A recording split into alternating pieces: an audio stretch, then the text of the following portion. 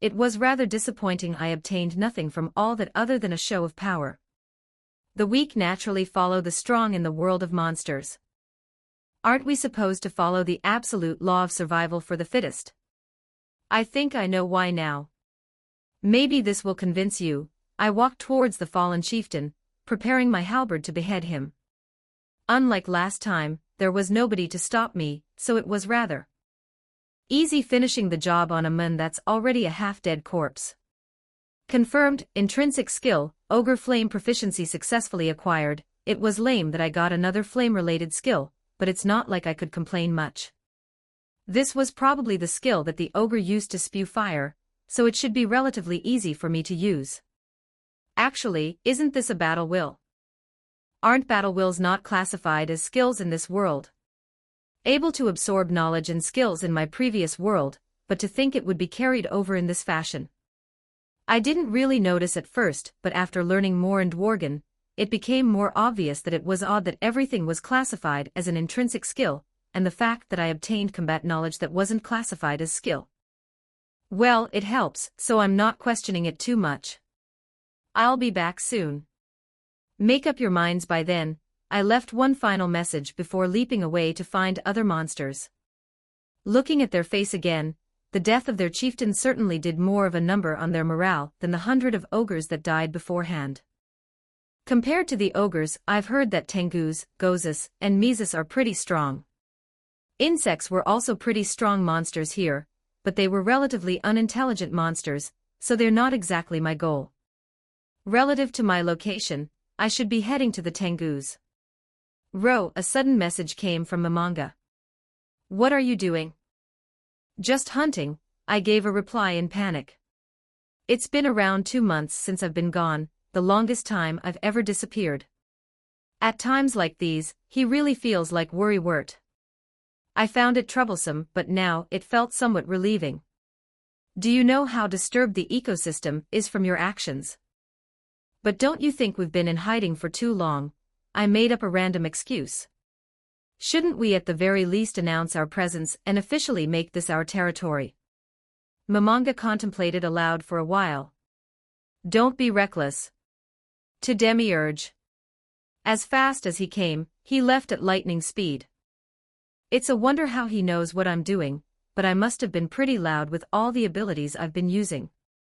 Either way, doesn't this mean I've gotten approval as long as I don't go too overboard, meaning that the Tengus better ready themselves?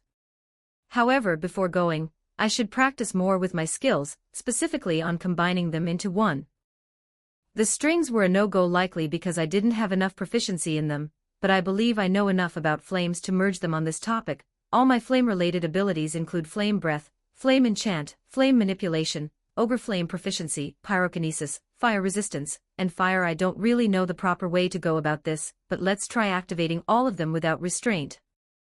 The first step was to prepare my body with flame enchant.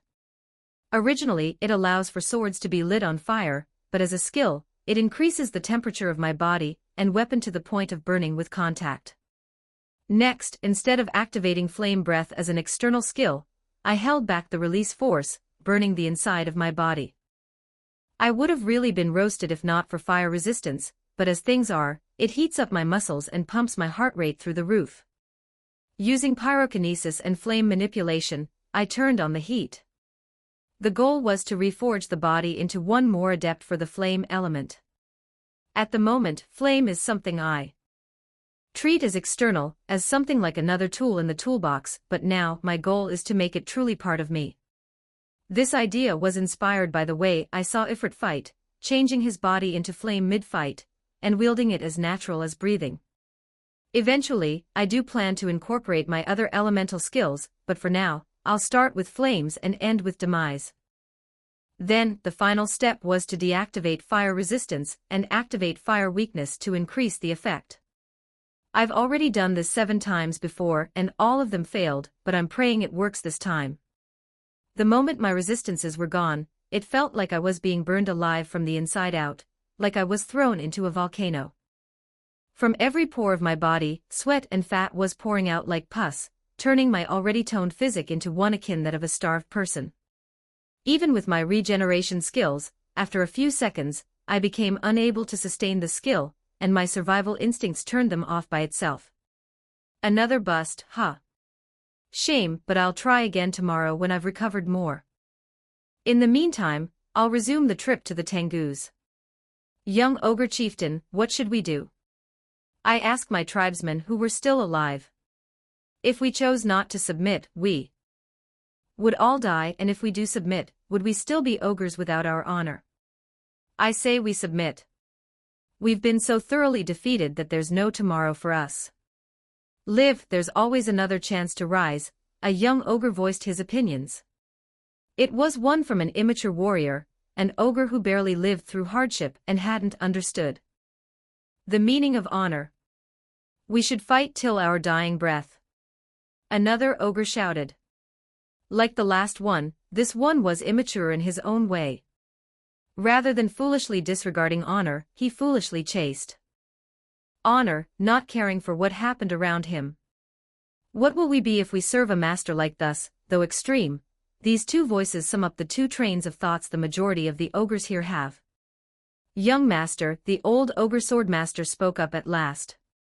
Throughout my whole life, I looked up at him as the wise one, an ogre who would guide me through difficult thoughts. No choice you make here is wrong. Nobody will blame you. Fuck, what am I doing? All this thinking is about to burn a hole into my brain. Nothing like me. Having to think so much just because my father's death forced the position of temporary chieftain onto me. This is why I encouraged him to have another son, pass the position to my sister even. Warrior of the ogre village. I shouted to garner their attention to make potentially the best decision I could at the moment. Today we will die, but we will die as proud warriors who hold cowardice in their heart, leave this place, and never return. Those who die here will forever be remembered as the fools who chased honors, while those who flee will be remembered as cowards without honor. I, the next chieftain, was apparently a fool as well. Soon after, our forces whittled from the already low 150 due to the black ogre down to 20, which was roughly the number of warriors left in the village after most of our forces died against the black ogre. Out of those who left, most of them were women, children, elderly, and a few warriors who didn't want to die a death to something akin to a natural disaster. Among those who left, my sister was one of them. She was persistent and wanted to stay, but after an intense argument she finally left. It was a shame that our last memory was one of us bickering, but at the very least, my last words should have made her miss us less. Out of nowhere, a wild monster appeared in front of us. It was a white spider, one with a blue skull symbol on its back. It wasn't as big as the giant black spider we'd occasionally hunt, but the mere aura from it suggested it to be a superior species, one that was certainly higher in rank than ogres. Without much thinking, I swung my blade forward. After all, the best defense is a good offense, and whoever takes offense first wins. Even if it was superior to its kind, it was still just a wild monster without culture. Surprisingly, the blade stopped a width the thickness of the katana blade before reaching its. I could still exert force to push it forward, but it felt like my blade was stuck in liquid so dense that I didn't have enough strength to move it the slightest bit. Where black ogre, the spider monster spoke, suggesting the fact that it had intelligence. The black ogre. That bastard. I flared up at the mention of the one who ravaged our. To think you were an ally of his. If this monster is highly resistant to physical attack, it must be weak to aura or magic in some aspect, so I spewed out some ogre flame. Like before, the flame stood in place, dissipating a moment later. Rather than being forcibly dissipated, it was due to the lack of magicule from its caster, which is to say, it stayed midair so long that the spell itself ran out of fuel. Even though we were supposed to conserve our strength for the black ogre, it would be a stain to our pride if we all died to a mere spider, so I signaled for the rest of the ogres to join in on the fight. Just as I was about to, the spider spewed out some string to entrap me. If it was the typical sticky string, I could have broken out in mere seconds, but oddly enough, I couldn't move a eye, friend. The spider announced loudly. I help you. The way it was speaking was odd, but from the way it spoke, it was definitely trying to aid us in some way against the Black Ogre. What do you want? Considering the actions of the Black Ogre, it would be reasonable to assume he's done his fair share of harm to other monsters as well, so it made sense that there's others who want revenge on him. I doubt the addition of a single spider would matter, but if it appeared earlier, maybe a single more ogre could have survived. So Shiro, it cut me off. Thinking about it now, the voice sounded somewhat feminine, and the tone it uses reminded me of my sister. Then, there was the revelation of the fact that she had a name, meaning that she served a master stronger than her. If her master holds a personal grudge against the Black Ogre, she could be just an advance force to scout things out. Therefore, it wouldn't be unreasonable to assume there are more backups. So Shiro, the spider released the strings restraining me as I said her name. Do you have a? I assume you have backup. Shiro stayed silent for a second before disappearing using some kind of teleportation spell or spatial skill.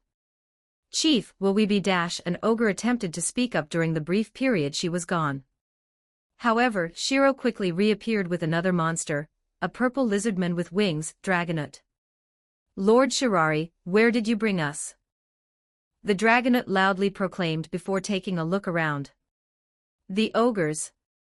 Lord Shirari, are you finally taking revenge on the Black the Spider? Shiro signaled for the Dragonut bend down. Judging from their interaction, it was right to assume that Shiro held a higher position. The Dragonut nodded as Shiro whispered to him. I couldn't hear anything, so I assume that's what was going on. All right, ogres, listen up.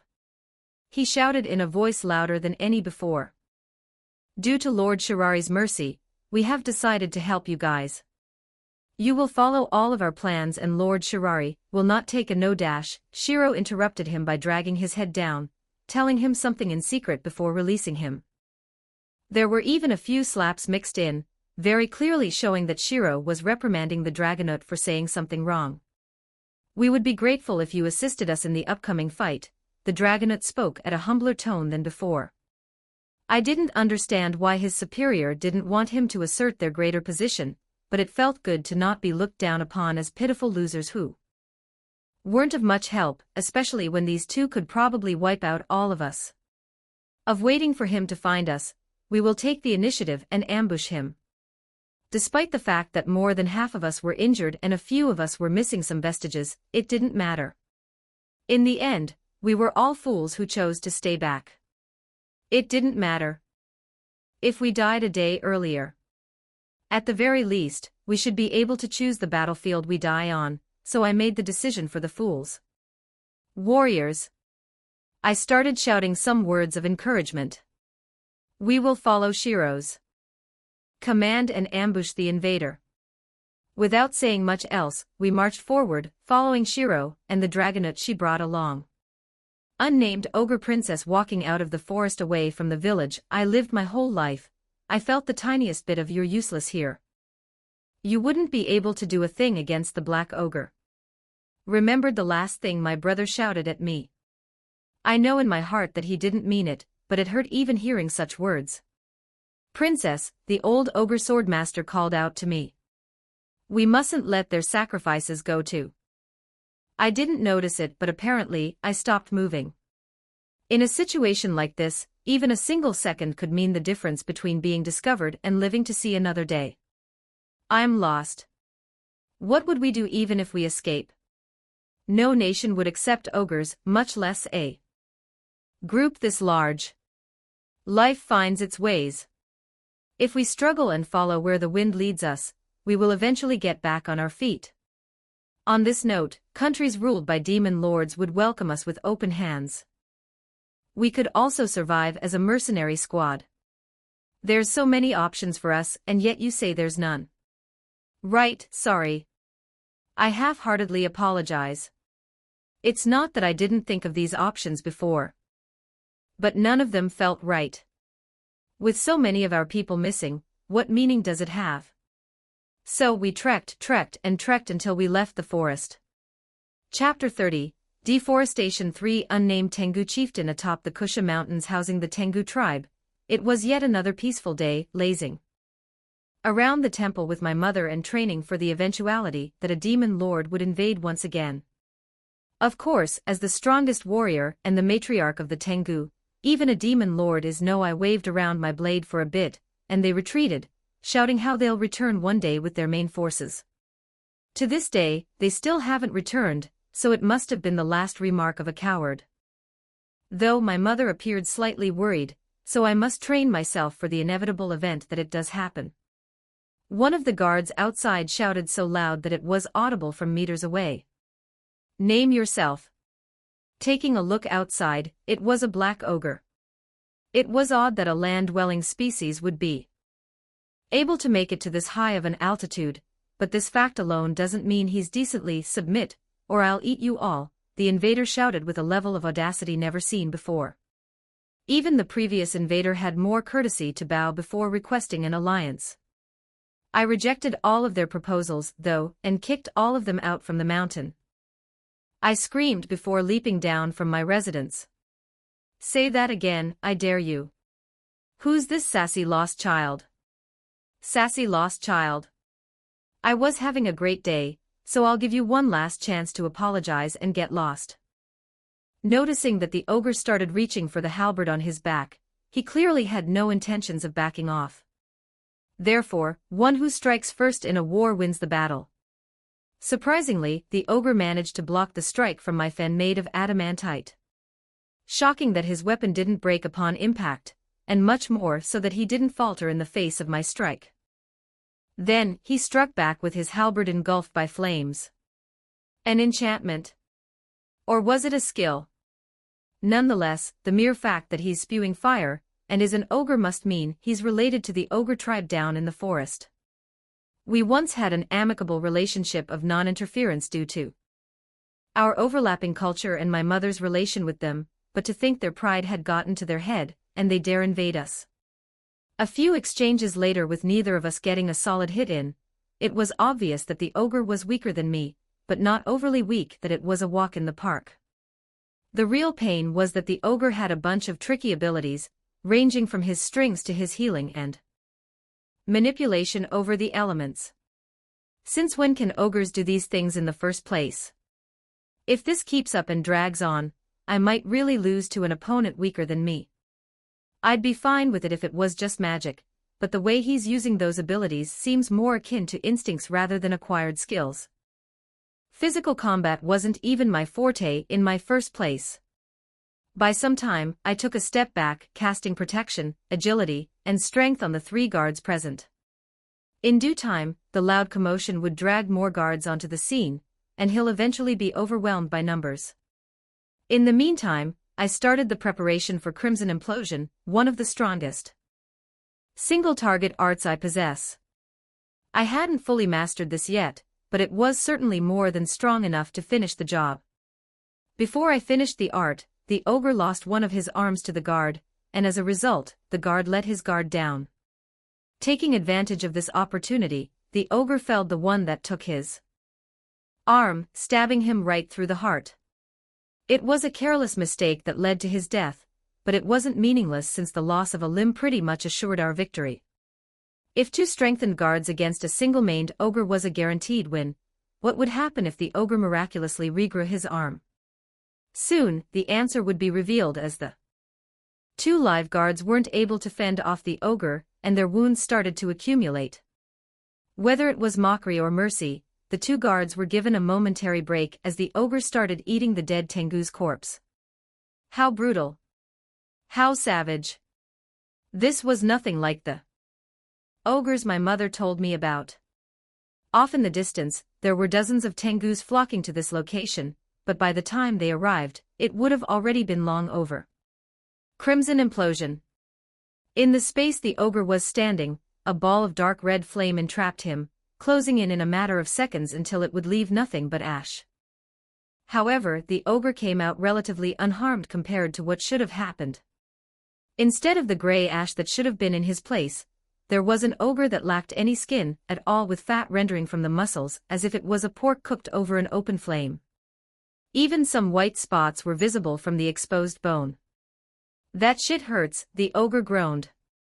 You're so lucky I wasn't wearing my usual armor or I'd be demanding reparations. As time passed, skin started reappearing on the ogre's muscle, but I wasn't just going to stand here and give him the chance to regain his strength. In this moment of weakness, I attempted to behead him. I should have expected it, but it was a failure. I knew this guy wouldn't give up his head so easily, so I went after his less guarded area. Similarly, the guards and the Tengu who just joined in on the fight were attempting the same. After a few attempts, the ogre was stabbed right in the neck, but like before, unlike before, I was hogging the majority of his attention, so he couldn't make any counterattacks to the one who stabbed him.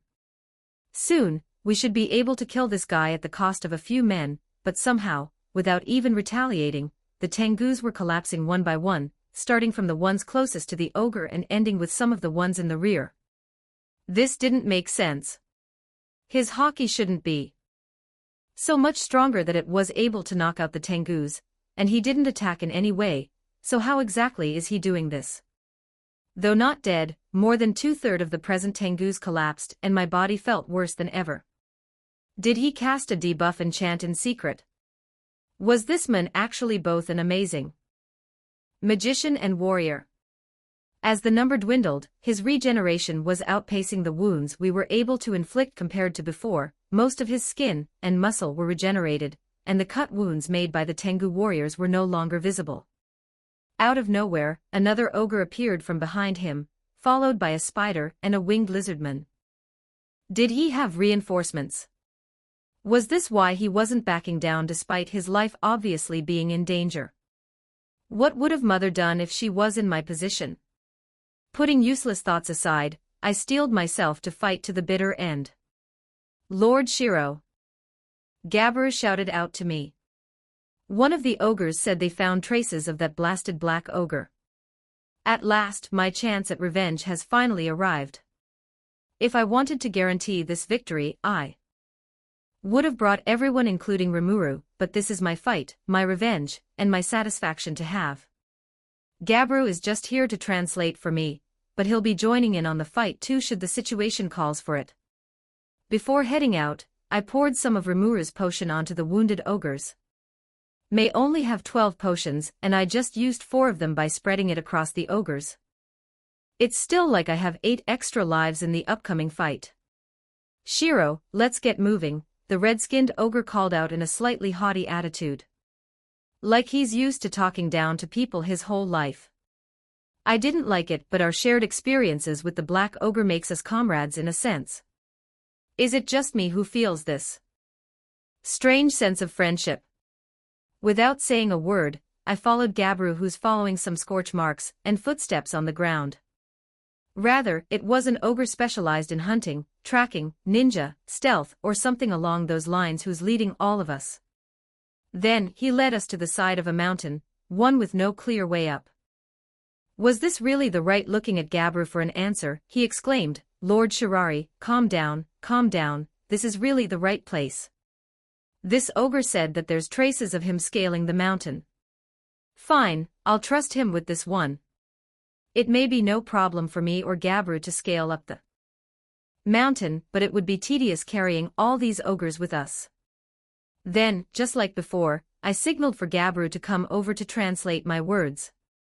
At first, I drew characters on the ground with strings for him to read, but he obviously didn't know how. It was then that I contemplated that I should have brought Abiru or Sauka instead, but I wasn't any familiar with them. Sure, I talked with Abiru, but I felt more comfortable with was Veldora starting to rub off on me. If only there were more human-like dragonets, but they were all scaly lizards. Either way, I came up with the solution of drawing on the ground, which wasn't the best way to get across what I say, but it works. All right, ogres. Gabiru turned around to announce my message. Be grateful that we will even be carrying 2 of you up there, so make haste and decide who it is among you that will. I just wished he wouldn't embarrass me so much with that pompous attitude of his. I got used to it after a while, but for him to put my words in his mouth is a whole new level of embarrassing. I'll be going, the red ogre volunteered himself. As the new chieftain, I naturally must take. I'll go as well. The ogre who led the way stepped up as well. Along the way, we learned that he was the Red Ogre's best friend as well as the second strongest ogre out of those who this completes the party of 1 spider, 1 dragonote, and 2 ogres. Calling Gabru over, I drew a picture of him carrying the 2 ogres. Lord Shirari, I thought we were each carrying 1. Did you expect a lady such as myself to be carrying such heavy men? If this was a do-or-die situation or if they were important to me, I would have done so, but I'm just getting some backup in case we aren't enough. Moreover, he has 2 arms, so why not make use of it? Putting aside Gabru's complaints, I mentally prepared myself for the long vertical journey. Crawling on the almost 90-degree mountain walls with my strings to aid me, I started hearing some noise up on the mountain. Lady Shiro, the ogre that's not the red one, which I will dub the gloomy one from now on, I just remembered, but the Tengus live on these mountains. You mean those long-nosed winged folks? What's the big deal? The Tengus may mistake us for invaders and attack us. I'm sure that's no problem. It's not like we're actually invading them. If I splash a Remura potion on them or attack the Black Ogre, they'd understand we're allies, right? I'm sure everything'll turn out fine. Finally arriving on the scene, I saw a monster right out of a horror movie. There was not a single skin on his body and some weird substance, which I think is fat, is leaking from between the muscle fibers. To make matters worse, skin was regrowing, giving it both a zombie-like and roasted appearance. His appearance was extremely different, but it was definitely the Black Ogre I met before. Hey, don't die on me now. I'm the one who's going to take revenge, not some random Tengus I've never met before. Speaking of Tensu, was the wolf girl on the other side really a? While the ones armed with spear looked like the traditional Tengu, was this middle school girl really a Tengu? Lord Shirari. Gabru loudly whispered. It was surprising that nobody discovered us, but I guess the battle was really just that loud. Should we attack him? Shaking my head, I signaled Gabru to wait a bit. It was reckless to jump in without knowing anything about the opponent's skill set, a lesson I learned the hard way the first time I encountered him.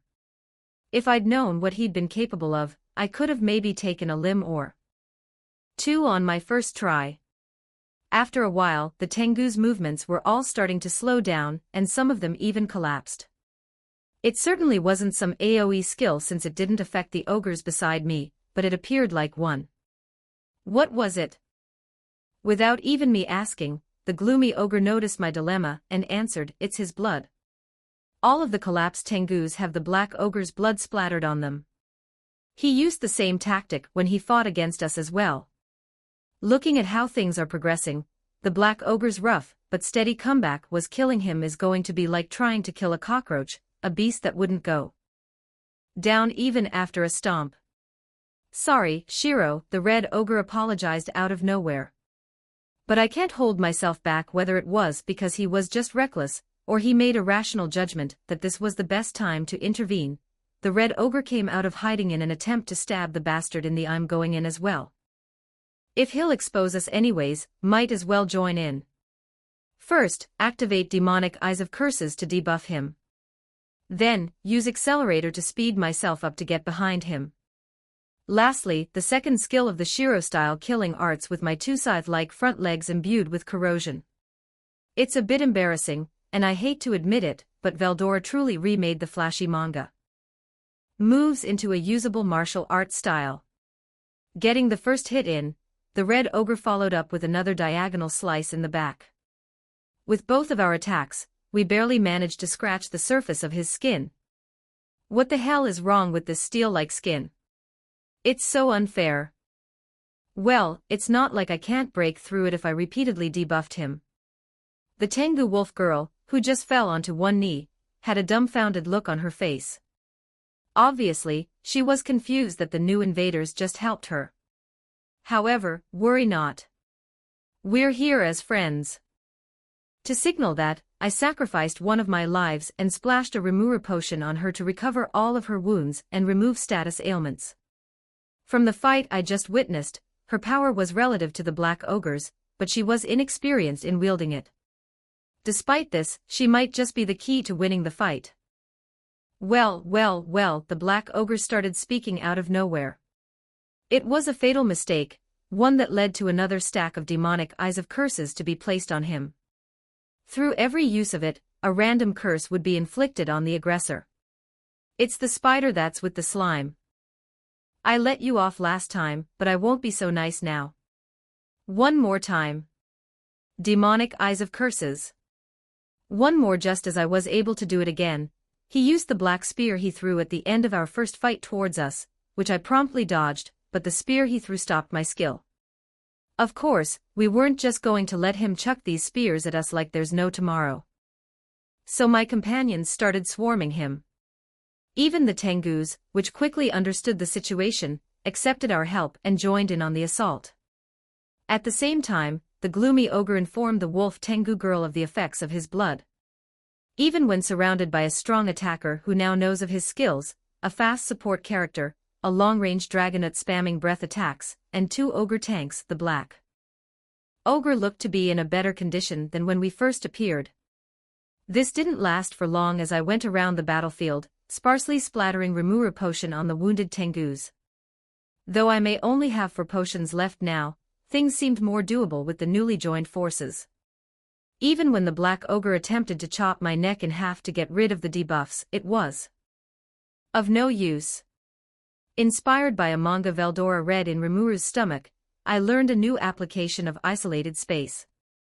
Instead of defining space as just the room I'm in, I could give a more vague definition, like the space 3 centimeters away from my body, and isolate that instead. Therefore, through this new definition, it was possible to widen the distance between my neck and the blade, slowing down the attack to a snail's pace. Like the move in the manga, this technique is dubbed Infinity. Veldora suggested I not get too used to it since it might be useless against stronger foes, but for now, it will do. Demonic eyes of curses. In the short time the Black Ogre was dazed, pondering why his blade halted mid-swing, I managed to get off yet another stack on him. By how he's wobbling around, it looks like he's been hit with the nausea or drunken effect. Similarly, the Red Ogre's attacks were finally starting to get through with all the debuffs I managed to use on him.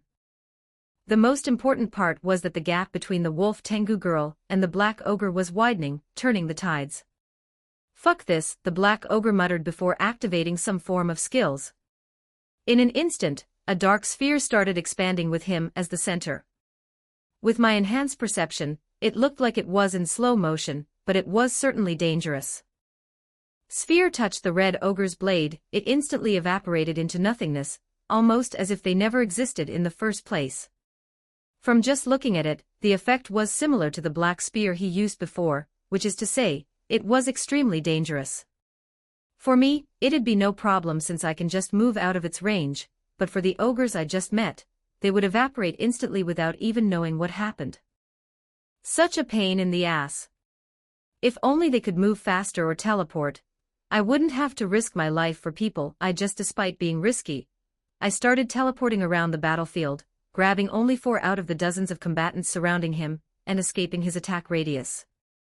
Any more and I would have been just as toast as the Tengus that just died.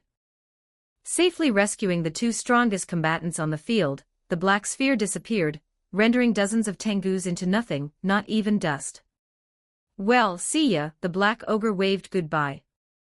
In the spur of the moment, I realized exactly what he was trying to do. Because I'd done the exact same thing before, and knew how it felt like, I knew he was definitely trying to teleport away in spite of the decreased numbers. Absolutely no way am I going to just let him escape like this. No way, 0 chance, never. Going full throttle, I activated Accelerator to its utmost limit, and space-time manipulation to further extend the time I have to think. By activating both skills simultaneously, it appeared as if time itself had stopped, but it hadn't. It was just that my perception was buffered to an unholy degree that everything seemed frozen. How nice it'd be if I was able to stop time. Would I be able to make it in time to behead him? No, what am I thinking? There's no way such a stubborn guy would let his guard down even when escaping. Then, first of all, I should leave a marker on him. By leaving a magical signature on an object, I would be able to teleport to it. It was how I got around the forest. I could even leave it on living beings, but the signal would shatter with the slightest force exertion. Therefore, I should expect the marker to last for only a few seconds after the teleportation. However, even a few seconds can be fatal. Then, I should mess with his teleportation somehow. If it's anything like how I teleport, he must have set a coordinate in advance or in his mind. Therefore, if I could mess with the distance or distort it, it should theoretically be possible to mess up his teleportation. It should be similar to the concept of expansion with isolated space, but instead of expanding, it should be twisting. Finally, putting together the plan, I executed everything by spitting a patch of string towards him to serve as the marker. Simultaneously, I attempted, for the first time, to distort the space. Unlike expansion, which felt like blowing a balloon full of air with my magicule, I pretended like I was grabbing a hold of the space around me. Each magicule particle served as a tiny hand, twisting the air around it until space itself was warped. It was as if the air was just thousands of thin strings connected by my magicule, which I bent. Yes, it was exhausting, so tiring that I want to quit and call it a day. It was far too annoying to be executing such a meticulous technique for the first time, but what could I do? Not when my target's so close to death. At the end of what felt like a whole day, the black ogre finally disappeared from sight. Chapter 31, Deforestation. For chapter notes, Shiro's unique skill Isolated Space will be renamed to Isolator going forward. Abilities are not changed in any way. It is just changed to better fit the unique skill's naming scheme. Shaltir Bloodfallen. Arriving in the room of the Supreme One, Demiurge and Albedo were standing next to Lord Mamanga seated in the Throne of Kings. Despite the throne taking up the majority of the room, Lord Mamanga's presence was the only thing I could focus on. His majestic and pristine figure adorned by jewelries, and his usual divine-level gear.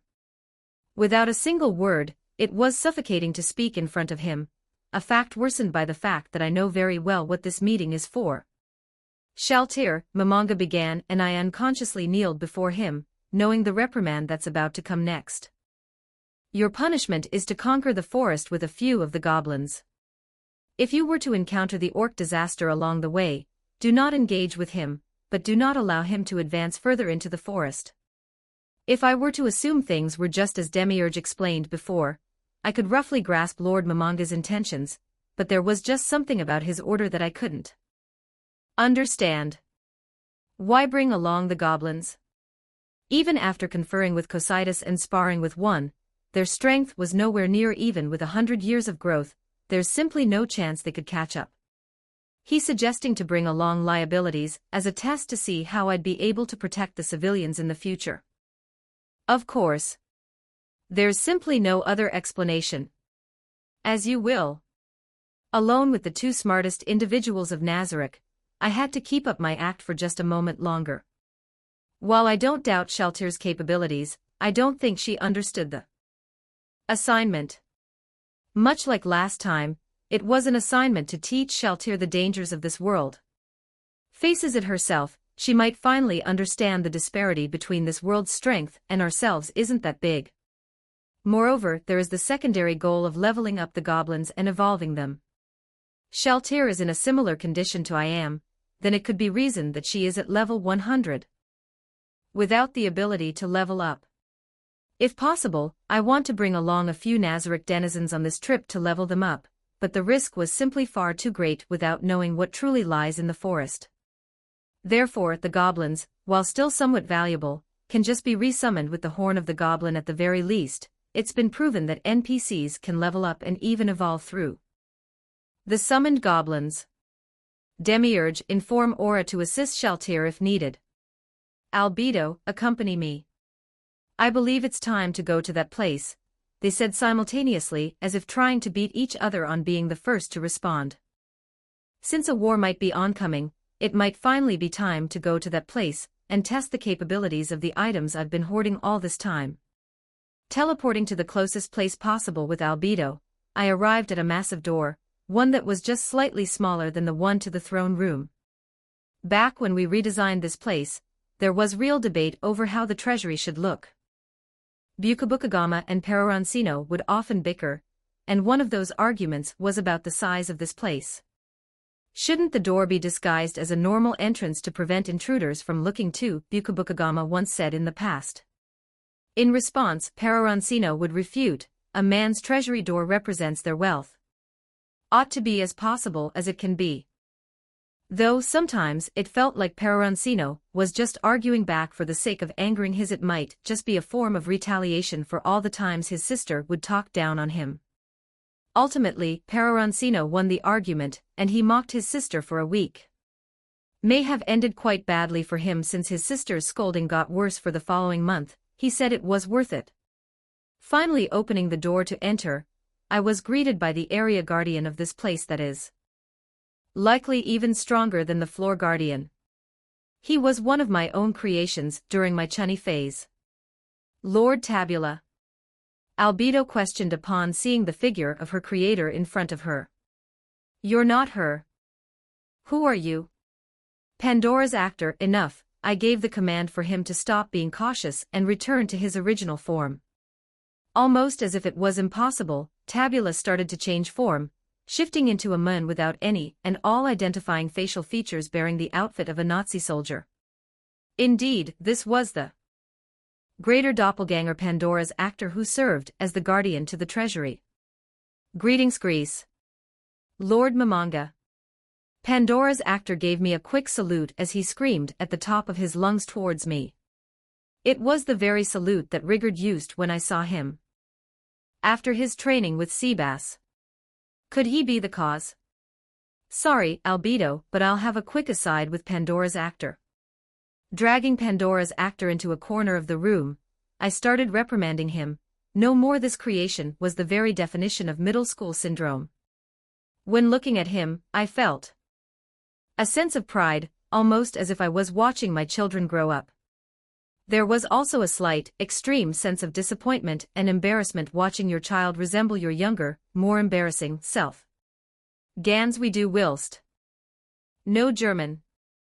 Yes, Lord Mamanga. Finally resolving the issues, I finally prepared myself to step into the treasury with Albedo before being stopped by Pandora's actor once again. Lord Mamanga, I must first give my apologies for failing at my job. The children are just a tiny bit feisty. He must be referring to the magic tools and world items he does maintenance on every so often. However, feisty. Was that truly a word used to describe items? Could it be that their durability has gone down, or that their function changed in this world? Either way, I'll find out once I see them. Thanks, but it is of no concern. With the door to the treasury closing behind me, I believe I finally understood the situation ever so slightly more. Oh Supreme One, I have been awaiting your arrival. To think you dared abandon us for months on end. I'm just glad you came. All 11 world items, each speaking without a care for order nor proper conduit. Yggdrasil, they appeared to gain a new consciousness. No wonder Pandora's actor said they were feisty.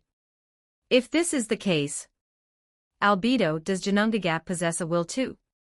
It has not spoken so far. When bringing out Janungagap to prove her claim, she was right that it did not speak, but if every other world item gained a will, why didn't this one? Could I borrow it for a moment? Of course. You may borrow it for as long as need be. Taking Janungagap into my own hands, it felt different from the usual gear I used, and the ones handed out to the goblins. However, it was not enough to confirm its presence. Speak, I commanded. Speak, I commanded it again. This time, I used Overlord Hockey to forcibly make my presence known. If it truly didn't speak after this, then there must be something special about world items that were in the treasury and those that were out of it. Lolo Lord Mamanga, the item whispered back quietly in the voice of a timid young lady. In fact, it was even younger. It sounded almost childish, like that of a middle school girl with social anxiety. I Apollo apologize. I didn't know when to speak up. It's fine. Do try to communicate more. If needed, I will try to accommodate you. Yes, Janungagap whispered before falling into silence once again for the rest of the then. This finally begs the question, what about my world item? It hasn't spoken once so far. Nor does it feel like it has a sense of self. Rather, it feels so strongly intertwined with me that it feels like it is part of myself, a part of me I cannot survive without. Even the throne of king doesn't seem to have a will. It still seems to function perfectly, but I'll need to investigate this further. However, putting this aside at the moment, I'll need to know if their will has any effect on their abilities. The simplest one to test would be the depiction of nature and society, an item with unlimited useless and no destructive capabilities on the surroundings. Aya, the scroll gave a slightly lewd, old masculine moan as I picked it up. Would have the honor of being the first of being used, choosing the simplest battlefield with no field hazards, everything seems to work fine. Albedo, find the entrance. After a short while, the entrance was promptly found and Albedo escaped from the scroll, making the world item appear in her hands as she left. Like before, if one managed to escape from the scroll, the escapee gained ownership of it, a fact as shown by the fact that Albedo was able to use the scroll. However, the real shocker came next when we tried on avarice and generosity. I was able to use it just fine, but when it came to Albedo's turn to try it, a very minor complication unhand me. Filthy woman. The pair of gauntlets hissed, sending some sort of attack towards Albedo that forced her to drop it on the ground. I'd really appreciate it, the gauntlet rejected Albedo. Back in Yggdrasil, world items were treated as any other items, in the regard that they could be used by anyone. In this world, the will that was granted to them allowed them to choose their owners. It would be annoying if the Guardians were unable to use the world items, especially when they make up a majority of the fighting force. Even if it appears I can use all of them, I won't be able to use them to their full capacity, much less all at once. Therefore, one of my new top priorities is to find an appropriate user for each item. First, I should start with the floor guardians, then area guardians, and finally move on to other NPCs. If there's a candidate among the goblins, that's a possibility too. While I don't think there's a chance of betrayal, I don't exactly want to leave world items in the hands of someone outside of Nazarick.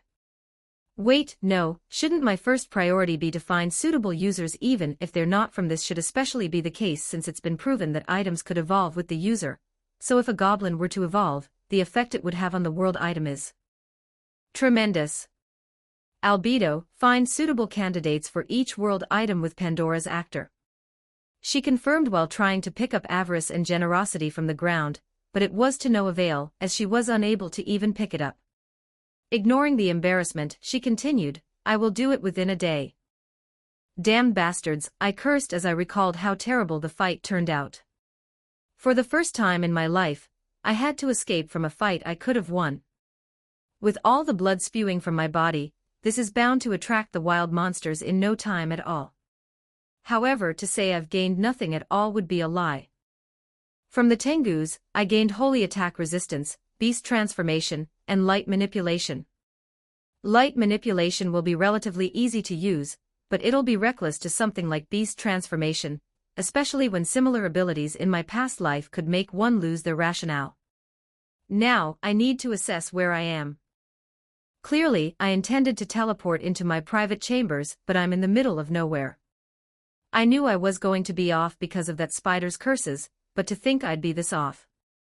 Curse that bitch.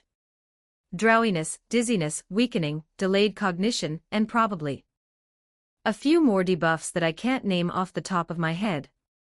Aren't I supposed to be immune to abnormal statuses?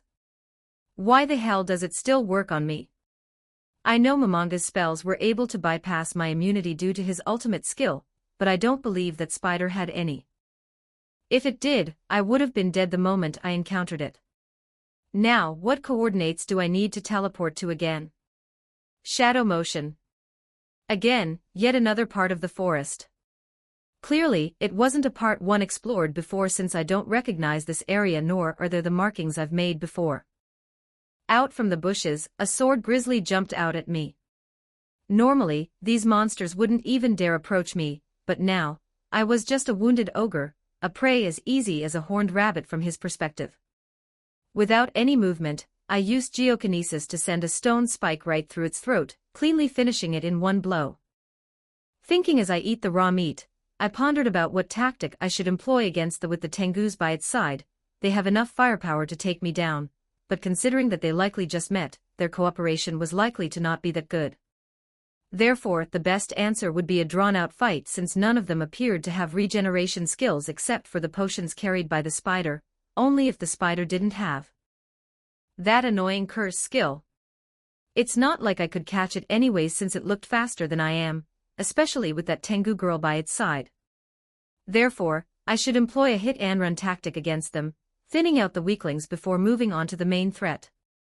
Those attacks from the cowardly ogres and Tengus were really annoying.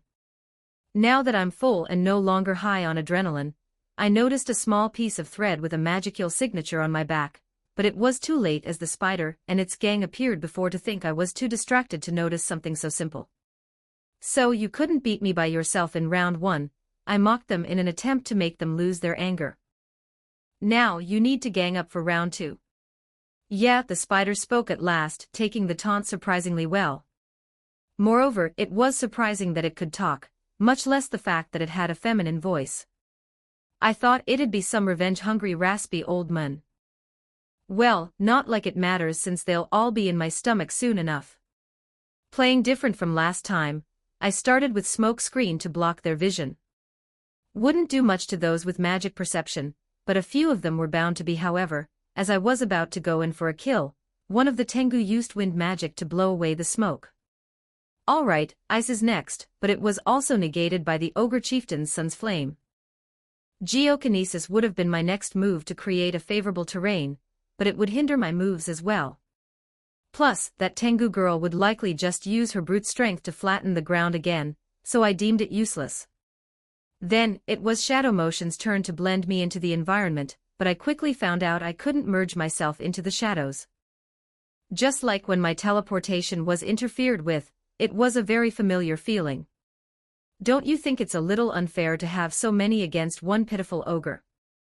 I posed a rhetorical question that served as a small distraction for the Undeath Commander's skill. Using the corpse of the recently slain Blade Grizzly and other monsters buried deep in the ground, I created a few undead. It was nowhere near the undeads Momonga could create, but it was more than enough to distract them. Letting the undeads deal with the weaklings, I charged straight in to attack the strongest one like the first confrontation. It was an extremely simple and straightforward charge, one that she could have easily blocked. Shape shift. However, by changing my build to be closer to that of a human's, I threw off her battle sense and got the first attack in. It was very much a trick, one that would work once and only once. It wasn't fatal, but it was enough breathing room to thin out the numbers.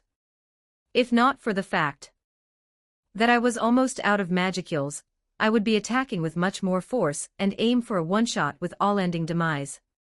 You pigs, get that bastard now. A familiar voice came from the distance. It was a loud voice full of arrogance, one that I heard before when I was a hobgoblin. Get that black from the shade of the forest, a giant orc almost 3 heads taller than me appeared. From the endless horde of orcs behind him, it was right to assume this was the orc disaster, the very being that Momonga warned me about. Right beside him was the masked Magen Gelmud, the one that almost killed me as a hobgoblin, and a clown, one that was really big. With green hair. The clown looked slightly out of place with all the monsters here, but who am I to judge? What did Momonga say again? That he was dangerous. If I was in my peak condition, none of these combatants would beat me one-on-one, but now, they might just have the upper hand. Moreover, it's not like I could run since I'm surrounded on all sides. On one side, there was a spider that was faster than me. On the other was the Tengu girl that was ever so slightly stronger than me. Lastly, on the path into the forest, there were thousands, potentially hundreds of thousands, of orcs blocking my path. Soon, my answer would arrive as I watched a familiar figure descend from the sky. How dire the situation was, the blood-red Valkyrie with white wings on her back almost looked like an angel, one that brings hope. "Ro, you look awfully terrible, Arinsu," Shaltir said as she popped the head of the ogres, charging at me and the arm of the orc disaster with a simple spell while descending. "Look at the bags under your eyes before speaking. Were you crying while thinking about what punishment Mamanga would give you?" "I was not. I will not fall for such cheap provocation." "But you already dash. I was given an order to assist you in conquering the forest with other goblins," Shaltir announced to everyone present here. "Under normal circumstances, I would have wiped everyone else, but Lord Mamanga ordered me to not engage with the orc disaster. Therefore, I will give everyone here associated with the orc disaster a chance to live another day." Arinsu. Behind Shaltir, a dozen flying goblins appeared from the sky. There was Gobum, Gobkichi, Gobmi, Rigard, and Gobeman to name a few. Among them, there was one that couldn't be called a goblin anymore. It was a dark green-skinned goblin bearing one tiny horn with fur coming out from the seams between his pants. He was Gobum. If not for the fact that he was right in front of me, I wouldn't even be able to notice him. Now, I still couldn't feel his presence right in front of me. Once we get back, I ought to play with him a few times. "Little girl, I'm feeling generous today," Gelmud replied. "So, I'll forgive your ignorance and allow you to leave." Very clearly not happy about this, Shaltir landed right beside him, and tore off his only remaining arm in an instant. Now, he was just a punching bag with two legs. Charm species, Shaltir casted one of her abilities. Like a charm, Gelmud wasn't able to resist it and fell prey to her mind control. "Take your army and get out of here. Outside of this forest, Arinsu." Fuck, was it that spider again? Did she really cast yet another debuff while we were distracted? "Ro, you look terrible. If only I had a spare potion to give to you," Gobum teased while wiggling a red potion in front of my face. Enough playing around, Gobkichi snatched it from his hand and poured it on me. Do anything to recover my magicule, but I certainly felt more invigorated compared to before, especially since a few of the debuffs got removed with that potion. "Submit or die," Shaltir nonchalantly said in spite of the debuffs casted. However, since it was obviously starting to get annoying, she shot a warning spell at the one casting the debuff. "Make your choice, Arzinu." Without saying a word, they all disappeared from within our sights using the same method they used to appear in front of me. "Well, that was anticlimactic," Gobum commented. "So what now? Lord Mamanga instructed us to conquer the forest, so we shall do as such." "All right," I patted her back like she was a child.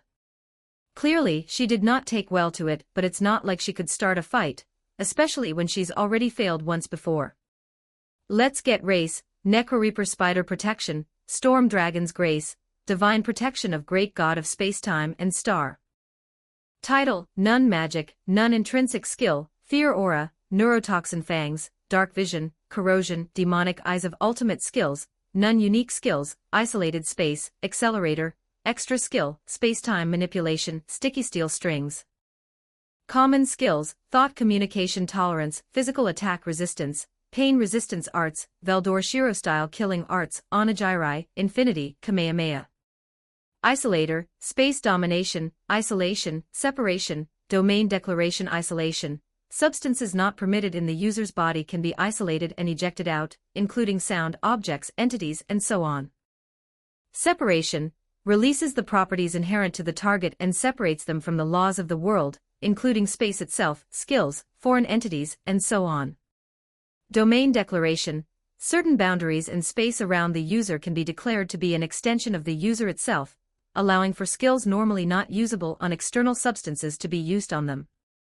Accelerator, Time Domination, Thought Acceleration, Molecular Manipulation. Chapter 32, Intermission, Momonga's observation diary. I chapter notes something extra since I wanted to include a few more character statuses but felt wrong to just lump them in at the end. In all the time I have, I've decided to take up a diary and make it a hobby to take some notes. Not only does it include the abilities I know of, I try my best to make an analysis of the people I know of. There's also a hidden third reason for doing this, but it's a really minor problem that I need not mention in my diary. Now, when exactly do I have the time to do this? A skeleton can't exactly sleep, can it? However, because my mind is still that of a human's, my mind still seeks sleep despite not feeling any mental fatigue. Formally, though, the reason is I want to show my subordinate that it's fine to take some rest.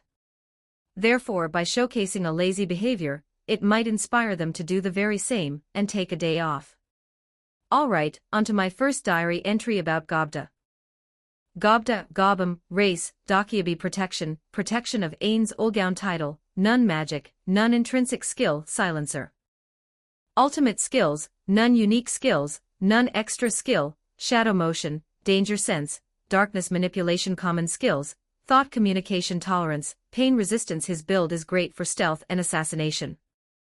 At the moment, his Yggdrasil equivalent is in the high 50s, maybe low 60s if I were to push it a little. Despite his nonchalant look and casual attitude as if he cares about nothing in the world, he is surprisingly diligent and talented. I would appreciate it if he tried just the tiniest bit harder. Fact, if he had the motivation, I believe he has the potential to be stronger than Ro. Perhaps I ask Cocytus to whip him up into shape to prepare for the upcoming war. Anyways, onto Cocytus. Despite his lack of skills, he was still strong purely because of his martial prowess. If anything, out of all the Guardians, Gargantua has the most skills due to how many resistances he has. Race, Vermin Warlord protection, protection of Ain's Ulgaun title, ruler of the frozen rivers magic, none intrinsic skill, steel exoskeleton, vermilion insect eye ultimate skills, none. Unique skills, Tundra Warlord extra skill, danger sense, magic jamming common skills, coercion tolerance, ice attack resistance, cold immunity, magic resistance, physical attack resistance. All things considered, Cocytus has a relatively simple set of abilities. However, this also means that there's a lot of room for him to grow in the future. Should he acquire even basic common skills, it will greatly bolster his abilities. His potential for growth might be the greatest out of all the Guardians. The only person who could beat him in terms of potential is probably Gargantua.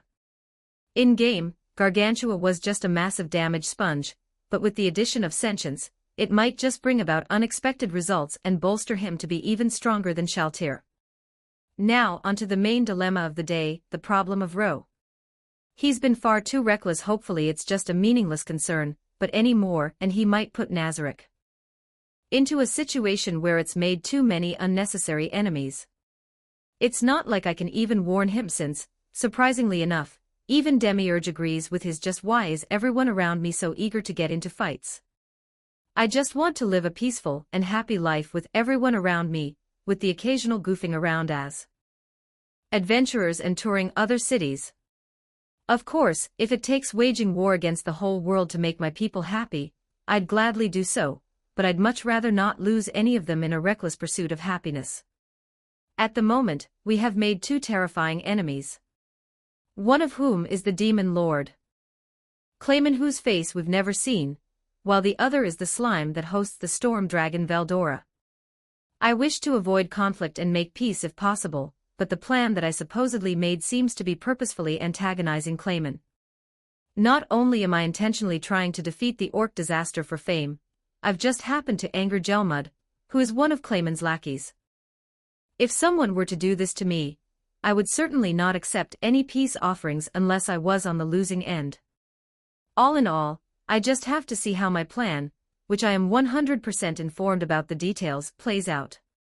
Sometimes it feels like there's another person making these plans behind my back since Demiurge kept saying how, I have grasped your intentions, Lord Momonga. Before ending today's entry, I wanted to do one more analysis, but on who exactly? Entry would honestly take too long to write out, and I don't even think I know of the details. Why not write about one of the world items? Janungagap, a world item in the possession of Albedo. Though it barely speaks, its voice seems to resemble that of a meek girl under the age of 7. Though it now has a will, it doesn't seem to be affecting its functionality. In Yggdrasil, the first of its ability is to change shape, specifically the power to change into any object, ranging from a staff to a large hammer. Now, in this world, it truly seems to hold.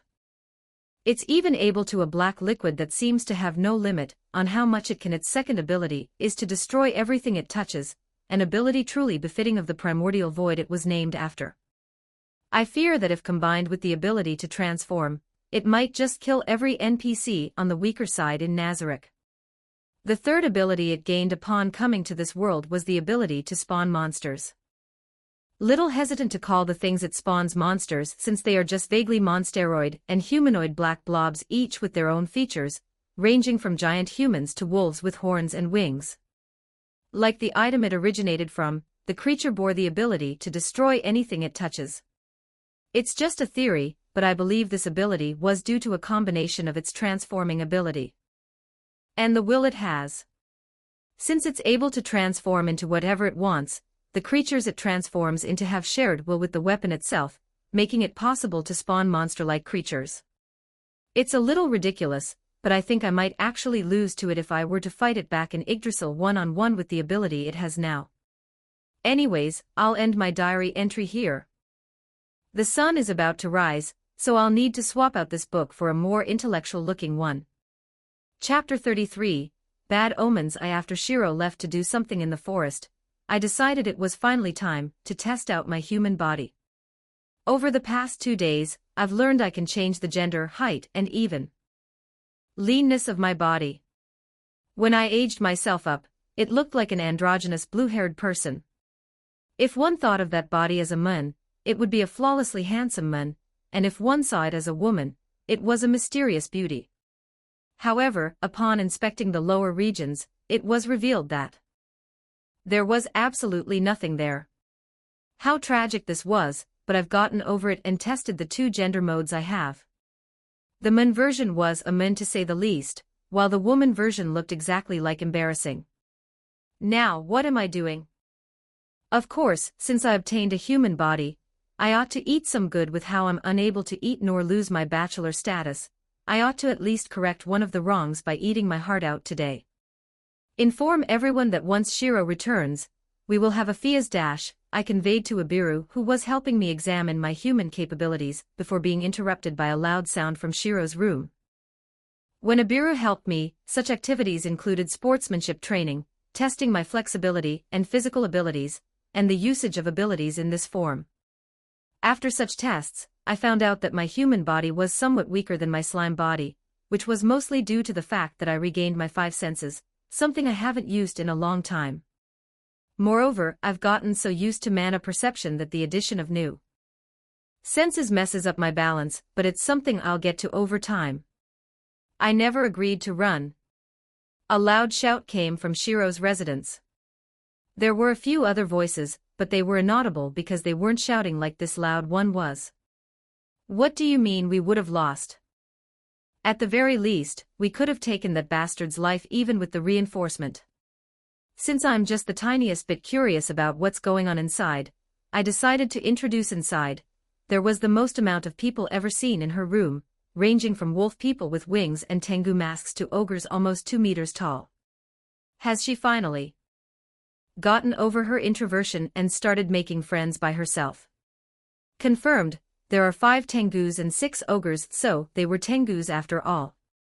It looked odd that the red nose they're so known for is actually just a mask, but I suppose this is a different world after all. How dare you question Lord Shirari? If she says we run, we must run. The familiar voice of Gabber came from behind the Tengus. However, soon, he noticed me and changed his tone of voice, salutating, Lord Rimuru, it's great to see you here. Yes, anyways, who are these people? To sum up what Gabber said, Shiro tried killing the black ogre, almost succeeded, but they got away since more reinforcement came. Though the way she phrased it makes it sound like she almost won, doesn't this mean she almost died? Leave, Shiro announced her presence at last. With how long I've been with her, I became able to slightly tell her emotions despite her unchanging exoskeleton. Currently, she feels slightly joyous, happy at the fact that she pushed her target to the brink of death and forced him to retreat. However, there's a slight bitterness behind her voice since her target ultimately escaped from her. To be honest, I'd much rather not antagonize him so much if I could, especially when no harm's really done to us at the end of the day. Even if he wanted to eat us at first, neither of us really died nor did he attack me when we met. Moreover, if he was able to get along with Shizu, there's a non-null chance we could become pals too. It felt a little wrong killing someone who I assumed is an otherworlder like I am. Anyways, after being kicked out by Shiro, we relocated to my room with Abiru, Ranga, Gabru, and Sauka by my side. So, are you the leader of this place? The red-haired ogre spoke up first. Well, something like that, I replied, though I consider myself more of a friend to the people here rather than a lord despite the fact that they do consider me a lord. First, I must express my gratitude for your friend's help in assisting us. However, we must chase after the black ogre even if it costs us our lives. If we happen to still be alive, we will pay back our debt. He spoke in a more composed manner unlike before where he was in a shouting competition against Gabru. Just as he was about to stand up and take his leave, I stopped him, saying, how about a suggestion? We make a temporary alliance. I'll give you guys names and you guys can decide what to do after you get your revenge. Give us some time to decide, he said before finally exiting with his group. With them, Abira sent Sauka to keep a watch on them, a concern that I found little unnecessary. Moreover, it felt like an invasion of privacy, but I won't bring this up at the moment. Now that the noisy ogres are gone, the Tengu girl spoke up. Is such a small girl the leader of the group? I can finally introduce myself. Notice, the Tengu's magicule is drastically higher than her peers. There is a 99% chance she is the leader, thanks, great sage. By the way, how does she compare to me? Notice, her magicule count is approximately 150% greater, haha. Such a tiny girl is this strong. I shouldn't judge monsters by their appearances, especially when I myself am just a little cute slime, but it was truly a shocker. Next thing you know, a little girl looking like a 5th grader will show up on the doorsteps and claim to be a demon lord. I am Momiji, the next matriarch of the Tengu clan. I am thankful for you saving us, but you intervened too much, she spoke in a haughty attitude. Little girl, what do you mean? Ranga barked. If not for Lord Shiro and Lord Rimuru, you'd all be dead by now. Show your gratitude. Silence, she muttered in a condescending voice before exuding some sort of invisible power that forced Ranga to bow down. Though likely unintended, Gabru fainted from the pressure and Abiru was greatly affected as well, just not to the same extent as the others. Out of everyone, I was the only one left unaffected, but it was clear that she was attempting to intimidate us, so I spoke up before it got any worse. Enough, I'd like to apologize for Ranga's words. Moreover, I'd like you to consider your options again. I know you're strong enough to handle the Black Ogre by yourselves, but what if he invades with his allies, what would you do then? Looking as arrogant as ever, she replied, I'll consider it, and then returned without even participating in the festival. Ho ho ho, Abira suddenly burst out laughing. She reminds me of myself when I was. Really, how? After I received a blessing and was appointed as the chieftain, I believe myself to be the top of the world. Of course, that presumption quickly proved false. Well, everything considered, she'll come back a few days later with the real matriarch, if she's the person I remember her. Who is she? Abira pondered for a while before answering. I don't know her personally and only saw her a few times during minor scuffles, but she was a natural-born leader, one far superior than I. Anyways, if you'll excuse me, I'll wake my idiot son up now. Confirmed, intrinsic skill, poison creation successfully acquired, what a massive hive, I remarked. Just like the ant nest we raided before, this beehive was a gigantic one. When we first arrived here, the bees started attacking us, but after a while of convincing them with the tiniest bit of violence, they decided to join our force. "Hey, Ro!" Shaltir called out to me from afar. Even though I was the one that was supposed to stay on the front lines, due to my insufficient magicule from the recent battle, I was forced to concede my role to Shaltir. As frustrating as it is, I can't hold it against her. How many more monster colonies are still left? "Ro, please, let this be the last one," Gobbum complained. Despite complaining since a whole day earlier, he hasn't really slacked off from his job. "Please ee." To be honest, he probably made more contribution to this mission than I did. Evolution, he became a Dakibi, one of the rarer evolutionary paths for goblins. Due to this, his already great stealth skill became even better, and he became able to manipulate darkness and use shadow motion. No wonder I wasn't able to find him. I actually agree with him, Gobkichi, somehow the most rational one of the group, popped into Gobbum's complaints. In the time I was away, he also made drastic improvements to his. I believe he's actually on the verge of evolving as well. "I don't believe we have as much stamina as you do, Ro." Shaltir butted in. "As the one leading the operation, we need to finish our mission as fast as possible, Arinsu." "Lady Shaltir, don't you believe Lord Mamanga would prefer concrete results, even if delayed, rather than risk losses?" Well, as the one leading the operation, Shaltir re-emphasized the point of being the one in charge, almost as if she wanted to look good. "I say we rest for a day and figure out our plans for tomorrow." "Oh my god. Thank you, thank you." Gobbum shouted before retreating into his shadows and pulling out a sleeping bag made of hide, wool, hay, and other sorts of comfortable material. "All right, night." So, Ro, back to the original question, how many more are left? "There's the Dryads, but I could never find their dwelling for the life of me. Then, there's also Gozu and Meza tribes. However, when I went there, the villages were desolate, almost as if they were wiped off the face of the planet in a single night.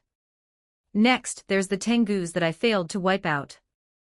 I debated for a bit whether or not to expose that slime and spider's habitat.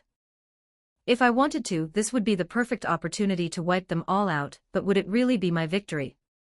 It's just an excuse, but I wish to destroy them myself, so I spouted some random nonsense for the last one. There's some stray elves, lycanthropes, and dwarves that were casted out from their respective kingdoms. I believe they made a hidden village somewhere around here. Oh right, there's also the Tengus that I failed to hunt. Sounds like a fine plan, Arinsu. We will rest today and finish Lord Mamanga's mission by starting with the Tengus tomorrow. Sure, I waved her enthusiasm without a care for her grand mission. Gobkichi, you mind taking the night watch first? Sure, Gobkichi gave some affirmative words before I fell on my back and started contemplating my day. It's been such a long day, starting from when I started eating more monsters to when I almost died to that spider and Tengu girl. If I were to invade again, what are my chances of victory? 20%? No, probably more like 10%. I only had such a leg up on the Tengu girl because she had no knowledge about my skill set. While having a variety of skills certainly makes me more of a tricky opponent, once they figure me out, I'm as good as dead. Now, what about the Tengu girl alone? 50%. She was stronger than me, but her amateurish skills proved she doesn't have much fighting experience against monsters of her. However, a lack of experience can easily be resolved through training, while a lack of power cannot be so easily resolved. Therefore, probably more like 1 out of 3 times I would win. Next, that white spider. In the first encounter at the cave, it was an overwhelming 100% chance of victory, but the second time, it felt more like 60%, but considering her cowardly nature, I doubt I'd have been able to kill her even if I went all out. In reality, it was likely closer to 0% since I have no way to stop her teleportation skills, but I didn't want to admit that I wasn't able to hunt someone weaker than me. Fuck, what a shame. I should have sniped them with Spear of Demise during our first encounter instead of testing out my new skills. Even on the second encounter, if I disregarded the fact that I would lose their corpses, I should have ended the fight, with all-ending demise, before I ran out of magicules. As I replayed simulations of the fights, I eventually fell asleep. Unknown human, the screams of men, women, and children filled the air. It was hard to tell apart any distinct voice, but it was easy to hear the suffering in their voice in this hellish scene. Though I may not be able to see in a tiny pocket under 3 feet deep of rubble, the mere sounds of men being slaughtered like pigs send goosebumps down my heart, almost giving me several heart attacks. It feels like it's been 10 hours since that monster appeared out of Daddy, I'm scared, my 8-year-old daughter whispered to me. You'll be fine, I responded in an attempt to comfort her, though it felt more like I'm trying to escape from reality. You'll be fine. It's just one big bad nightmare. Once you wake up, it'll all be over. In a not-so-quiet voice, my daughter kept whimpering and crying. If not for the endless screams surrounding us, we'd certainly be one of the first to be found. It's one of the first times in my life I'm thankful for others' suffering. It felt awful to be gleeful at others' misfortunes, but what could I do? It's not like exposing myself will save anyone, nor will it save my daughter. Yet another hour passed. Or was it just a minute? It was hard to tell, especially in a place with no light. Now, I'm starting to escape from reality, shifting the blame from the disaster itself to the authorities that didn't prepare for this, the border guards that couldn't fend off a few low-leveled monsters, and the adventurers that fled for their life the moment they saw the swarm. I wanted to flee too, damn it. If only I was richer, I could have afforded a house near the capital, and avoided this altogether. Then, all of a sudden, the noise grew more distant and the screams died down. There were a few stomping noises, but they weren't heavy enough to be the invading monsters. Therefore, using my intuition as a hunter, I decided to risk it, and attempt to clear a path. Longer might traumatize my daughter, so I must make haste. Be a good girl and wait for Daddy, all right. One step, just one single peek outside, and I'd know whether or not it was safe. Through some careful digging, I managed to make a small tunnel just big enough to crawl out of. First, with a quick glance out the rubble, the environment was clear of any monsters. The intense rays of the sun did sting it a bit, it felt like I was truly alive. Then, I wiggled myself out just the slightest bit just so I could see my surroundings. All clear. Not a single monster in sight. Lastly, with a breath of courage, I fully stood up and searched around to look for a safe foods here. A low voice came from behind me. Turning around, it was the monster that was invading the city. Each one bore the face of an orc while towering over 2 meters. In my time as a hunter, I've hunted numerous orcs, so I could tell that these were not orcs, but rather monsters. At least, if I have something to be happy for, it's that my daughter didn't have to watch me. I'm hungry. Footman, correct. The idiot who was put in charge of the orc disaster plan. He's been going on and on about getting revenge on the Black Ogre. After hearing his story, all I could reasonably conclude that it was his own fault, was it not? Yes, what is it? I tried to joyfully reply in a hum. Why did we retreat? He half shouted, clearly trying to hold it back. After he lost both his arms, his temper's only been getting worse. Thankfully, I used a potion in time this time, before the wound scarred, and calmed him down. He used to be a reasonable gentleman like I. That bastard was clearly on the brink of death. I thought you were strong since you were sent by Lord Clayman, but judging by how things are, you must be a wimp succouring quiet. I asserted the hierarchy of power by disregarding my previous politeness. I tried to find the best words to calm him down. Even if he was dumb, it wouldn't do good to anger a potentially useful pawn. I retreated for your sake. If we engaged there, even if we somehow killed him, the plan to make the orc disaster a demon lord would have been ruined. Then why stay in a useless human city? His last string of patience snapped at last. Might have not shown my power, but to think he'd snap at someone superior. Humans are so pathetically weak that they have no abilities for the orcs to gain. Could have been to so many other places. How does he not get it? Even if the average human is weak, some of them are exceptionally strong, powerful enough to topple even an ogre. From people like these, we'd be able to empower the orcs before challenging the forest yet again. Plus, in Dworgen lies the Hero King, and in Estgrand lies a newborn demon lord that defeated 2 demon lords from the previous generation. It was impossible to defend the orc disaster while fighting them off simultaneously. If you're too afraid, I'll bring them back myself. I'm the one who named them. One with power. With every passing second, it felt like I was being more influenced by his stupidity. Therefore, any irrational action I take would not be my fault, but his. With a swift punch, Gelmud's head came flying off. I called out to the one center of the plan. I prepared a meal for you. He stumbled over from all the way across the city, tripping and getting back up over and over again. Clearly, the humans were not filling enough. In a second, Gelmud's body appeared as if he never existed, and at the same time, it seems like the plan was finally coming into fruition with Geld's body and Magicule rapidly. Chapter 34, Bad Omens 2. Finally leaving the treasure room, I felt a little exhausted. There were times when I was sorting the items obtained from raids and the items that my guildmates recklessly left in the unsorted inventory pile, but this was a new kind of frustration. There were items with stat or class requirements and items with hidden functions, but never before were there items with hidden, finicky requirements that seemed to change in the spur of the moment, much less sentiment gear. Albedo, start gathering candidates for world items. We'll hold a ceremony in a week and coincide it with the naming of the newborn goblins. Yes, Lord Mamanga. Now, Pandora's actor, are you able to use any of the world items? Lord Mamanga, I see you've met the children's. I wish could have disciplined them better, but alas, they were feisty little dash were you. I have not tried to. As a mere creation of Lord Mamanga, I would not dare to do things without your permission.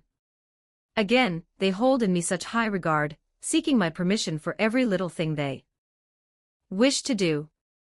If only they were able to act on their will, I would be more comfortable leaving this place, and leaving the running of this place to them. To be honest, it feels like all I'm doing is just approving whatever plans Demiurge, Albedo, and occasionally Ro comes up with, along with the side hustle of creating undeads.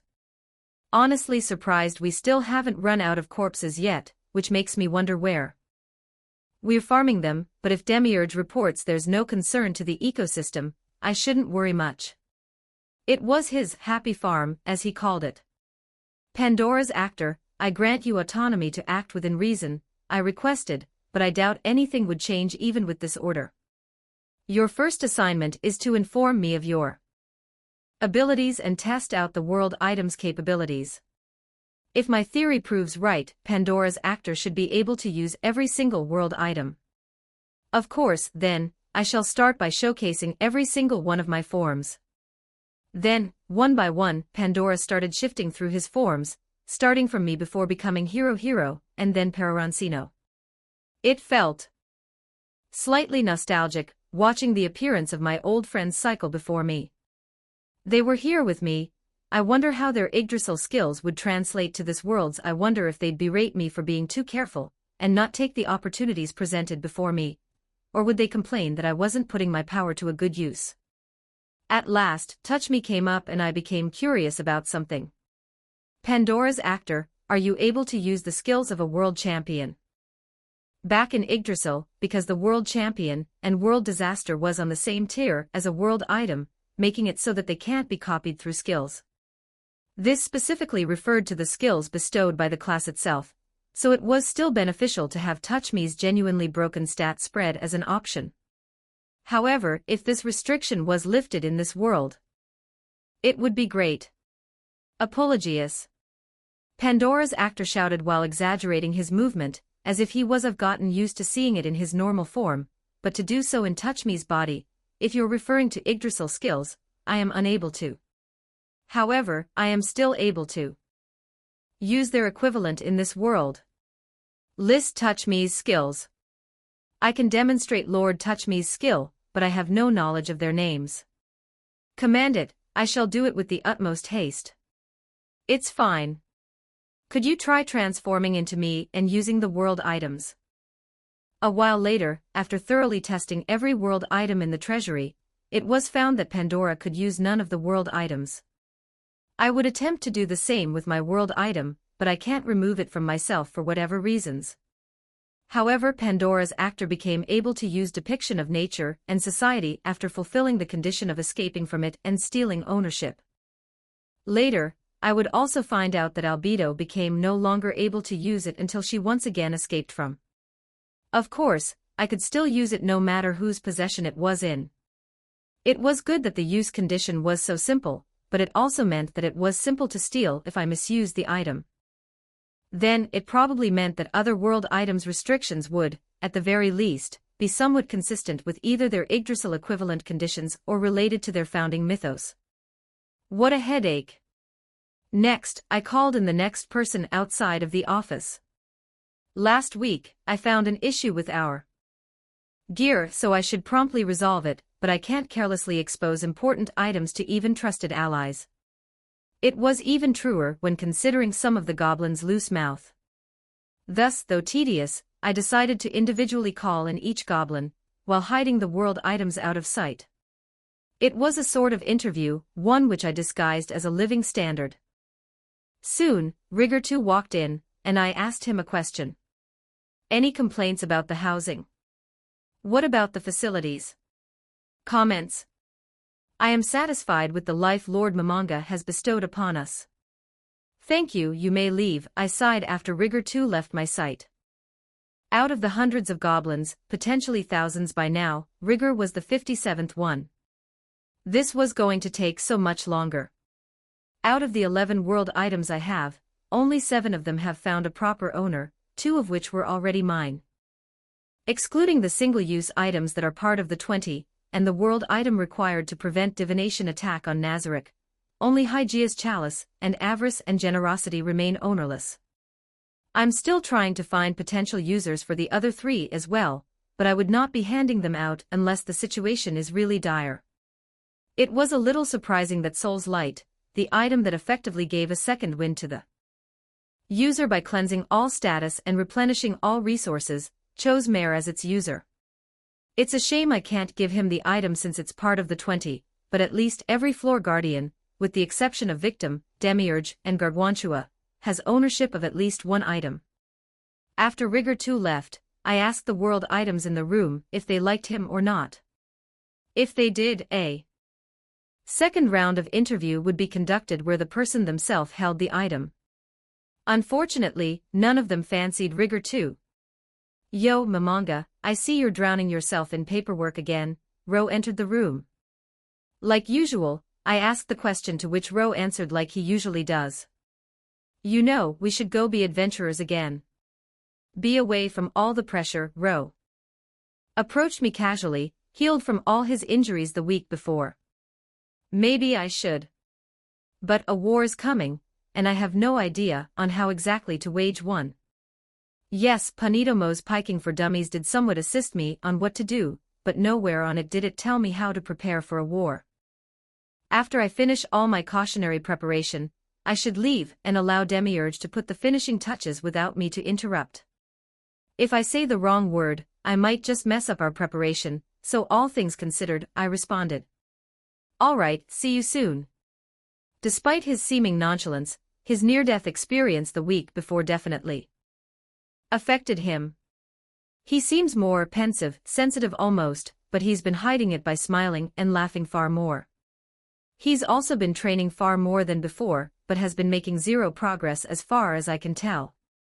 Buddy, he's got great desires. Call him in again.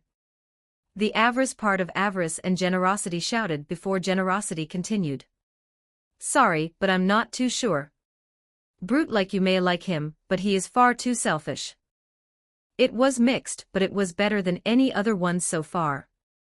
Even for Nazarick denizens, the most they could get was a half approval from one of the pair, but even then, they wouldn't allow the candidates to use their abilities. Ro, come back in, I called out to him through the doors.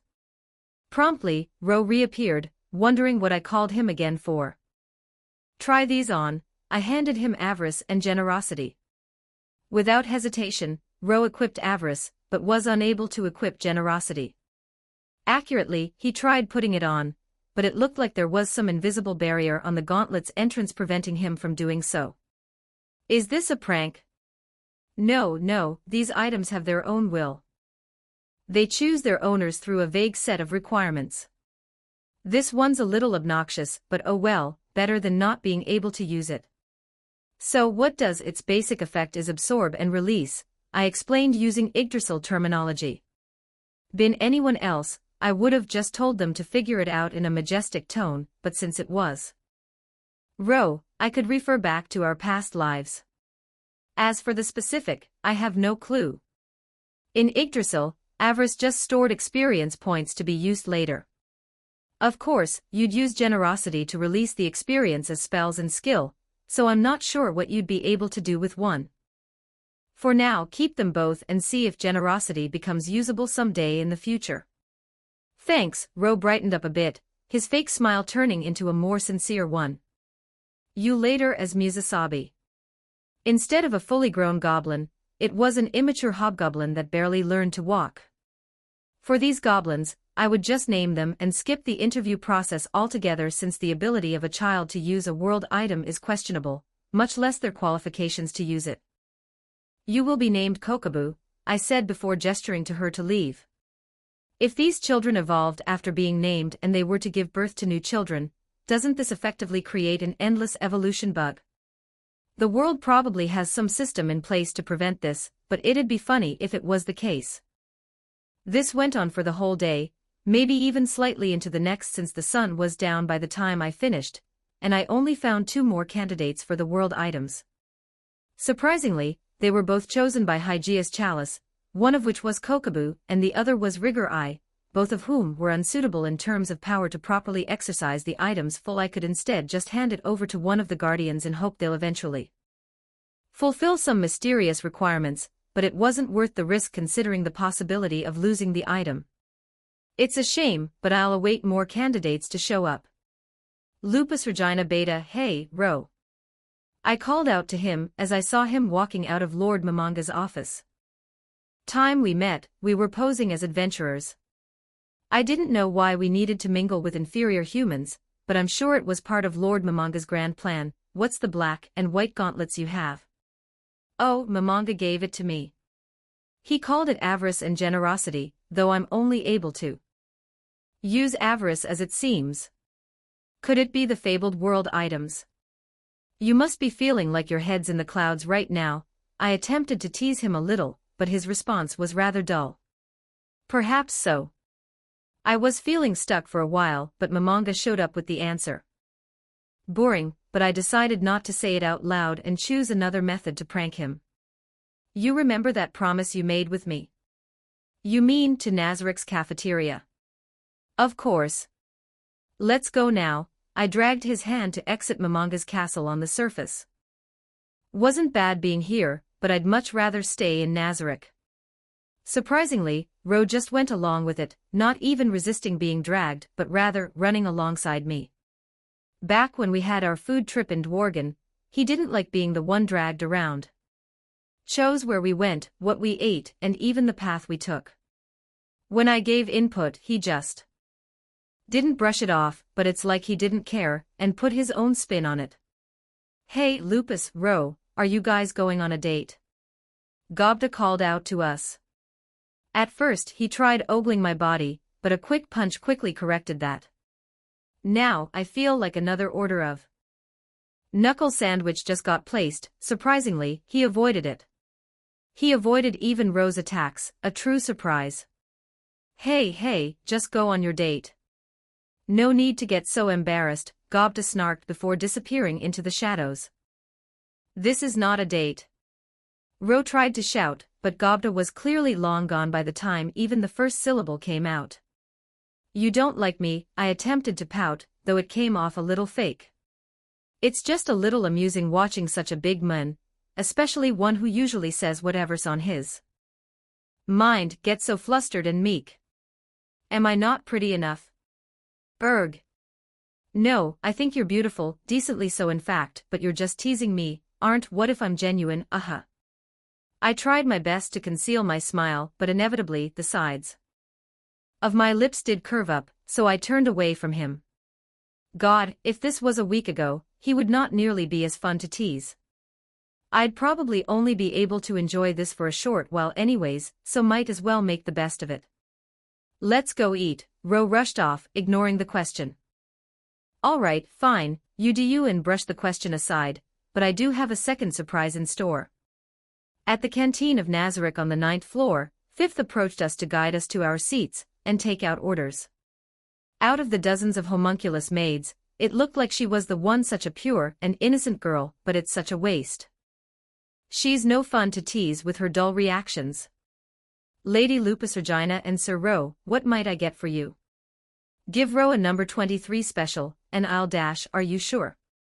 Fifth questioned, trying to expose the absurd meal I was attempting to order. Of course. I replied in his stead, since it's not like he would know what it is anyways. Now, I'll get a glazed meatloaf with mashed potatoes and a side of cola. Alright, it'll be ready in a few minutes. Now that the spotlight's back onto just me and Ro, I decided it was time to push for more. So, Ro, about dash. What's the number 23 special? Ro cut me off with a reasonable question, so I had no choice but to answer. It's just a boatload of food. Don't worry, it's Kyuhuku's favorite, so I'm sure it'll be to your taste as well. Anyways, about my question earlier. What did you say if I genuinely liked, well, Ro leaned back in his chair a bit, slouching over. Sorry, but I don't think I'd be able to accept it. There's another one I've been trying to forget. Really? She's dead, he said with a flat tone. That idiot killed herself. Stupid girl could have lived longer if she wanted to. That dunce said whatever she wanted, tried forcing her idealism onto me, and just left. Oh, sorry, I rambled, didn't I? Lamii, so that's what got you so depressed the past week. Your order's here. Fifth brought out the plates, gently placing it down on the table. On my side, there was exactly what I ordered, a glazed meatloaf, mashed potatoes, and a large cup of cola. On the other side, it was a boat full of roasted insects, ranging from grasshoppers to mealworms. Of course, it doesn't taste bad since it was cooked by a chef of Nazarick, but a first-timer would likely hesitate in eating it. Oh wow, looks good. Ro ignored my previous comment about how lame his fixation about that girl he was talking about, and started digging into the food with his bare hands. Dug up a handful of bugs one by one and ate them. I've had my handful of bugs recently, but this one's on a different level.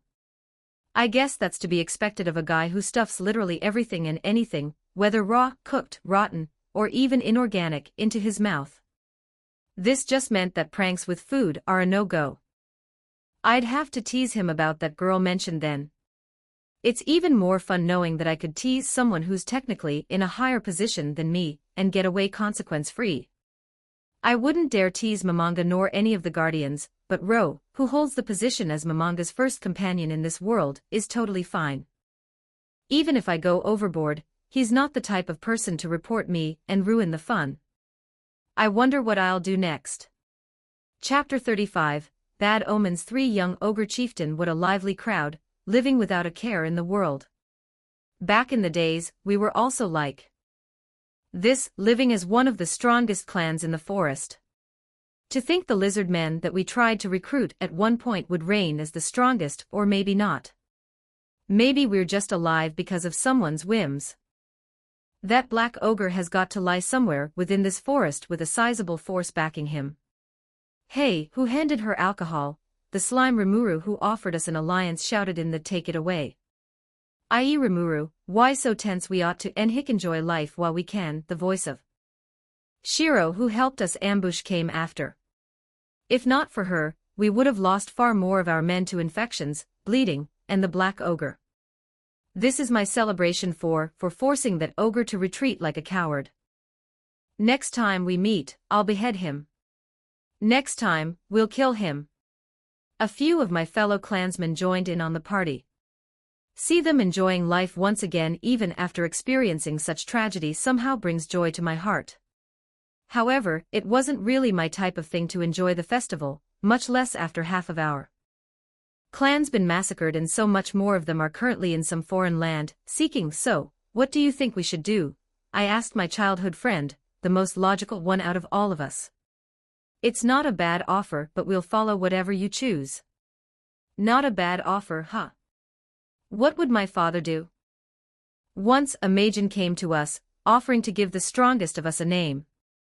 Of course my father firmly rejected the idea, pushing the Majin off with his strength alone. Had we been weaker then, would he be able to reject the offer? How lame this is of me. If only I were stronger, I'd have been able to protect everyone like my father did back then. I swear I'll find all you guys again after fulfilling the fool's revenge.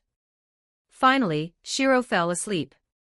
How does a spider even get this drunk in the first place? It's about time I eat myself some really good food. It is, after all, the main purpose of this, I called out to the men grilling the meat. Bring me the food. Of course, Lord Rimuru. Abiru came rushing over with dozens of skewers of wyvern meat in his hand, all of which were cooked to perfection.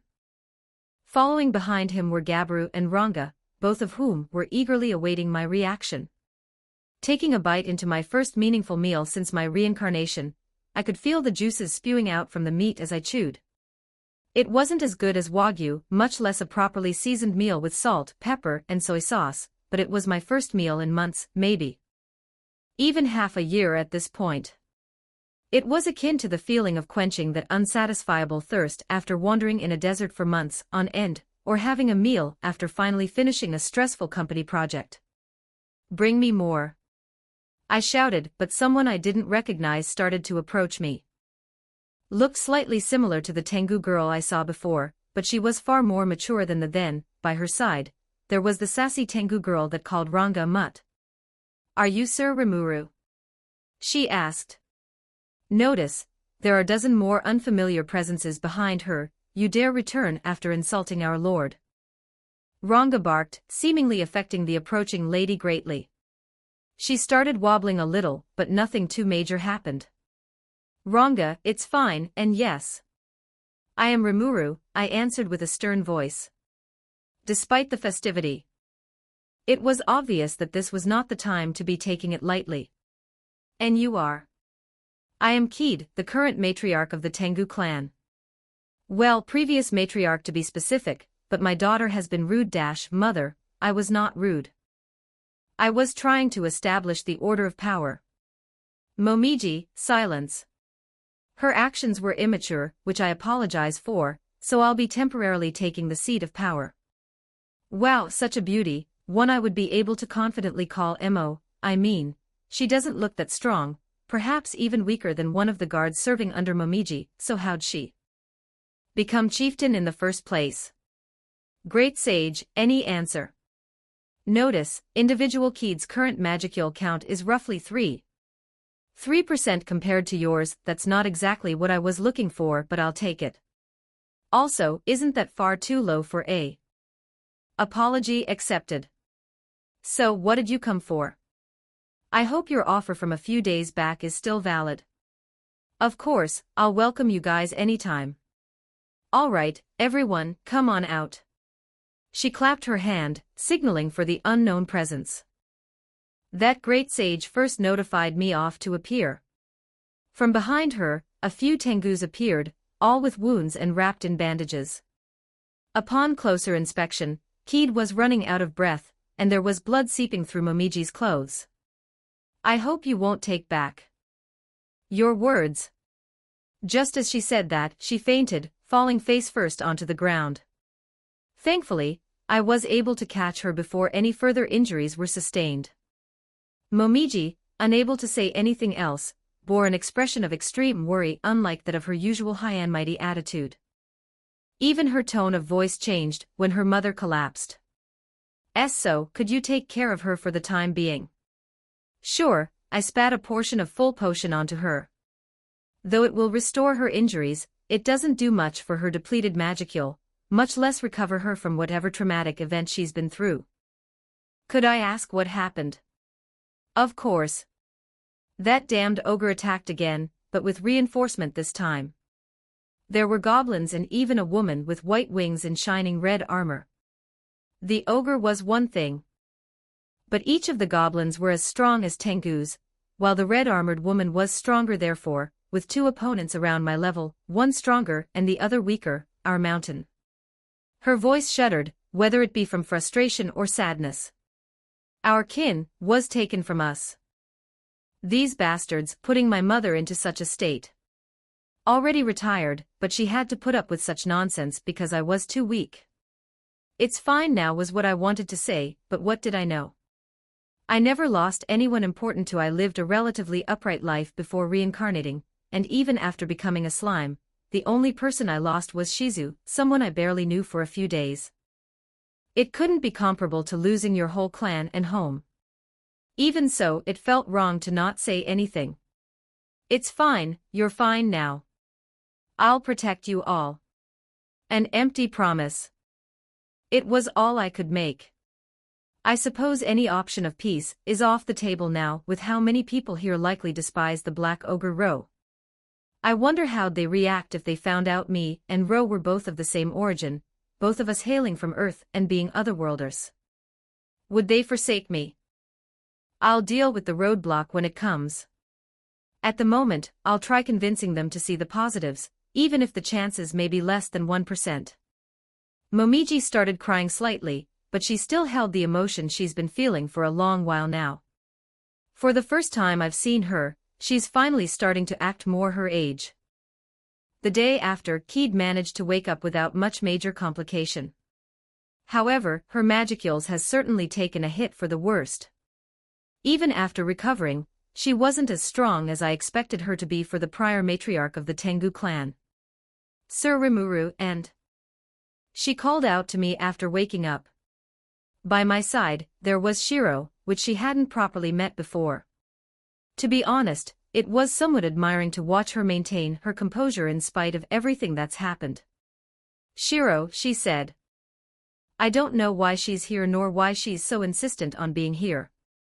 Got from it was something naming dangerous something, and then she got mad when I couldn't fully comprehend her before falling into silence again. And Lady Shiro. It's a little late, but we'll be in your care from now on. If there's anything you need from us, make sure to ask. Of course, though, it's more like we'll be in your care. I tried to play it humble so as to not appear arrogant, probably the best move considering the girl Momiji is stronger than me. Abruptly, the group of ogres, who were guided by Ibiru, appeared from the door frame. Wasn't the best time to appear, especially when Keed's in a weakened state, and she probably didn't want people seeing her too much like women do. I may not know much about women, but I sure know they love privacy. Oh my, ogres? Keed gasped in surprise. Though I'm sure Momiji must have already informed her of their presence here, she probably didn't expect them to stay here. Seems strange, but could I ask about the presence of a specific ogre? The chieftain agreed with some hesitation. Do you know of an old ogre? Though he's probably croaked from old age by now, he was a two-horned ogre swords master. I'd like to know of his last moments, if you know of it. That old geezer. He raised his voice slightly, likely being shocked at the mention of someone he knew, before bursting into an uncontrollable fit of laughter. This was probably the most energized I've seen him yet. I'd like it if it could be like this for longer. It'd sure be nice if he croaked. I'm sorry, but he's still as energetic as an ogre in their 50s. She was truly shocked this time, and her voice became that of a hopeful girl's. I know where he is.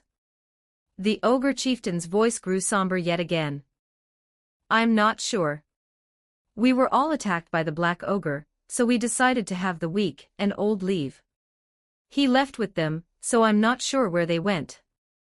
Well, it's whatever. She tried to downplay her clearly evident disappointment, but it was a failed attempt. If fate allows, I'm sure we'll meet one day. Now, on to why we're here. Lord Rimuru, we will accept your offer if it's only until we defeat the Black Ogre. Of course, of course. I cheered for the addition of new friends. Though I did leave out the fact that they'll probably never be able to kill the Black Ogre in the near future, not because I don't want them to, but because the bar is so high that it seems improbable. Now, I'll give each of you a name. Starting from the chieftain, I gave each of them a name. For the hot-headed chieftain who resembled flame itself, I gave him the name Benimaru. Hope he's one day able to become more rational. For the gloomy guy without any presence, he was named Sui. For the purple one with big boobs, and somehow the only woman in the whole group, I named her Cheyenne. For the short yellow one with honestly too much muscles for his frame, I named him for the dark blue one and the dark red one, both of which have one horn, and look extremely similar. I'll name them both Enki and Tankei respectively. They were probably twins, but if they were not, well, I'll leave the complaints for later. Notice, entering sleep mode of course. It's just another nap. I'm sure nothing. And Rimuru fainted again. Despite how desperately I tried to warn him, he just doesn't take kindly to warning. Such a pain, and I've given up at this point to warn him, not because I don't care, but because it's not really going to damage him as I recently found out. Apparently, he's been sucking up all the magicules he lacked from Veldora, so it isn't a major concern. Unless he decides to name that Momiji girl. I'm not sure exactly how strong she is, but if he somehow finds a way to name Momiji despite her already having a name, I must stop him at all costs since naming such a strong individual will put his life at risk. Even I doubt Veldora's magicule could put up with naming such a powerful individual. Shiro, Benimaru turned his attention to me. I don't think I've done so yet, but thank you for your help. He took a deep bow before continuing. If not for you, I'm not sure where our clan would be. No need for such praises. I appreciate it truly, but please, it's a little embarrassing to be thanked out of the blue like this. Just go to sleep already so I can see you in your evolved form. Anyways, I'll need to drag Rimuru to his bed, which is currently occupied by Keed. Therefore, though a massive pain in my spider, but off to my bed we go. Never in my entire life would I imagine the first person I'd share a night with would be a stinky old man. Alright, that was a lie. I've already slept with Rimuru in the forest various times. No other way, alright. If we slept too far apart, none of us would be able to keep night watch. Actually, doesn't this mean that we've never slept together but rather took turns sleeping? Whatever the case is, there's still things I need to do after seeing off Benimaru and Rimuru. Suji-chi. He was the one-armed red lizardman who refused to get healed, but who thought he'd be such a great partner in crime. While he's the silent type like I am, it feels like we can understand each other's intentions without even speaking. He was the one who helped me sneak out some delicacies in the most recent festival, and in return, we trained together. At first, I thought he's the stoic type since he doesn't talk much, but now, he feels much more like the silent uncle who gives their nephews treats behind their parents' backs. Said treat was alcohol, and said nephew was me. Now what am I doing? I'm repaying him, of course. As we both walked into the training room, he took a stance with one arm.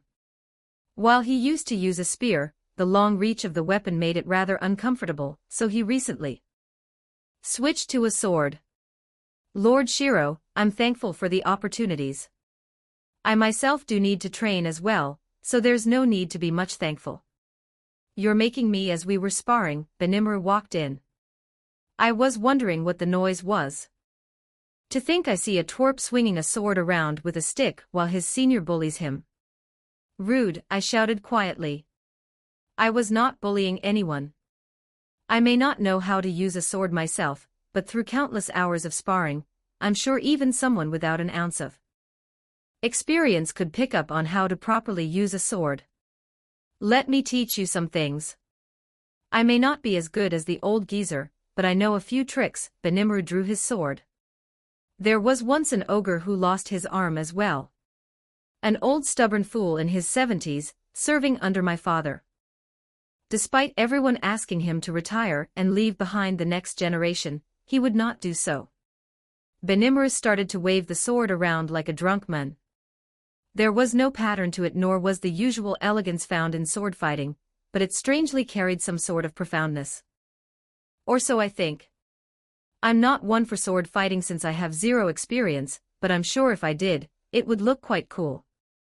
Therefore, derived from the hazy style, he found his own style, a style that threw the opponent's sense of self off.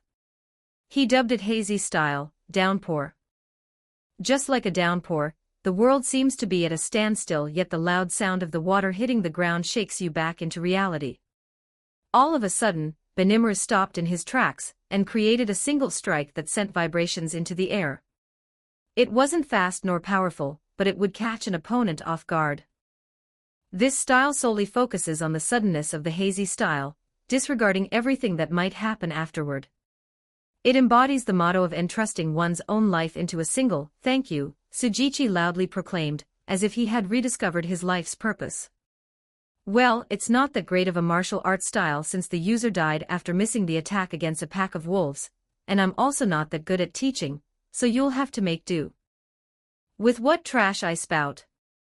It just felt like I was looking at myself when I saw how desperate you were to improve. In his lonesome, Tsujichi started training the very move that Benimorus showed him.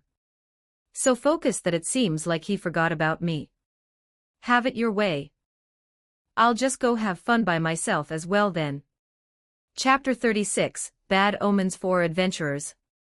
A man stood atop the second floor of the guild building, asserting his position as the highest-ranking one here. He was a retired A-rank who took up the reins of guild master here. Someday, if my fame rises enough, I could probably be the one up there. Bloomond is currently being invaded by heinous monsters.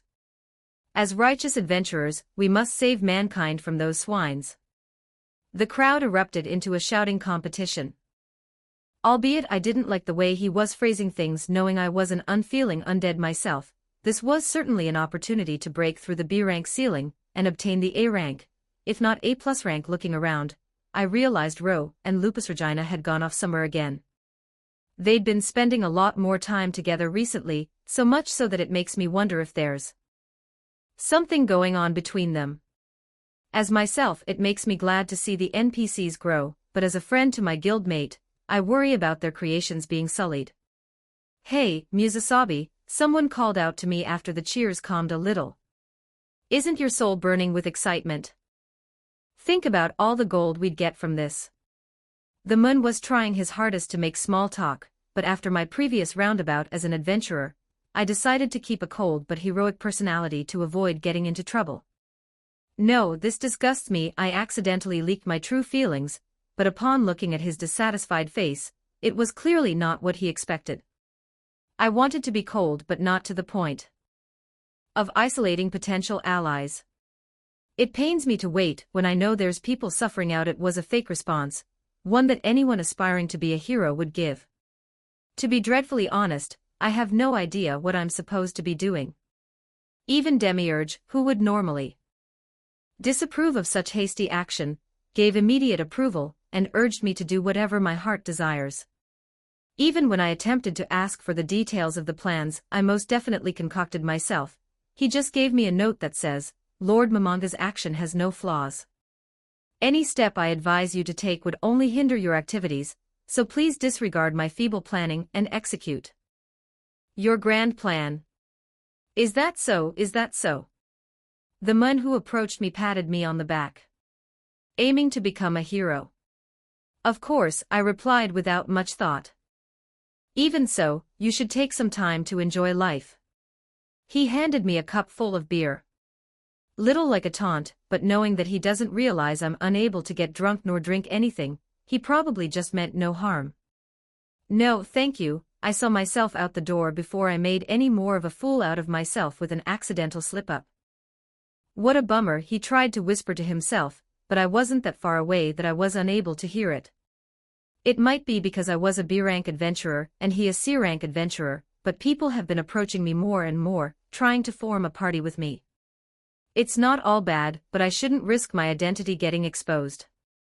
Stepping out of the guild, I saw a bunch of people preparing for the journey ahead, filling up carts with barrels full of food, water, herbs, and other items required to take on a war.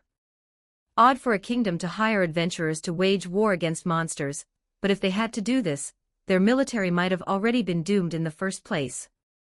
I doubt this force would be doing much if the adventurers in Blumend weren't of much help, but if the hero King Gazel steps in, it might be a whole different story.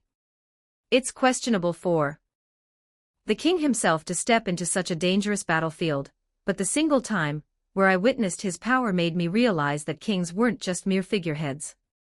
In this world, they need to have the power to protect their people against the wild monsters, so it only made sense for the strongest to become king.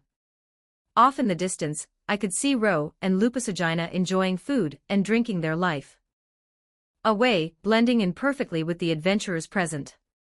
If only I could drink. Wait, no, that's if only this campaign can start already, then I wouldn't be standing here mindlessly. Though I'm unsure of the current strength of the orc disaster, I've been endlessly training for this day with Cocytus, deepening my understanding of swordsmanship and gradually getting in the grand scheme of things. I was still an amateur, but it shouldn't make me lose too much face. Everyone, get ready, we're going to depart. Munch munch. The sound of a woman cannibalizing her own species, an elegant green-haired woman wearing a green dress. It's been a few days since I've named the ogre, and as expected, they all changed to be almost unrecognizable. Benimura became a handsome man worthy of being a manga protagonist, while Sui became the typical Eichmann. Similarly, Cheyenne stayed mostly the same, remaining the big big personality person she is. She got more beautiful, but it almost felt expected at this point. Kinfuku, on the other hand, resembled a 12-year-old blonde English boy. He was the oldest out of the ogres present, but due to his small stature, and the fact that his evolution removed his more ogre-like traits, we get a rather young-looking boy. Then, Enki and Tankei, who I correctly guessed to be twins, also became fiery and handsome young men. Can't we just get at least one regular person here? I wasn't exactly bad-looking in my previous life, but if not for the scaly dragonets, I would most certainly be mocked as the ugliest man. If the dragonets somehow became human, or gained a humanoid appearance, I might actually start to feel sad about my looks.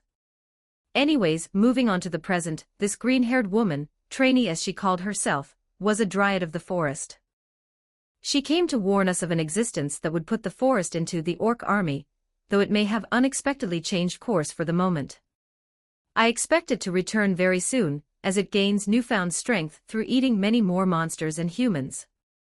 If you're going to act serious, at least put down the potato chips. It's ruining the mood. With the sound of chewing every other second. Therefore, I request your help in subjugating it before it becomes a threat that cannot be the chips. They're all gone. Lord Rimuru, I say we listen to the dryad, Benimura suggested. They're the protector of the forest, so what they're asking is in the best interest for us, Abiru concurred. With two of the strongest and wisest men around suggesting the same thing, it left me with no other choice but to accept. It'd be rather dumb of me to ignore the advice of two men who were both chieftains of their tribe, though Benimuru was a rather newly appointed one. So, where's this orc lord? He is currently heading towards the capital of Blumend. Blumend? Abiru gasped in surprise, his tone taking a quick 180. Isn't that a human? I apologize for my previous statements, but we shouldn't go. What's the problem? Lord Rimuru, you may not understand, but most humans don't trust monsters like us. Were to just go there unannounced, we would be treated as wild monsters invading with the along with Abiru. Many of the consenters suddenly started changing their mind. Despite my effort to make them more friendly to mankind, it ultimately did not change their deep-rooted hatred that came from years of subjugation. Even I, a former human, am in a half agreement with them. I wanted to believe in the wisdom of humanity to be able to differentiate friend from foe, but I'd rather not risk losing the friends I've already made. If only we have someone to guarantee our identity.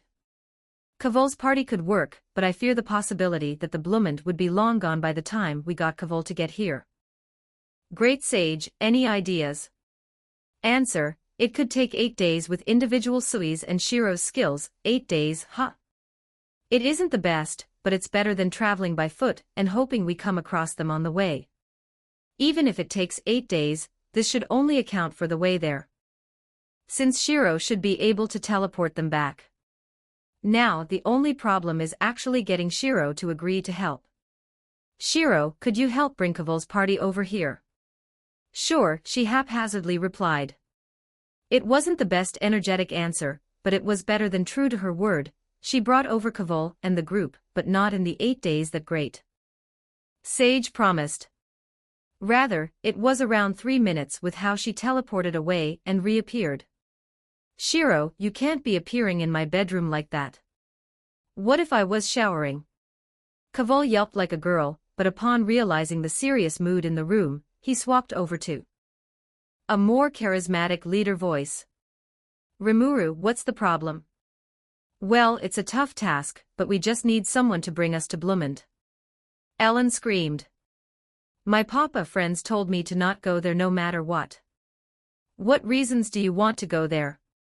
Considering how Blumend is a human kingdom, the news must have already spread across the world by now.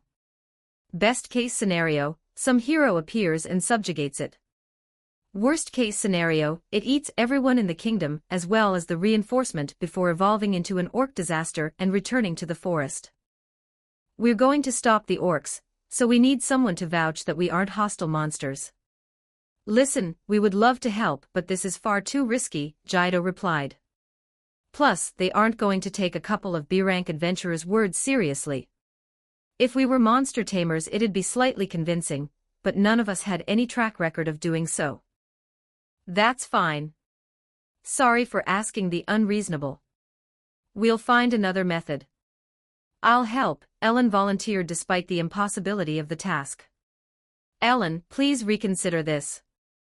Jaido, very much the voice of reason here, strongly objected to this. There's no way you're going to expose that secret, right?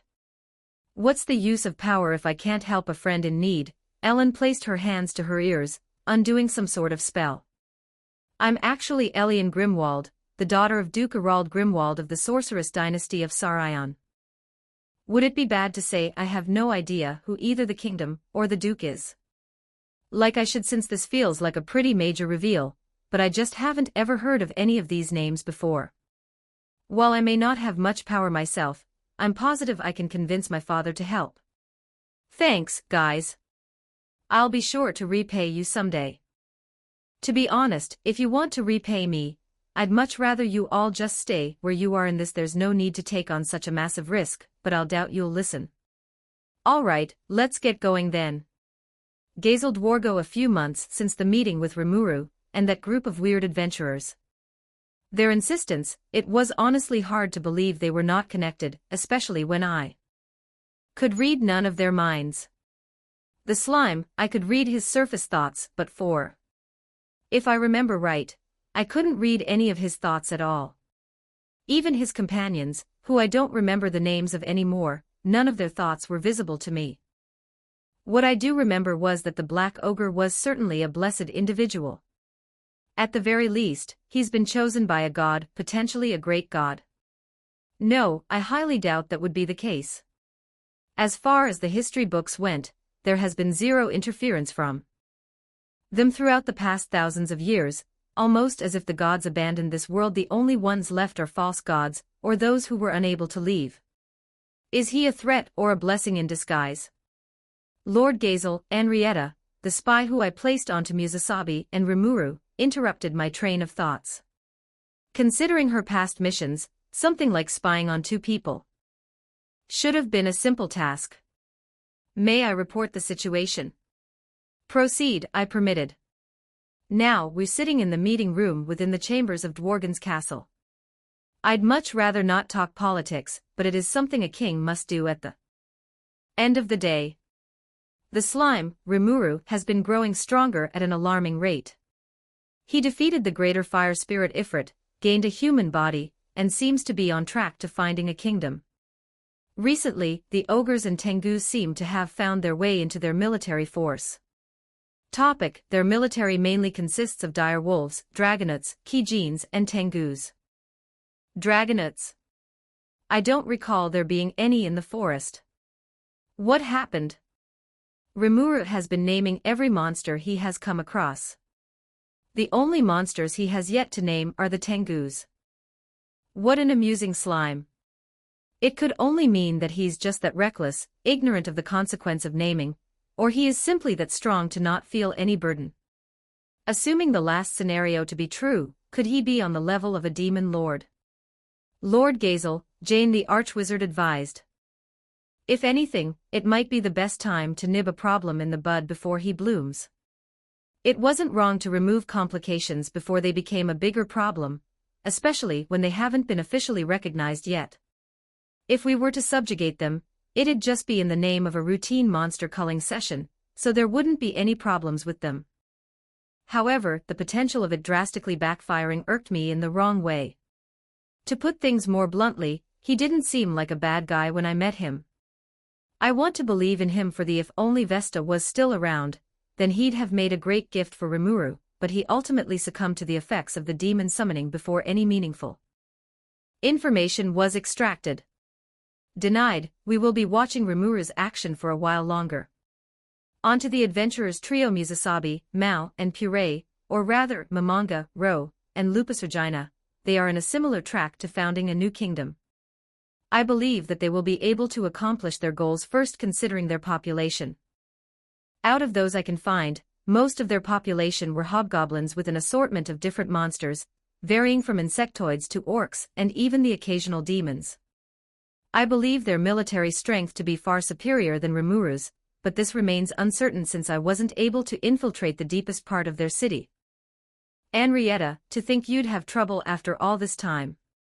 Is old age finally catching up to Lord Gazel? Please, don't tease her.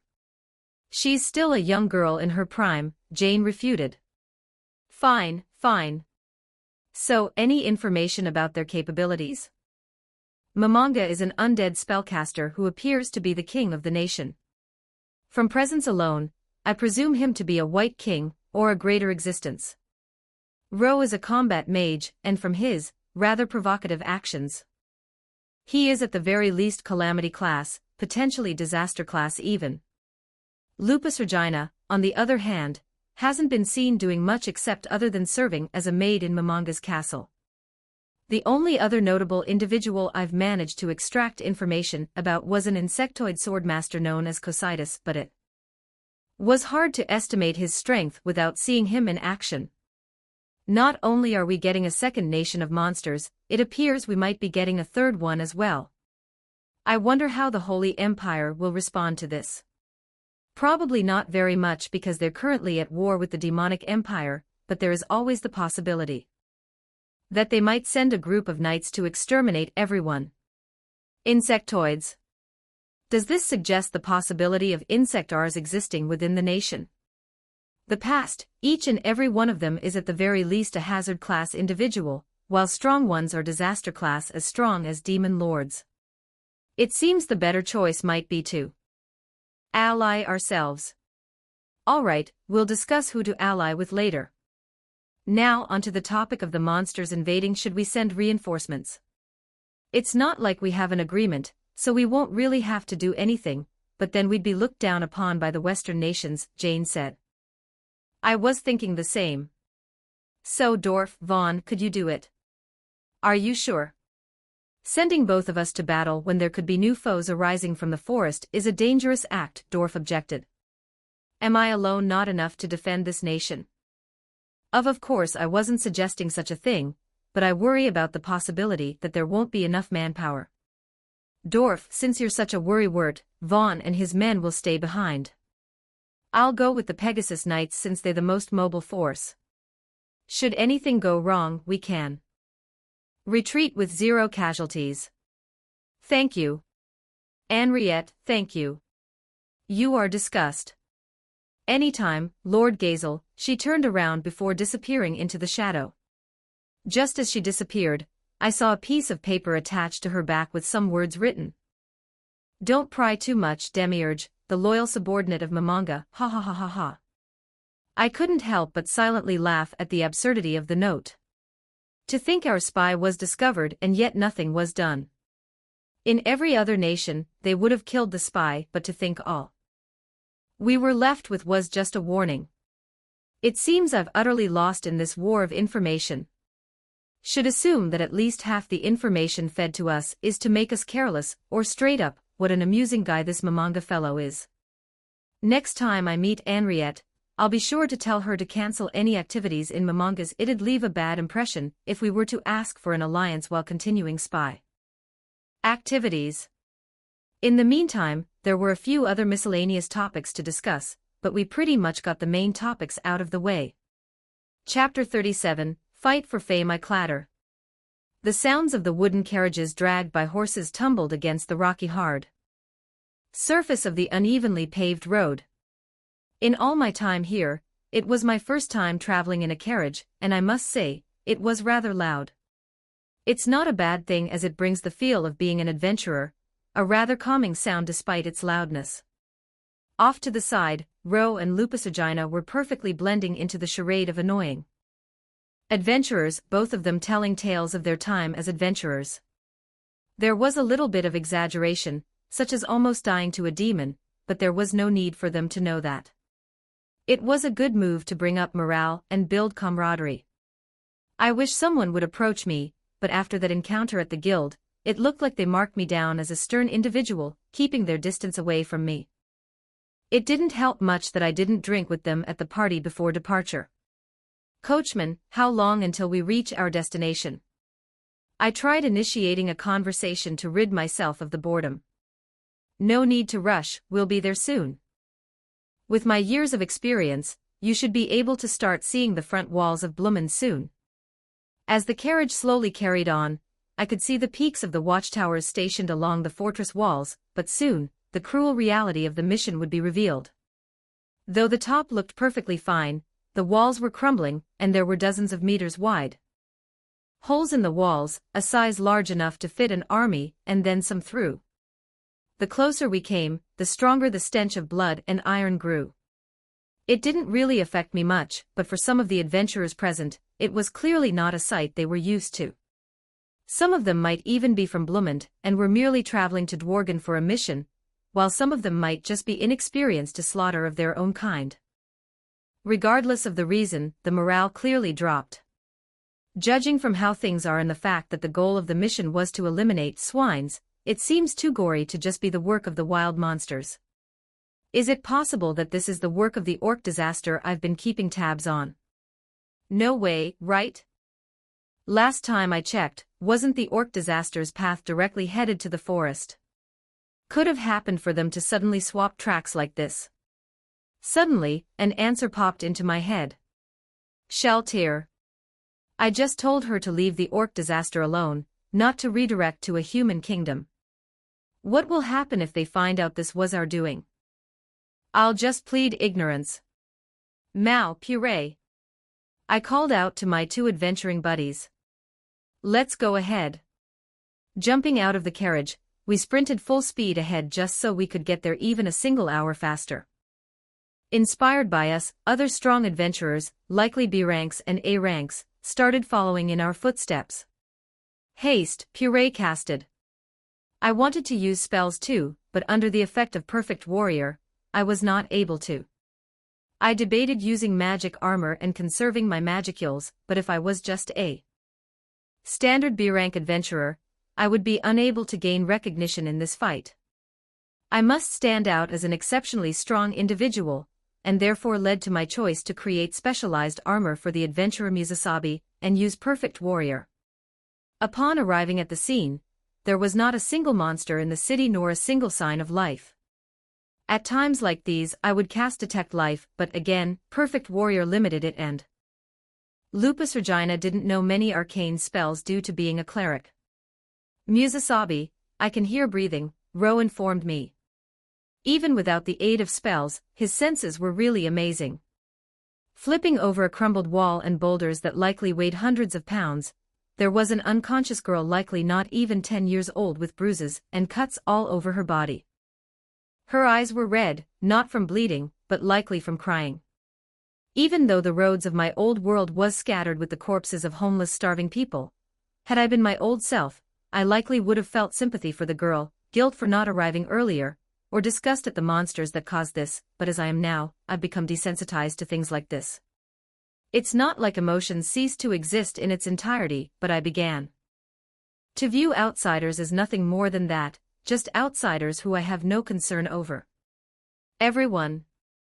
I carried the girl in my arms as a gesture of kindness, an act I don't really feel inclined to do, but had to do to the circumstances. Search for survivors. The logical thing to do would have been to continue our march and disregard any survivors on. By reaching the monsters faster, we can limit the casualties that's occurring, but humans are not rational creatures. They ignore the things they can't see and solely focus on the things they can, so this was the best course of action to be seen favorably in their eyes. After a round of searching, we managed to rescue 178 people, most of which were small children. So what now? I posed the question to the higher-standing adventurers. In missions like these, adventurers C rank and below really have no say, so the decision-making is left up to not like we can leave them behind nor can we bring them along. The sentiments varied among the adventurers, but for the most part, it was mainly just to leave them behind in a safe location.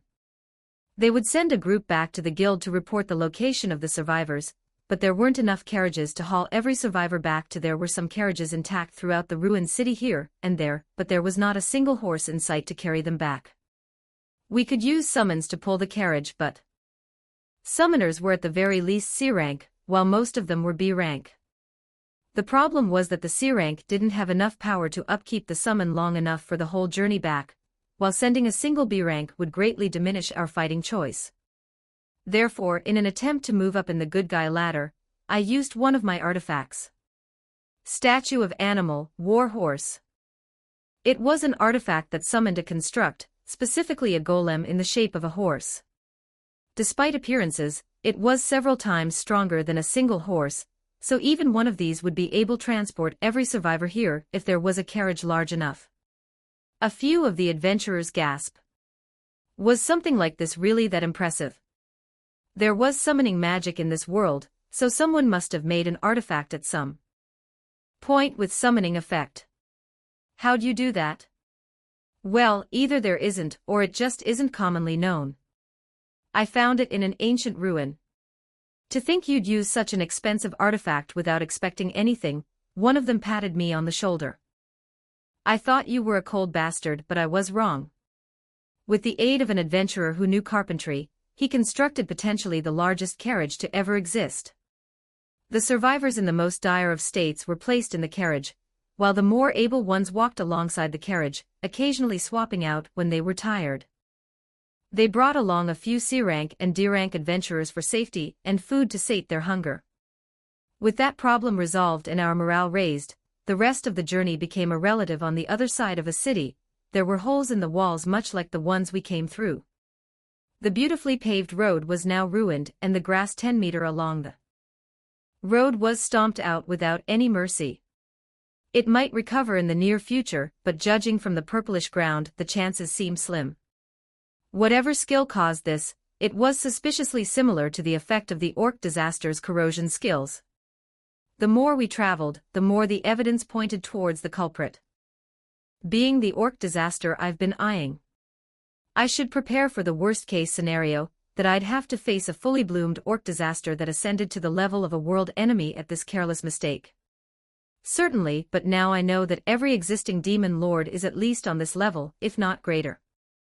Perhaps the orc disaster's growth might be a key to unlocking my. If I could analyze what he did, and apply it to myself, I could potentially grow just as with all three of the greatest minds in Nazarick gathered together in a single room on the 9th floor. It was an oddity that would likely never occur again. Oh Lord Mamanga, how I wish I could stand by his side at this very moment, but alas, I'm not able to do to his orders. Demiurge, are the preparations ready? I inquired. Yes, things are progressing quite magnificently. The orc disaster has inflicted enough terror for the whole world to know at this point. Now, all that remains is for Lord Mamanga to step onto the stage.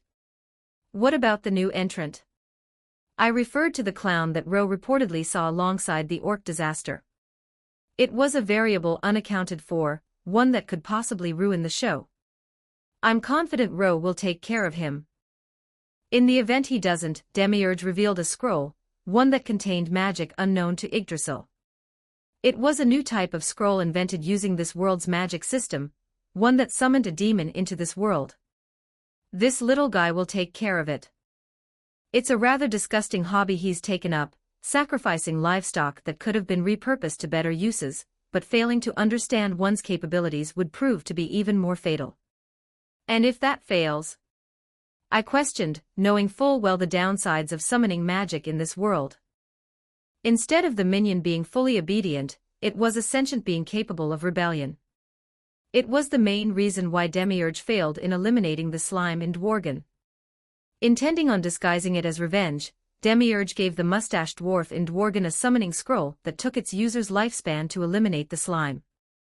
Of course, just his life wasn't enough, so part of the price was prepaid in the form of livestocks from Demiurges. Had the demon summoned properly followed orders, the slime would have been long gone, but the results weren't so bad. With Lord Momonga's intervention, the failure was turned into "it shames me," but Lord Momonga would have to personally step in then. Demiurge pouted, a sight I am rather fond of. Of course I am prepared to give it my all. Pandora's actor, the third person in the room as well as the key to the plan, interrupted. This is all for Lord Momonga's grand plan. If everything we plan fails, the last option was to have Pandora's actor, who will transform into Lord Momonga, join the battle with the hundreds of undead Lord Momonga created over the past few months. I'd much rather not resort to such a tactic since our subpar intelligence in comparison to Lord Momonga might smear dirt on the Supreme One's name, but it was much better than failing and forcing Lord Momonga to clean up our mess once again. Next, onto the topic of third parties. Gazel, known as the Hero King, would likely join. In the face of a demon lord, heroes naturally rise to oppose it. Even then, I believe Lord Momonga's achievement will be able to overshadow his. Then, there's Clayman, but his domain is too far to be able to assist the orc disaster in a timely manner. I believe you're forgetting someone, Pandora chimed in. Though he may have been stuck in the treasury without much information from the outside world, it would be a mistake to underestimate his information and intelligence. In the short time he did have, he read thousands of books, mainly about magic items but also some on history. The Beast King and Demon Lord Lionel. He has shown erratic movement various times before. In an attempt to mimic the one he's talking about, he took a rather boldish stance, spreading his arms open as if he had claws, and was welcoming a strong opponent. First, he appeared out of nowhere, invading Demon Lord Clayman's domain, which used to be that of a different demon lord in the past. Then, he survived and attacked Dworgen next. Afterwards, he appeared on the battlefront between the Demonic Empire and Holy Empire, a war that persisted for hundreds of years. The point? Demiurge asked. Well, what's interesting is what comes next. He attacked a different demon lords. Pandora's actor paused for suspense. It was this very moment that he was crowned demon lord, but he didn't stop there. He attacked yet another demon lord, and won yet again. Who's to say he won't appear out of nowhere? A reasonable point. From his past actions, he's known to be the most unpredictable demon. It's surprising that someone like him hasn't died yet, much less the fact the other demon lords didn't seem all too keen on taking revenge. As much as the distance might be a limiting factor, Lionel is closer to Bloomin than Clayman is to it, so the possibility still remains. It seems your information is a little outdated, Demiurge smirked. Recent intel states he's reappeared on the Ataraka Demonic Empire's battlefront, so the possibility of him appearing is slim, but I'll still consider the possibility and set some measures in place. If only I had summoning abilities equal to Demiurge, I'd be able to establish a network just as well as his, but I must not hate on the skill set my creator bestowed upon me. Now, with everything settled, I say it's time to jump into action. I adjourned the meeting to after the war with a clap. Of course. All is for the Supreme One's plans. This burning excitement in my chest, a feeling that always came before the dawn of battle. Now, however, it seemed dull but painful at the same time. Even though I should be stress-free after taking out the tengus, it felt like something's been bothering me for the past few. Only the sound of the carriages will momentarily numb the sensation. Before, I would occupy myself by conversing with the other adventurers, but reality seems to have set in as we saw the cruel state of Blumen's border town. I can't blame them for it, but couldn't they at least keep the morale up a little more? Where did all the bravado at the start of the campaign, and during the rescue mission go? Mao, there seems to be something on your mind, Momonga called out to me. Rather observant guy he is, he hit the nail right on the coffin. You should say it before it affects you. Nah, it's fine.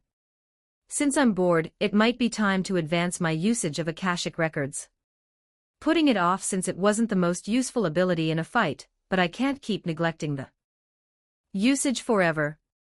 Activating Akashic records with myself as the topic, a list of all the skills I had came into. I've been keeping track of it in my mind, but it appeared exactly like I'd imagined. The only oddity was the intrinsic skill, Great Origin. It definitely came as part of my blessing granted by the great god of origin and demise, but I've no idea on how to even activate it. Rather, from the information gathered by Akashic records, it's a passive skill. Great Origin allows one to realize they're faster. In the first place, what is? Considering it's a skill with the word origin in it, could it be some sort of growth-type skill? Therefore, could mean abilities, so it allows one to learn the usage of their abilities faster. Well, it certainly made sense considering how fast I've learned how to use skills. Putting aside this dilemma for now, I decided to check a few of the status of the people around me. The B-rank Pilith, who was also the examiner for my rank exam, possessed a few noteworthy skills. He knows summoning magic and has common skill, strength. Basic, but his abilities were worthy of his status. The A-rank Gay with magic perception, and a few types of magic. From appearances alone, he seemed rather arrogant, but he had to earn his rank somehow. After thoroughly analyzing everyone here, there wasn't anyone exceptional. Most of the A-rank adventurers were on the same level as Lupus Regina, while some of them made me wonder how they even got there in the first place. Nonetheless, I need to start getting more used to avarice. Since I can't release the absorbed magicules, I'll just use it to strengthen myself. Thankfully, I discovered a nifty function with Devourer. Since the absorbed magicules technically count as part of my body, I can use the incorporation subskill to use magicules as if it was mine, but this only applies for strengthening basic bodily function, such as strength, durability, and regeneration. Then, I attempted to do some more mental training, following Momonga's suggestion to break down skills and merge them. At this point, I've all but one possible combination. Combining Devourer with similar skills. If it worked well, it meant an increase in power, but if it worked poorly, it could mean I'd lose my main source of power. Putting it to the test, I analyzed the components of Absorb, Dissolve, and Soul Eater, attempting to break it down into just information so I can rebuild it. If only I had an assistant, but alas, Akashic Records is more like a recipe that doesn't tell you what steps to take. However, I know what I need and don't need from my experience from using Devourer. From Absorb, incorporate its ability to take in the matter around me and discard the part that requires bodily contact. From Dissolve, keep its matter to energy conversion ability as well as the ability to break things down to their basic ability, but remove the nutrients parts. The nutrient absorption is only required for creatures without a digestive system. From Soul Eater, keep everything and merge it as it. After a long while of straining my mental strength, it seemed like it failed. Normally, I'd have to familiarize myself with activating just the parts of the skills I want before using them all simultaneously. It was only then I was able to merge the skill after getting a handle of it. However, something miraculously occurred. Almost as if Devourer had a will of its own, I felt part of my soul was being eaten, specifically the 3 skills I was trying to incorporate. Felt like I was getting a heartburn, and accidentally, I let out a small yelp. "Hey, Mun, you okay?" A concerned adventurer next to me asked. It seems like I used too much magic earlier to search for the survivors. I tried to pass it off as magical exhaustion. To convince them, I just said I used a detection spell to find the survivor instead of saying I relied on Black Ogre's enhanced senses. You did work hard. Don't worry. The man formed a fist and placed it on his chest. To sleep and rest. Though there should be no dangers right now, I'll keep watch for you. All right, thanks. I meant it genuinely. After Devourer acted on its own, my chest was burning up and all my strength seemed to have faded from me. It was as if I reached muscle fatigue within an instant, but just like going to failure, I knew this was going to be worth it. It definitely felt like Devourer got stronger after this. Anyways, I'm going to nap before we arrive. Chapter 38, Fight for Fame 2. Walking in a dark, eerie tunnel barely lit by the somehow still shining torches, the vibe was dungeon-like almost. If undead monsters appeared, it would truly be like a dungeon. Unfortunately, this was just a backdoor entrance to Ellen's house, one that was used in case of emergencies. Listen, Rimuru, Ellen, or rather, Elian said. You must never tell anyone about this, okay? Just for you, I even disabled the detection spells. Yes, ma'am. I tried saluting like a soldier would, but looking at her face, it just made her more confused.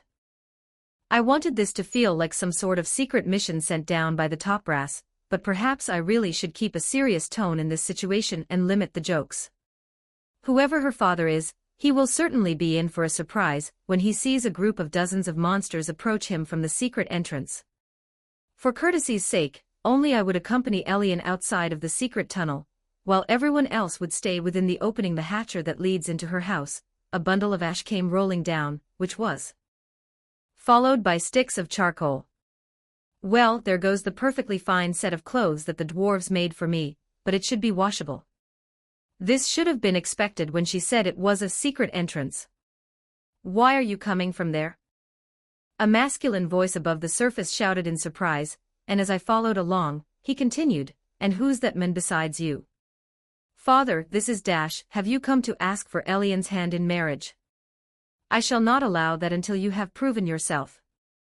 He continued rambling and even reached for the staff beside him, starting to cast a few spells. Elian smacked her father on the head.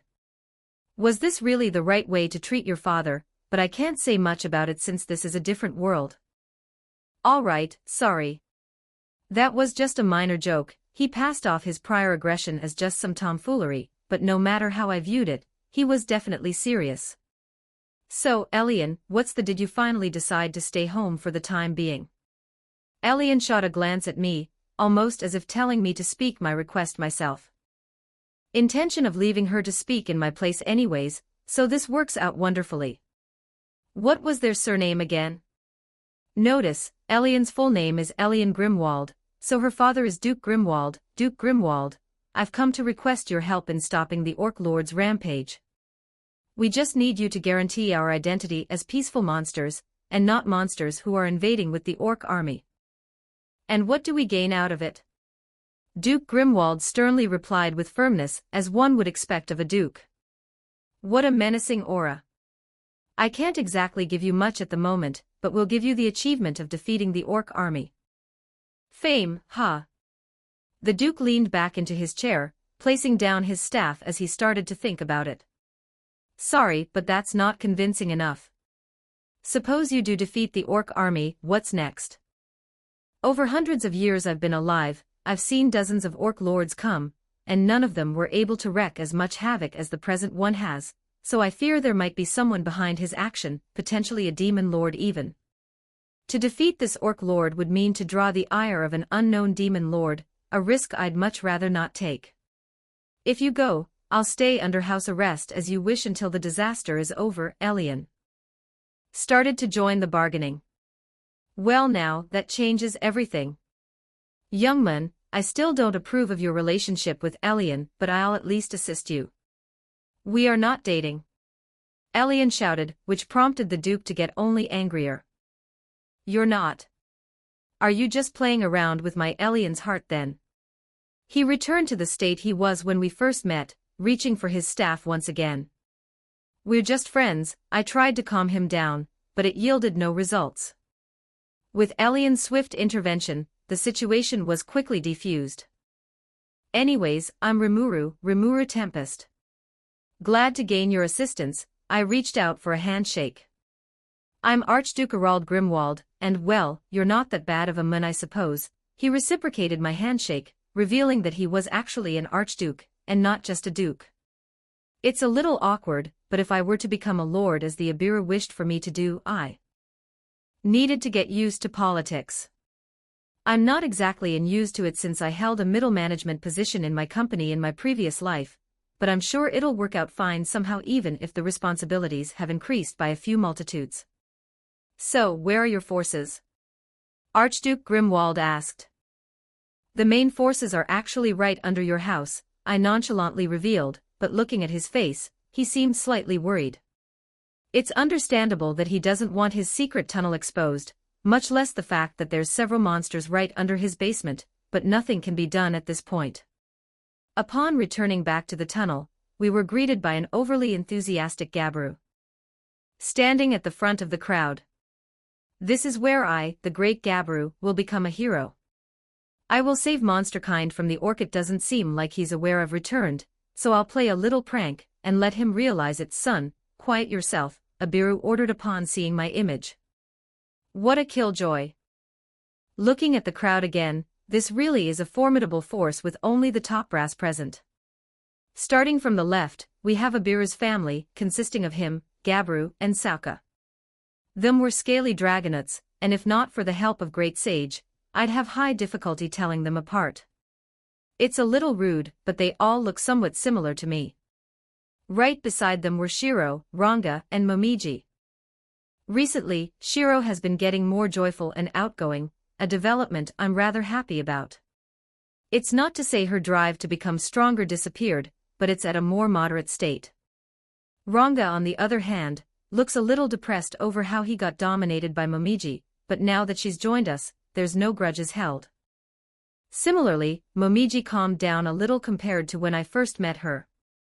She's also gotten rather close to Benimaru, but it felt more like a rivalry rather than friendship. Finally, we have all the ogres, now Kijins, on the right.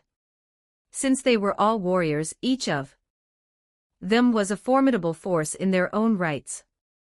Also, Cheyenne and Kinfuku are both currently competing for the spot of being my secretary. I had no complaints of having a big-breasted beauty as my secretary, so the decision was a no-brainer, but I decided to appoint Kinfuku as my secondary secretary since he looked a little pitiful. "Lord Rimuru, welcome back." Tankei, the dark-red Kijin with a single horn, ran forward, rushing to be the first to greet me. In a sense, he was like Ranga with how attached he was. "Are we ready to depart? Are we going to go fight the big bad guys?" "Yes, we are." I shoved his face away since he was coming onto me too much. It's not as cute when the one's doing it is not a dog. "Get ready to go, everyone." "Sir Rimuru, is this truly your force?" Archduke Grimwald questioned, almost in disbelief. Sounded like he thought the force too small for his liking. It can't be helped since it'd be awkward to have all of us move at once. "Yes, and there's more we have to bring along." "Even more?" He gasped in shock. It looked like I misinterpreted his first reaction. Like he wanted to say something, but he kept it in. "Now, Shiro, if you could please teleport us back," I asked. "Okay," she agreed. I'm slightly surprised at how much she wants to participate in this, but she said it'd be a chance for her to level up more, a rather convincing reason. "Wait, Sir Rimuru.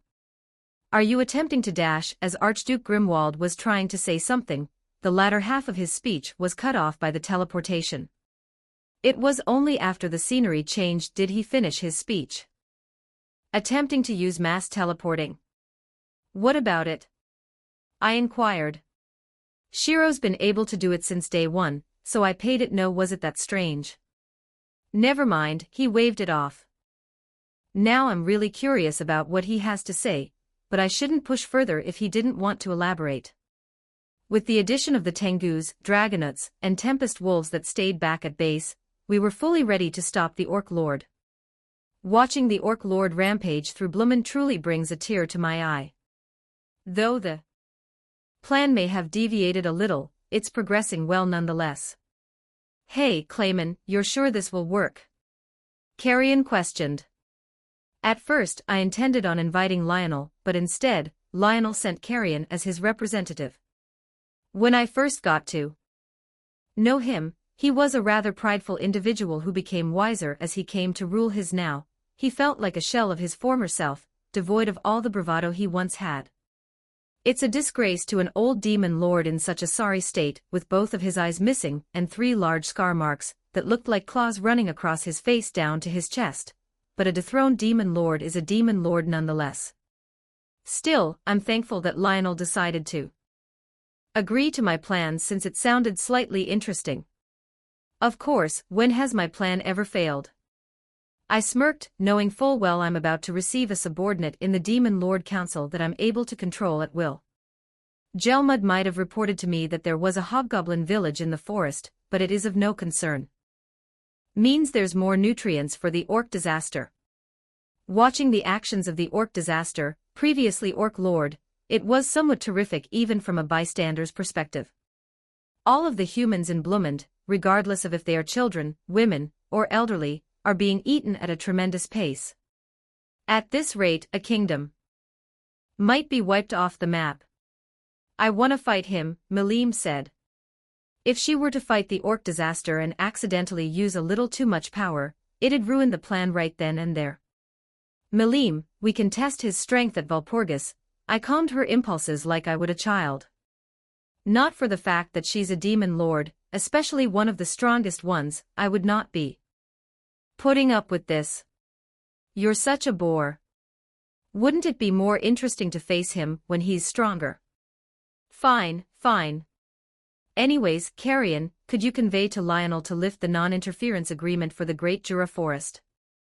Sure, but the decision is not mine to make, so don't get mad if he doesn't agree. He admitted his lack of power without much hesitation in a slightly meekish voice. And you, Maleem? Could you agree as well? Sure, why not? That's all. I'll tell you guys if anything interesting is happening, and before you go, have some of these scones I baked. These scones, mastered over decades of repetition, were truly a masterpiece. Even without knowing the maker of it, people would go dying just to taste it. I dare say nobody in this world can make scones better than I. Maleem took one bite before flying off somewhere with a bunch of other scones in her pocket. It's a shame I can't watch her finish it all, but at least she's enjoying it. Clayman, you know, I never expected a man like you to take up baking as a hobby. Whatever do you mean? No, nothing. Could you teach me to bake as well if you've got the time? Of course. I agreed with excitement. There was no benefit in getting closer to him now that he's lost his status, but to share the elegant art of baking with someone is worth the time. With all the bothersome parts of transporting everyone done, I can finally sleep. I'd love to see what type of person this Orc Lord guy is to be such a threat that the oh-so-mysterious and mythical dryads have to pop up themselves to explain the severity of the situation. Like, can't we just wait for a hero to appear and defeat him? If demon lords exist, why not? Just wait for a hero. Everything will be resolved even if we do nothing, so why go to such oh well, it's the type of guy Rimuru is. As I felt my metabolism reducing, I could feel myself falling into a deep slumber. Always said it's odd that I never close my eyes when I sleep, but it's not like I can do much, I'm a spider. I don't have eyelids. This time, when my vision faded to dark, a phone appeared in my mind, much like the last time I evolved. Did she have something to say? Yep, you guessed it. It's me, Dee. Thank you so much for last time. Without you, I don't think I'd have been able to inflict so much damage. Though I say this, I can't really say how the fight would have gone different if I picked the path Veldora suggested. However, if I could ask, why choose me? The sudden favorability from a great god of all things seems a little suspicious. Well, I don't know. Just a whim. Just kidding. I was just having fun. You see, I was observing you the whole time. But I got bored and stopped watching because you just stayed in your little cave all the time. However, when I came back to check if you were still alive, I found a little surprise. I thought you were a good person. You became motivated. Ah, wait, give me 1 second. I'm about to lose this match. What are you talking about? I'm playing a game, of course. Anyways, I saw that you had a source of motivation. Are you on Earth? Focusing a little, I could even hear the sound of chips being eaten in the background. This is unfair. While I am forced to eat food cooked over an open flame without seasoning, D has all the culinary good of Earth. That bastard picked a really good apostle this time. I thought he'd lost interest in the world after his first one turned out so badly, but what a shame. It looked like mine was, dare I say, I picked the stronger Pokemon and won the battle. This censored noise guy. As much as I hate the way you're talking right now, I am intrigued. Oh, sorry, I didn't mean to say that. You can forget it. I could tell you by disabling the system for a while, but I don't feel like it. Alright, don't say it. I wasn't intrigued or anything. What did you come here for? Keep struggling. Keep me entertained more. Don't slack off and you might find the answers. I believe your next fight will be interesting. And just like that, the call was disconnected and the phone in my mind disappeared. Should have picked the Storm Weaver. However great of a great god she might be, it felt gross to be connected with her. I wanted to keep my consciousness for longer, but my mind is truly starting to slip now. Theory proves right, this space is one created by D, or else there'd simply be no explanation for this dreamlike state. If so, couldn't I do something similar in the future? As I was having these thoughts, my mind blanked out, and my vision finally faded to black. Chapter 39, Fight for Fame 3 Chapter Notes. See the end of the chapter for notes. Finally catching up to the scene of carnage, reality finally starts to set into the adventurer's mind as they watch the orc army eat humans right in front of them. The good part is that the guards and adventurers here were able to hold out against the invading orcs, so the orcs weren't able to advance all that much. Even against the sheer numbers of orcs, they were holding on well enough for the orcs to not reach the king's castle. However, for the orcs to reach even this far must have meant that the main line of defense has fallen. Well, not that it mattered much since we arrived as backup, but I'm not sure what exactly a couple hundred adventurers are able to do against such. Akashic Records is telling me there are about 180,000 orcs here. Slightly less than the number reported by Demiurge, but some must have died on the way here. Most of them are about as half strong as the ogres, a level that wouldn't prove to be a problem for the adventurers if not for the ridiculously large numbers. However, now that we have arrived, we could flank them from behind and gradually reduce their numbers until none were left. By doing so, it would also lessen the stress on the defending side, but where's the fun in that? I'd gain no skills if I just stayed back and fought the fodders. I ought to go for the big gun and eat him. Disregarding the plans we came up with on the way here, I broke formation and rushed forward on my own.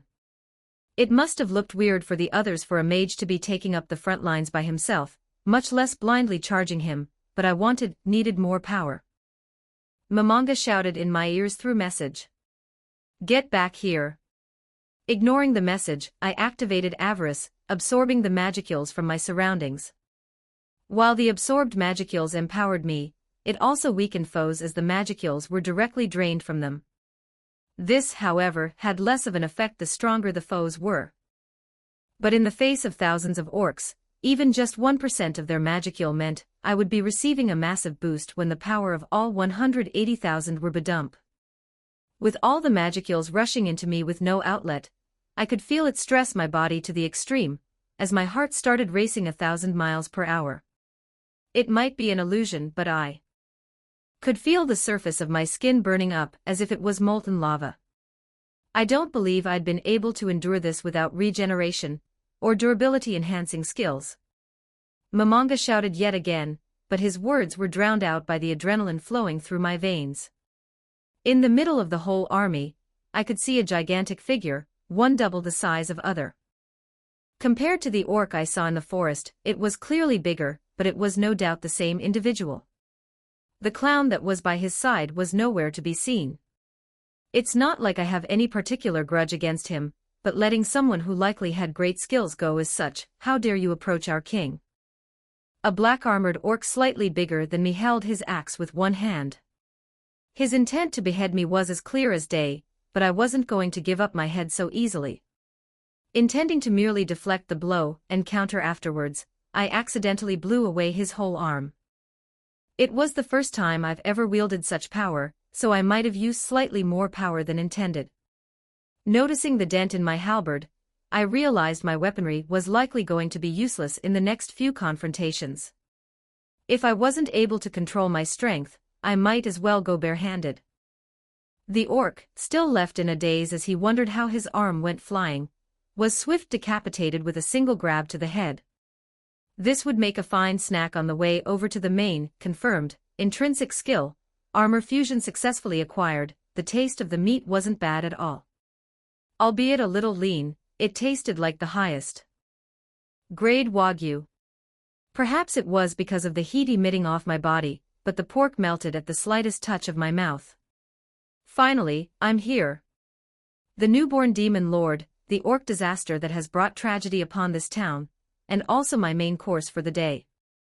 I don't think I've ever been this excited for a look at what we have here, the orc disaster spoke. He sounded slightly confused as he spoke at a slow pace. An ogre. You'll make a great meal. I couldn't agree more. Without any further meaningless conversation, we started engaging in our fight. Might be called a fight. The reality was closer to a brawl with each of us attempting to eat the. It felt like I met another version of myself, one that just ate everything without a care for who or what they were. That's just how things are meant to be, right? This world isn't so black and white. There's so much more to take in and do. Why am I remembering this useless shit right now? Upping the intake of avarice, even my memories started to become blurry, just like my senses were. It was likely the greatest high I've ever had my whole life. Not one drug I've taken in my past life could come close to this. The only thing that might have come slightly close was the sensation of new strength that came with evolution. However, I stopped being able to evolve a long time ago, as if I was held back by invisible chains.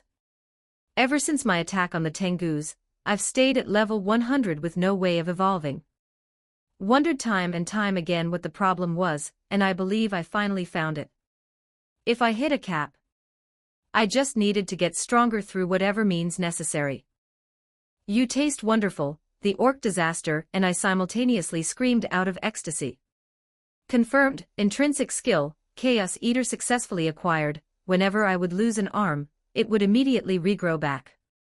Similarly, any part 1 bit, including his head and brain, regenerated back almost instantly afterwards. If it was a matter of endurance, I would obviously never lose in a battlefield as chaotic as this due to the assistance of avarice. Just as it seemed his regeneration started slowing down, he ate his own men to regenerate. This bastard's crazier than me. I have a trump card up my sleeve, specifically my demise spells, but I wasn't just going to give up such a delicious slab of pork, and nor was he willing to give up on me. While I believed I was guaranteed to win, I realized it wasn't going to be as easy as I thought. Now that I look at him again, I could recognize him using a few of my skills. Pyrokinesis. The orc started spewing flames out of his mouth. Dragon scales. His rough hide grew scales like that of a lizard's. His increased defense was a slight annoyance, but it was of no matter in the face of my new strength. There were definitely a few more skills I could tell he copied from me, but it's fine. After all, I'm stealing his skills as well. It was just a matter of who could eat faster. I even had an advantage since in my spar with Cositus, he remarked that he lost access to his abilities for a while, so my skill was more akin to stealing rather than copying.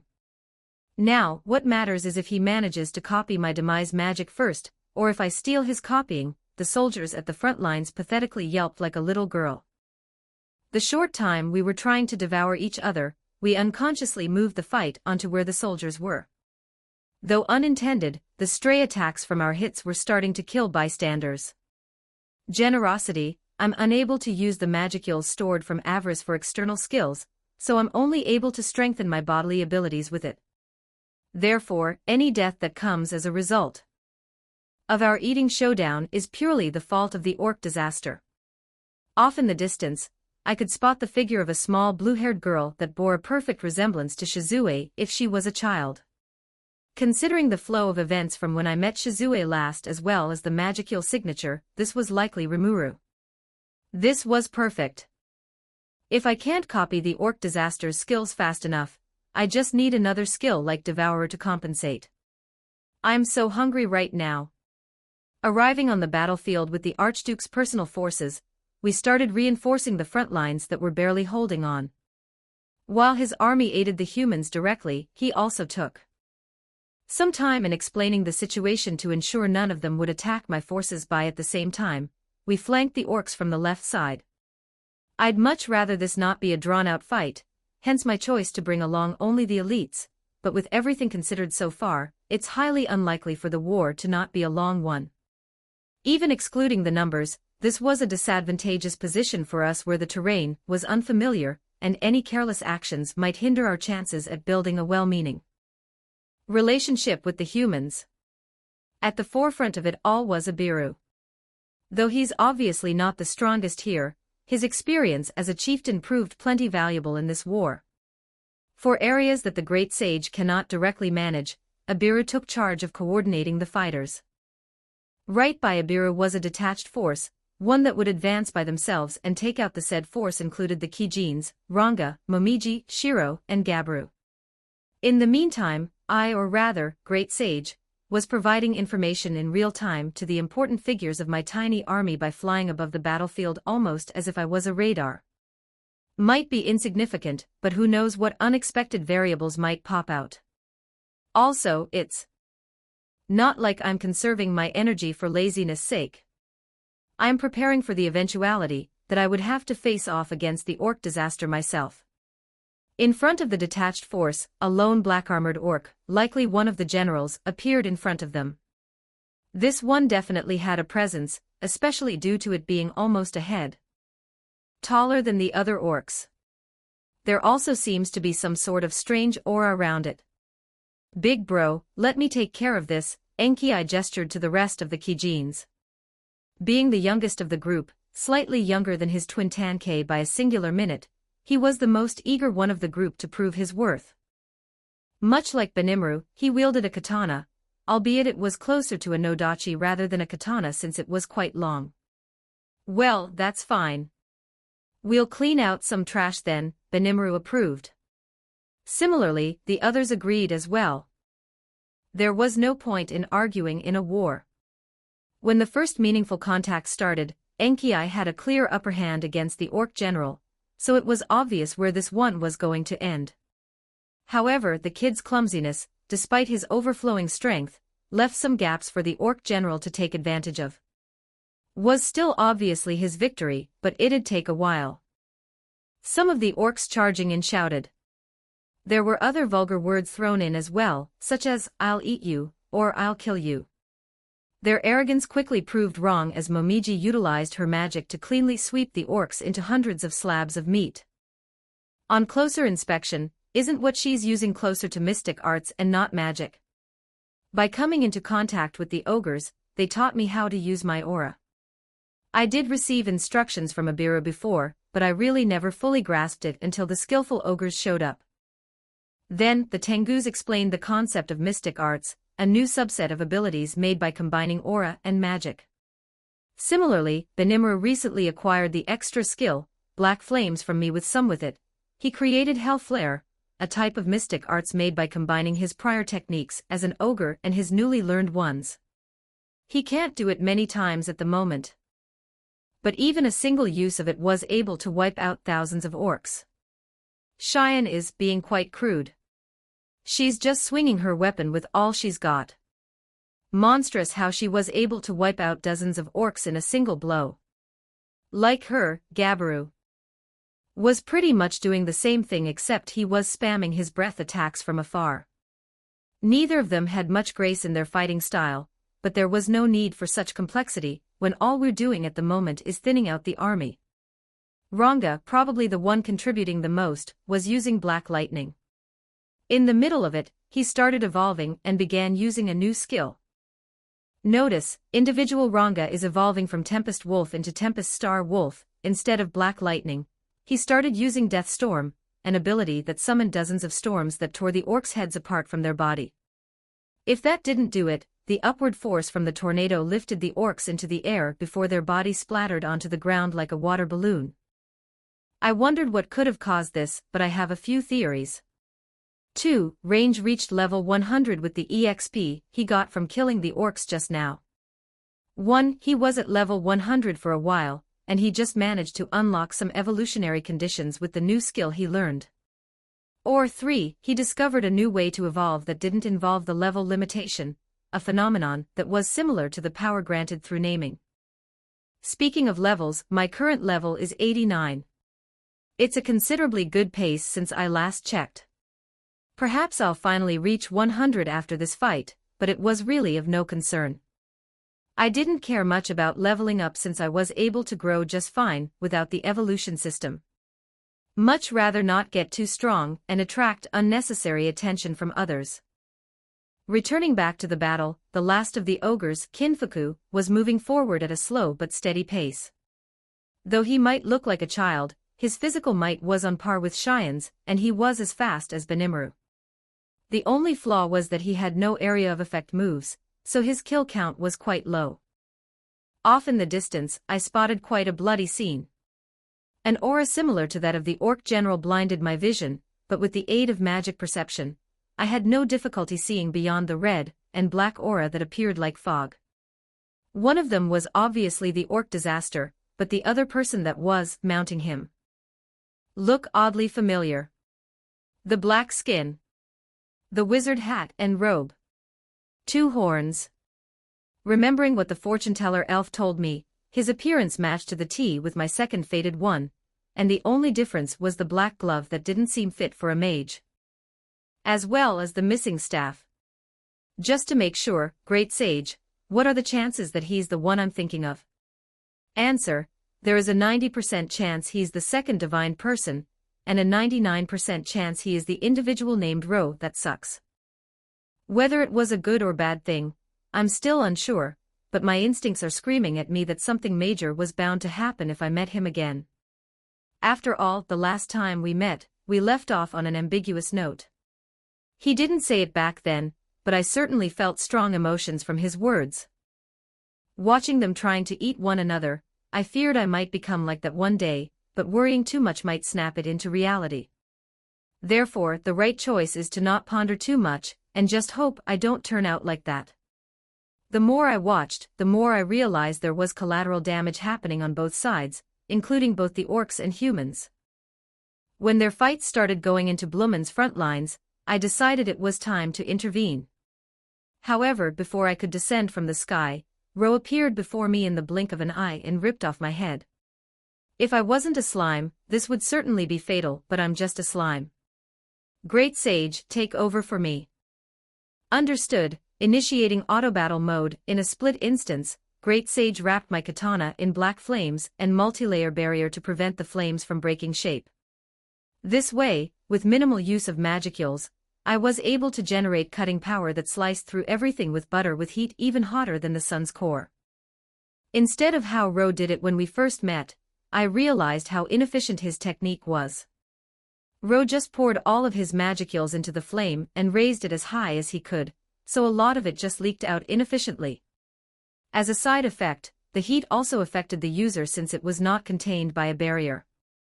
This was not a problem in the face of Great Sage, who thought of a solution for everything.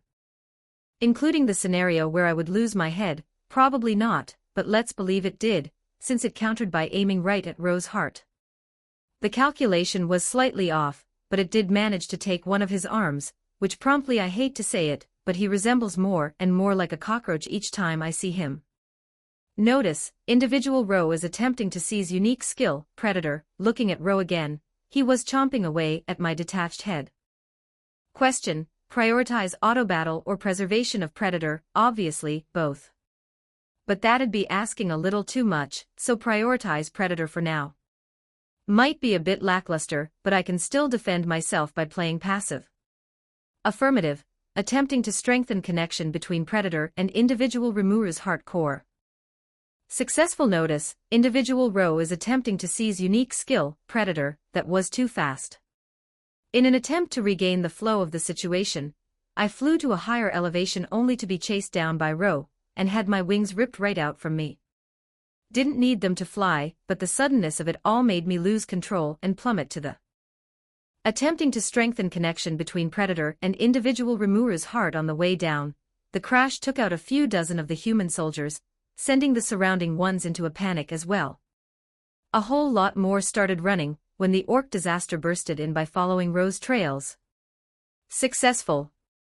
Notice, individual Ro is attempting to seize unique skill, Predator, Great Sage, only inform me if the attempt to salvage Predator is not successful.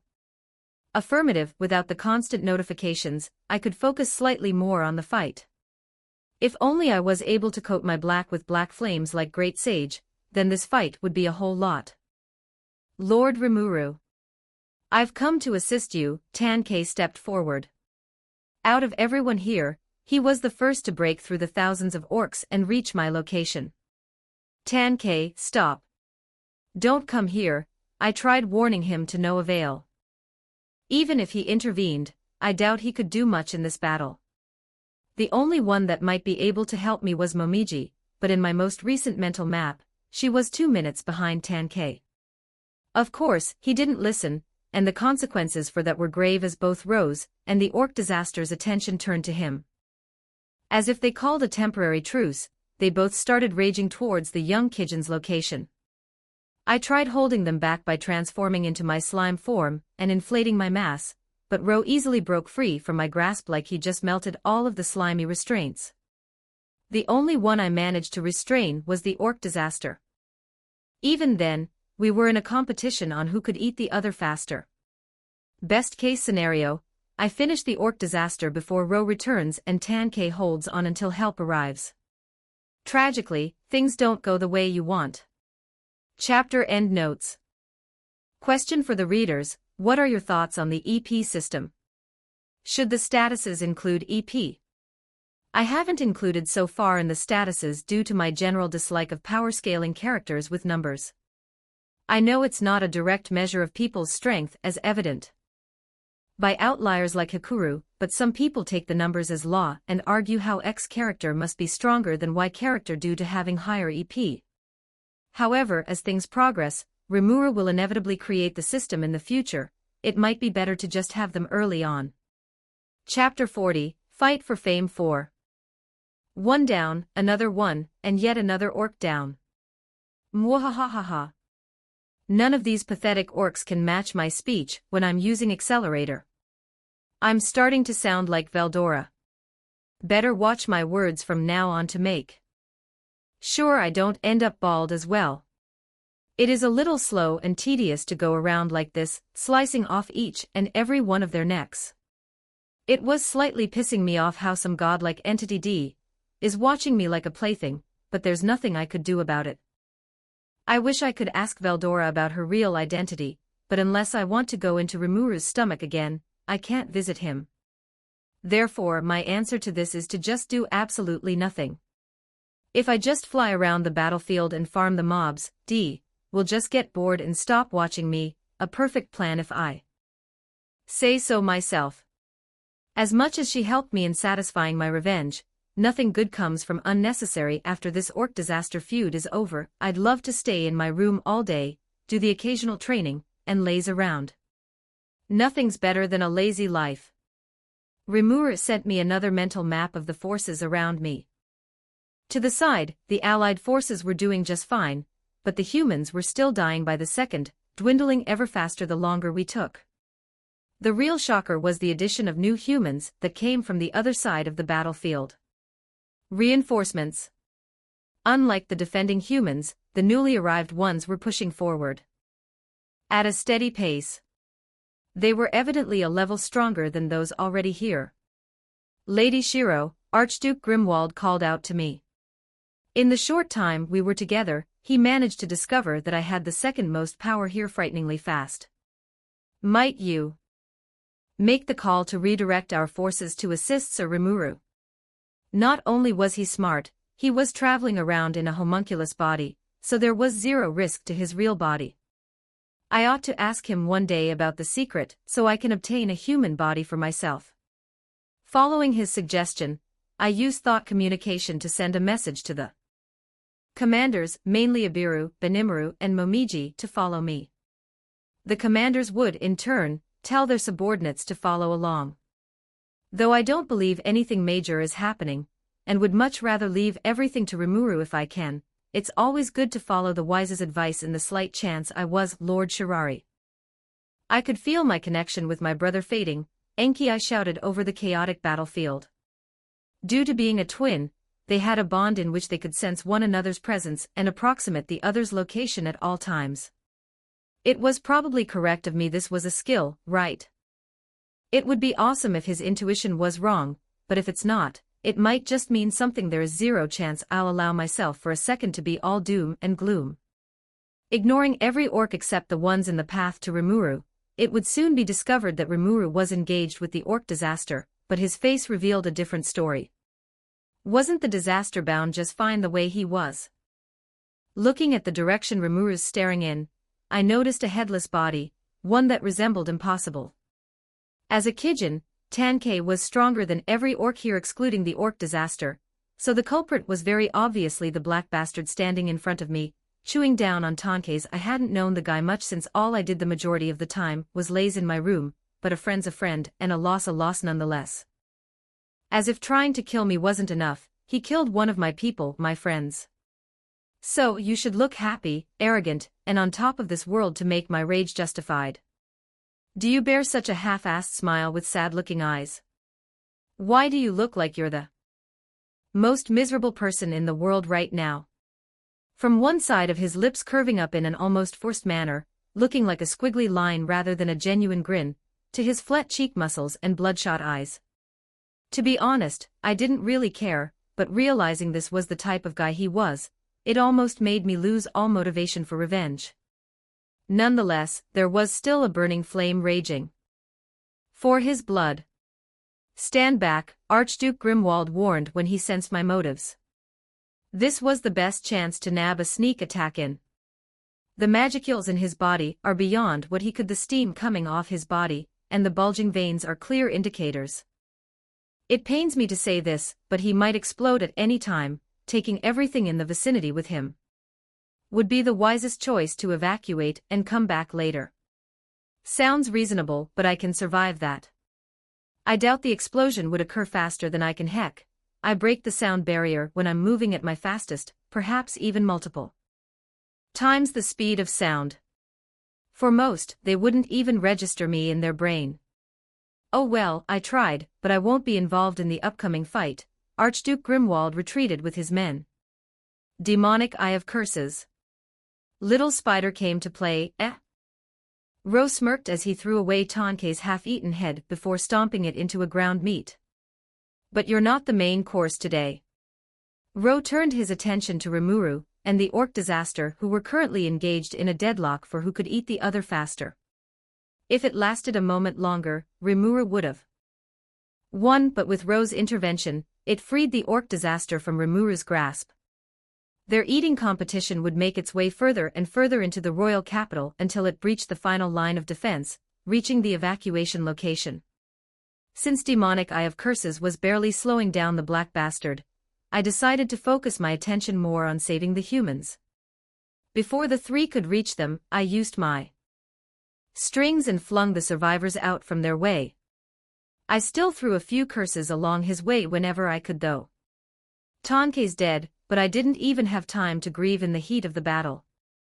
There was no time for tears to flow nor time to rage, a fact only cemented by the next notification I would get from Great Sage. Notice, individual Rose skill has made it impossible to keep unique skill, Predator. What changed? There's the fact that Rose eating more of my body since I had to inflate myself to contend with the orc disaster, but what other problem could there be? Answer, individual Rose skill is stealing skills other than Predator. What's wrong, Rimuru? Rose said in a mocking tone. Can't focus on the fight. He dug his mouth into my slimy body yet again. I needed to make it my utmost priority to separate myself, but I can't let these two go into the human city. I have to diverge from their path somehow. Before doing so, I allowed Great Sage to use Degenerate to separate Predator into its base components, commanding it to prioritize stomach since I can't afford to lose Veldora and mimicry for the human body. Affirmative, attempting to use unique skill, Degenerate to salvage the skill successful, extra skill, stomach successfully separated from Predator. Successful, common skill, mimicry successfully separated from Predator. Successful, extra skill, analysis successfully separated from Predator. Ah, well, at least everything important got taken care of. It's a shame I won't be able to easily copy skills from now on, but at the very least I can still use Great Sage to copy magic. I can use wind magic copied from the Tengus to blow myself into the air. I might suffer some damage in the process, but it was better than staying here and being eaten. Wind blast. Nice, that worked. Great Sage, take over and prioritize diverting their path. Understood, initiating auto battle mode. Damned bastard, I'll make sure to repay you tenfold for taking Tonkei's life. Even if I have to sacrifice some skills, I'll make sure you die. Confirmed, intrinsic skill, Predator successfully acquired. Like before, Devourer acted on its own, almost as if it gained a will after I merged it with other skills, and started tearing apart at the newly acquired Predator. At the same time, a scene started to play before my eyes. It felt like a lifetime, but in reality, it was less than a fraction of a single millisecond. In that short time, however, I experienced Rimuru's life. Mikami, the gentle voice of a woman called out. What do you want to be when you grow? I wanna be rich. I want my friends to be happy. What an innocent kid. It's actually hard to believe such a child would become a monster capable of leading hundreds of others. Maybe at one point I was as naive as he was, but it doesn't matter anyways. Childhood doesn't last and reality is bound to hit. Experience it earlier. That's all. Skipping forward a little, Rimuru, Mikami Satoru in this world, was now a high schooler. Made lots of friends and they made each other happy. Well, he never got a girlfriend, so that's something I'm better than him at. Hey, Mikami, you want to go to Venice for summer break? One of his friends called out to. Sure, I'll buy the ticket for us, he suggested. True to his words, he was also considerably rich for his age. It wasn't because he had rich parents, but because he worked 2 jobs and took on whatever gigs he could. I made far more money at his age. Espers that hunted monsters at Paradise did earn a lot. There were even a lot more people who wanted to be my friends, all of which begged for me to join their squad. Now, Rimuru graduated college, joining a major general contractor firm right out of school. He had both luck and hard work on his side, but I was born luckier and more tenacious. Mikami, I see you've been doing well the past few months, his supervisor commended after calling him into his office. I believe you're the right man for this job. Of course. Rimuru readily agreed. The man was clearly trying to push work onto him, intending to claim what Rimuru did as his own. However, the plan fell through as Rimuru secured results greater than he expected. As a result, his position within the company skyrocketed, earning a rather high position despite remaining a regular salaryman. From there, his life would have become even better with the new opportunity that would have come his way if not for the stabbing that occurred. There he reincarnated as a powerful slime, one blessed by fate itself. He was strong from the start even without a name, but after being named, he became monstrous. Certainly, if not for being an ogre at the time, I would have lost, but I worked harder than he did.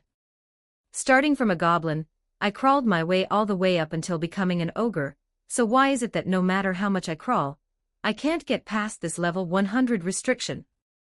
Even this guy, who couldn't evolve due to his slow experience gain, was becoming stronger. At a pace similar to I. What was it that he had that I lacked? As I questioned our differences, the memories abruptly ended in the middle of it all.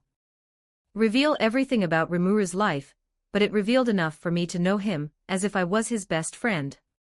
After it ended, Rimura blasted himself into the air, separating himself from the scene. Works out just fine, so I decided to munch on the orc disaster just a little more.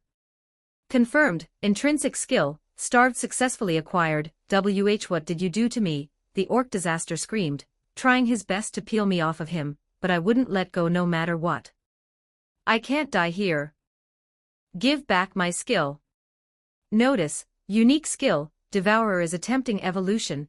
I'm doing the world a favor by removing such a dangerous individual and putting his abilities into just hands. What have you caused besides suffering and lost families? Like before, memories started flushing in. Papa, a young orc disaster cried out. Before he was a disaster, he was but a regular kid, or at least as normal as royalty can be. Why aren't you eating? Even before he was born, famine had already struck their lands. Being of the royal lineage, they had little need for food. Unlike most, he could sustain himself on only water, but even then, the orc disaster always had a big appetite from birth. I'll be fine, the young orc disaster's father smiled gently as he looked down at his son who was stuffing his face full of bread. Evidently, he was not fine. Like all living things were, he would succumb to the deadly disease that is starvation, but a much worse fate awaited him. When the disaster grew to the age of consciousness, the drought became the worst it's ever been in history. The ground would no longer grow any crops, and the father died of hunger. The orc disaster, starved, ate meat procured by his father from an unknown source. Same time, the king lost one of his arms, followed by another, and yet another, all the while the young orc disaster stuffed his belly full of food. He did ask his father why he was coming home so injured, but by the time the young disaster realized it, he was filled with regret beyond belief. The day his father died and his caretaker provided him with his final meal, he so wanted to die, but even then, he could not take his life. Not only did he bear the accursed burden of royalty, he obtained self-regeneration, a skill rendered him basically immortal. Instead of wallowing in sorrow, the disaster realized what he had to do, so he sacrificed his body to feed other orcs much like his father did for him. Unable to die, the disaster tore itself limb by limb, and fed his body to the starved. This world isn't so black and white. There's so much more to take in and do. I could make a guess, but I don't really know what made you turn your back against the Shizue's words came to mind again. Unlike before, this was just a memory, so there was no way to drown out her words. It's ironic, isn't it? Even when he was such a big eater while young, he would dare not take another bite of food, at least not until he became the orc disaster. Even if he had such great strength, he chose to sacrifice himself for the weak. Nobody in this world would berate him for taking from the weak. After all, might makes right. Eventually, the orc disaster found a lover of his own in the famine, one of royal descent much like him but from a different bloodline. Tragically, due to the burden of birth and the famine, the mother soon died after birthing the next in line to the throne. His son was his pride and joy, but he had no time to play father. All he could do was impart the lessons of self-sacrifice into his own blood in hopes it could help the orcs survive even one day longer. Like a miracle, the orcs did survive, but not the way he wanted. From a mysterious magen named Gelmud, the orc disaster was bestowed a name. I will grant you the name Geld. With it came the skill Starved, an ability that allowed the orcs to unite as one unit, sharing the same hunger and appetite. For his people, Geld decided to become a disaster that brought terror worldwide. What the hell does this make me then? The road to hell is always paved with good intentions. Once a monster, always a monster, even when reborn. Successful, unique skill, Devourer has evolved into unique skill, famine, give it back. I need to save my people. The orc disses, Geld wailed in pain. Starved, he regained a bit of his rationality, but his strive remained the same. Even when the presence of starved was gone, Geld attempted to eat me to get his skill back, but it was of nothing happened, so I decided to finish it all now that I've gotten everything I from above. Rimuru sneaked in a spell, but it barely hurt. It was akin to an itch on my back, but this was perhaps the most painful itch I've ever felt. Starting from the itch, I felt my blood veins burst and my magical circuits go haywire, exploding out from the inside out. I wasn't exactly sure why this spell was the problem when my prior confrontation with the orc disaster had no issues, but this wasn't exactly the time to be discussing the ins and outs of avarice. However, I knew that if it kept going at this pace, I would most certainly die. Fuck this. Fuck the disaster. Fuck everything. All ending demise. In an attempt to prevent self-destruction, I activated a spell to redirect the magicule that had nowhere to go. With it, the magicule that exploded outside my body amped up the destructive radius of the spell. From the thousands of orcs surrounding me to the humans standing meters away, they all evaporated without a care for who they were. Even I, the user of the spell, was not left unharmed by the spell. For the slightest moment, I could feel my regeneration being overpowered. If this goes on, even if I were to properly release all my leaked magicules into this spell, I would die from the aftereffects. On the brink of death, I had an epiphany. I realized what the demise element I've been using willy-nilly truly is. Like how fire aims to burn and water to flow, demise aims to end things, but that wasn't its goal. Though a power born from the will to destroy, its true goal was to control the way things ended and, in a way, destiny. It wanted to choose the ending. Confirmed, intrinsic skill, demise manipulation has evolved into extra skill, demise domination, so, there's no way a user of demise could meet an ending it chose not to have. I needed to control my ending and bring it within grasp. Even after my body was no longer there, as long as my spirit remained firm, and I chose not to die, I would not.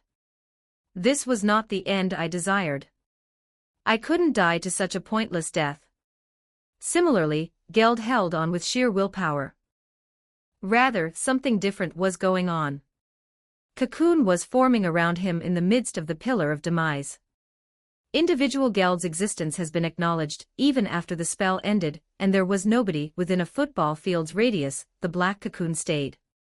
It was a black cocoon made of dragon scales, spider silk, and a variety of other strange flesh-like material. What the hell is this thing? I questioned after my body regenerated, but looking around me, there were thousands of similar and smaller black cocoons, all of which were in spots where the orcs who should have died were. Notice, the harvest festival has begun. Chapter 41, The Great Eater Iro, you are to be expelled from the upcoming operation. I broke the unfortunate news to him for the 10th time. Not only had he disobeyed commands, he made the situation worse than it needed to be. I may have done fucked up once, but I know I'll be able to help. Return to home base at once. Fine, Ro agreed at last after half an hour of bickering. However strong he might be, his presence might actually cause more damage than good in this case. Not only did I just find out about the damages he caused to the human battlefront, I also discovered the apparent hatred the newly arrived Rimuru's forces have for him. Had I not arrived in time and broken up the fight, God knows where we'd be now. Sometimes it felt like I was dealing with my old guildmates with how annoyingly persistent. Returning back to the temporary camp we decided as our meeting room, there stands the presence of 7 other people. One was an A-rank adventurer, the representative of the Adventurers Guild that led me and moreover, due to the representative's recommendation and my merit on the battlefield, he recommended that I be in the meeting room as well. Normally, another A-rank adventurer would have taken my place, but nobody else was present. It was an unexpected but welcome. The other was Rimuru, and Archduke Grimwald, who came leading a band of monsters. Was the group that hated Ro, so I couldn't risk tension building up more. Though I shouldn't assume it to always work, if their ire were to draw to me, I could always teleport out or use perfect unknowable. After them, the hero King Gazel arrived with the Pegasus Knight order. Sadly, he arrived after the orc disaster started the harvest festival, so not much could be done to stop him.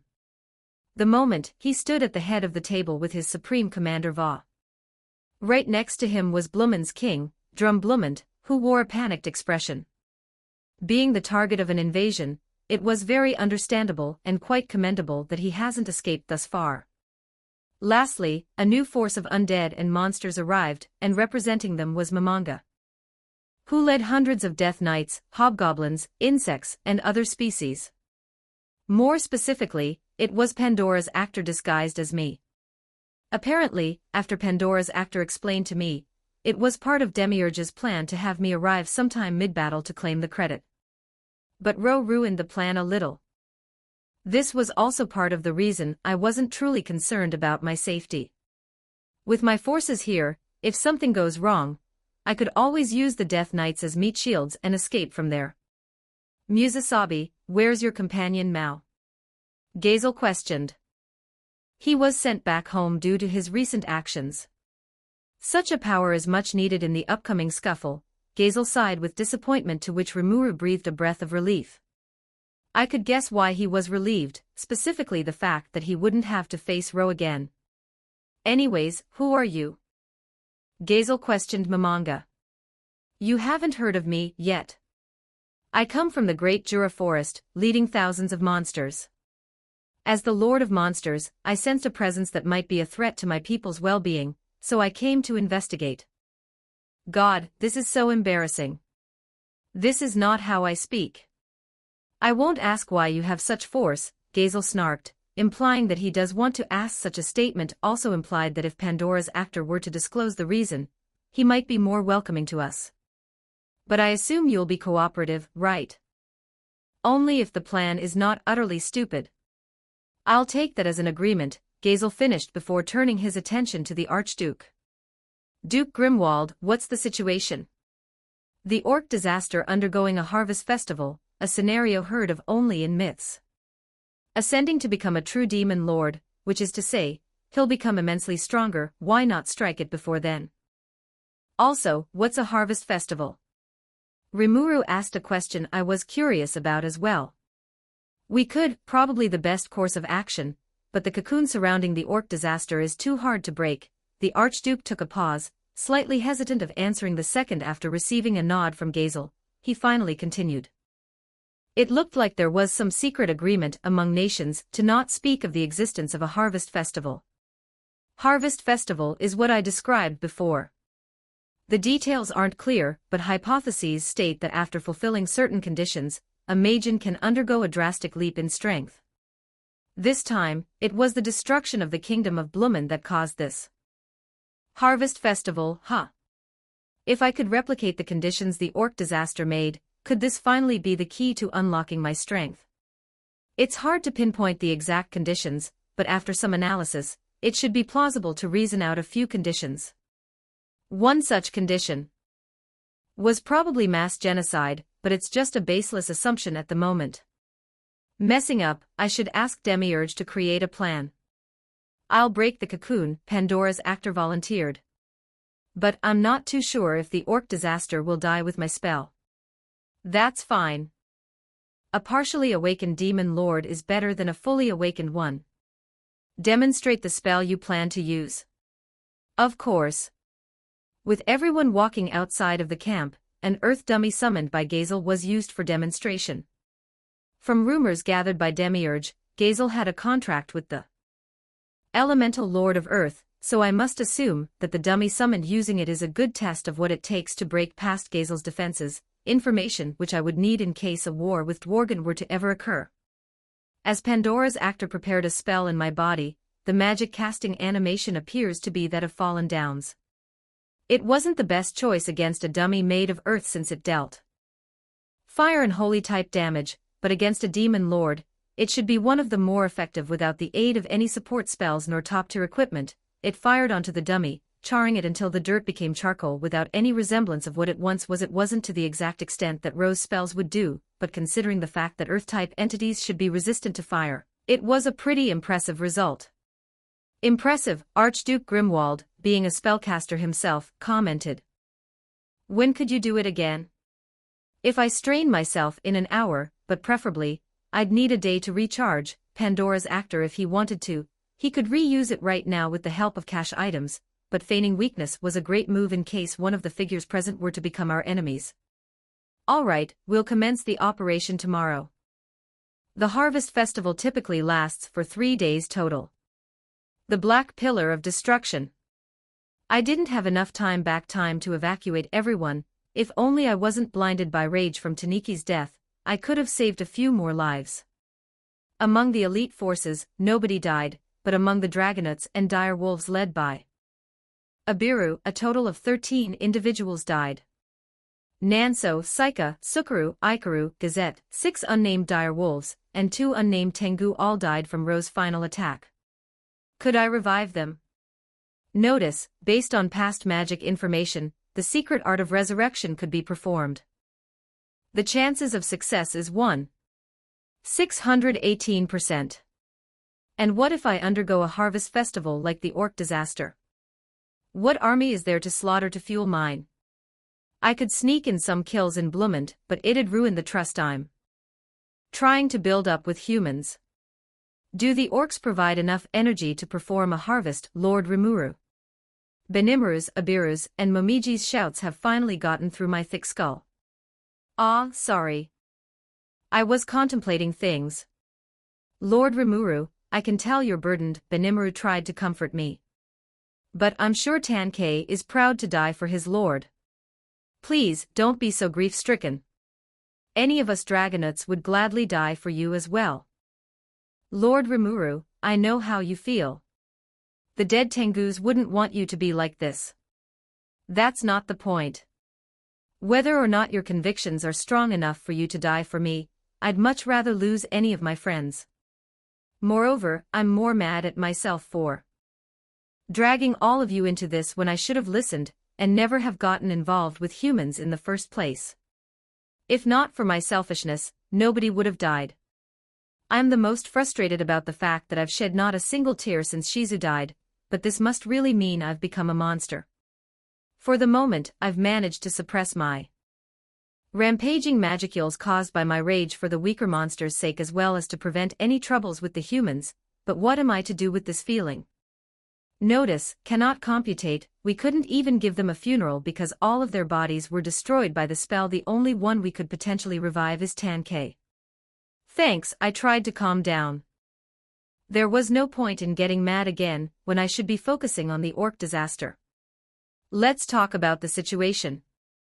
I also wanted to reveal my origin, but what would they think of it? What are our chances of winning against the orc disaster? Benimaru posed.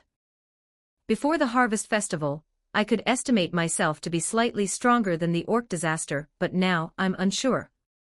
What about comparing the orc disaster to me? Momji asked. You'd probably win, but it's the same situation with me. I'm unsure if you can win after the orc disaster wakes up. Should we just leave?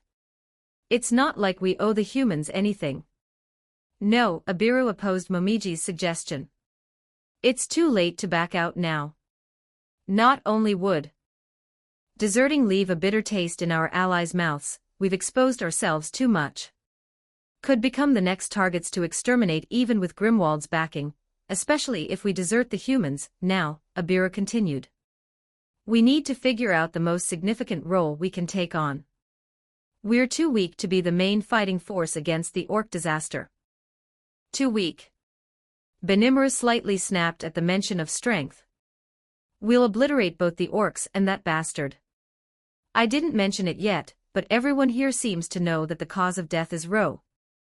Whether they saw the source firsthand or heard it from others, they all know that Ro was reckless and caused deaths to allied forces. We'll take on whatever role the Alliance decides for us so long as there are no casualties. I forced a conclusion to the meeting. So, where's Shiro? Lady Shirari is somewhere, Abiru replied, unsure of exactly where. Unlike me, Shiro doesn't wear her emotions on her skin, but she's even more affected by things like this than me. I wish I could comfort her, but I'm unsure of what to say. Wonderful secret meeting you've got here, Rimuru, a deep, weighted voice came from beyond the tense curtains. Revealing himself, it was the figure of a skeleton, likely the one who Kavul said was allied with Ro. I just saw him in the meeting beforehand, but his prompteus and haughty attitude reminds me of those annoying higher-ups in my past life. What's wrong? For someone whose companion got killed by mine, you're awfully quiet. You know. And you dare mention it? As if the boiling rage never shimmered in the first place, I immediately reached for my katana only to be stopped by Ibiru. Even Benimura couldn't help but show aggression at the obvious taunt. However, none of us dared to actually draw our blade, not because Ibiru stopped me, but the reckless fights with someone of his caliber would only bring more casualties. Feisty, but I'm not here to fight. I came bearing a small proposal. Proposal? Yes, a proposal. I will revive one individual, and I believe you know who I'm referring to. He was definitely referring to Tankei, since he was the only one with a body left. Was a different monster, he'd truly be enacting the role of God by reviving someone without a physical medium. What do you ask for? I pondered, knowing such a deal couldn't be free. I would demand subordination from you, but I know full well you'd betray me the moment I fulfill my end of the deal, or become strong enough to do so. It seemed meaningless that he's spouting things he's not going to include in the deal, but looking further into it, his words carried subtle meaning behind it. By phrasing it this way, he makes it sounds like that if I were to take this, no matter what he asks for, I'd still have to subordinate myself under him. I can't speak for my future self, but I wouldn't mind doing so at the moment. Would you betray everyone here to fulfill your end of the deal? Does this entail me killing my own men or killing the allied forces? What's the point even if requested? I don't think I'd be able to do it. I'm not asking something to the extremes of what you're thinking. It's really just turn a blind eye when I need it. If things don't go as I planned, I'll still hold on to my end of the deal. Momonga reached out for a handshake. Do I take it? It felt like I'm talking with a devil right now, one who would take everything I have and then some. Yeah, I reciprocated the handshake. I didn't know what I was getting myself into, but it was better than the 1.68% chance of revival proposed by Great Sage. Great, see you later. Momonga waved goodbye as he saw himself out. On the way back to home base, I found a mysterious cave on the way. My intuition is telling me that this could be the key to a major power-up. I'll become stronger than Rimuru, stronger than an orc disaster, and this time, it won't just be temporary power from avarice. The vines blocking the path shriveled up without even a single touch. Through the help of famine, I can eat things without even touching them now. This also didn't just extend to living things but also inanimate objects. Making my way in, the dark cave made it slightly difficult to navigate. However, with magic perception, it was as if the darkness never existed in the first place. The deeper I walked, the stronger my hunger became, like it knew there was something delectable in there. When I arrived at the deepest part of the cave, I saw a pulsating heart. Although the beats were very weak, it still pumped as if it had a body. I didn't know what it was, but my body was urging me to eat it. After acquiring famine, I became perpetually hungry, always wanting to eat more and more. It was controllable when there was nothing to eat around me, but now, the hunger felt consuming. In front of this heart, I couldn't hold myself back. Disregarding how dangerous it could be, I stretched out my arms, reaching for the heart. Suddenly, the heart jumped out at me, attaching itself to where my heart was. There was no pain, no feeling at all actually, but I knew this thing was attempting to take over me. I wasn't going to let myself be eaten like this. With famine, I let out a black aura all around. It was like a secondary mouth, one that allowed my magicules to directly eat the things that you'd be sorry if you think I couldn't eat you if you just attached yourself onto me. I'll be the one to win in the end. Chapter 42, The Great Eater 2. With dozens of magic circles in the air, it was a magical might never seen before, almost as if it was magic out of this world. I witnessed the power of this spell firsthand, and it was strangely entrancing. The more I saw him, the more I realized the gap in our strength. While his sluggish movement suggests I would have the upper hand in physical combat, I'm not so confident if we were to factor in magical might in. Notice, attempting to analyze individual Momonga's magic, without me even saying anything, Great Sage started to copy the spell being used. If I could make use of it, I might be able to copy even his resurrection spell, modify it from there and then revive everyone who's died so far. Success, Aspectual magic fallen down successfully copied. Oh wow, I didn't expect that to work. With the might of the stars, the power from a time long gone, Momonga started a chant of it felt a little dramatic, but it must be necessary in some way for the ritual. I call upon the fading star and ask for its power. Crash unto the mortal world and reveal your might. Fallen down. With that, a white pillar descended from the sky, burning the cocoon the orc disaster was encased in. Slowly but surely, the shell started to burn away. In a similar fashion, despite nothing being done, the cocoons around the orc disaster's army started being undone as well. Whether it was because they sensed their lord was endangered or a simple stroke of luck, the surrounding orc's cocoon broke down, and a wave of orcs came surrounding us from all sides. Unlike before, the orcs appeared slightly different. They were all a few inches taller than before, and if I'm not mistaken, their lower canines were far larger than before. While it did protrude from their mouths, it was definitely bigger now, giving off a more demonic feel. It's not to say all of them were senseless demonic beasts, since I could see some of them running away in the opposite direction, but their drive was as strong as ever before. Like running away would do them any good since Momonga's army was stationed around the perimeter to ensure none would escape. There were still no problems for my forces. From all sides, everyone was holding out quite fine, including the newly arrived Gazel and Momonga's army of undead. Though Momonga's army wasn't as strong as my elites, it was still frightening to see thousands of undead each equal in strength to a dragonaut. Thank God they were on my side. As the orcs closed further in, Momonga's spell finally finished, but disappointingly, the cocoon did not break apart. Instead, it became as thin as paper. Good job, Momonga, the hero King Gazel finally started moving, drawing his blade as he prepared to cut the cocoon.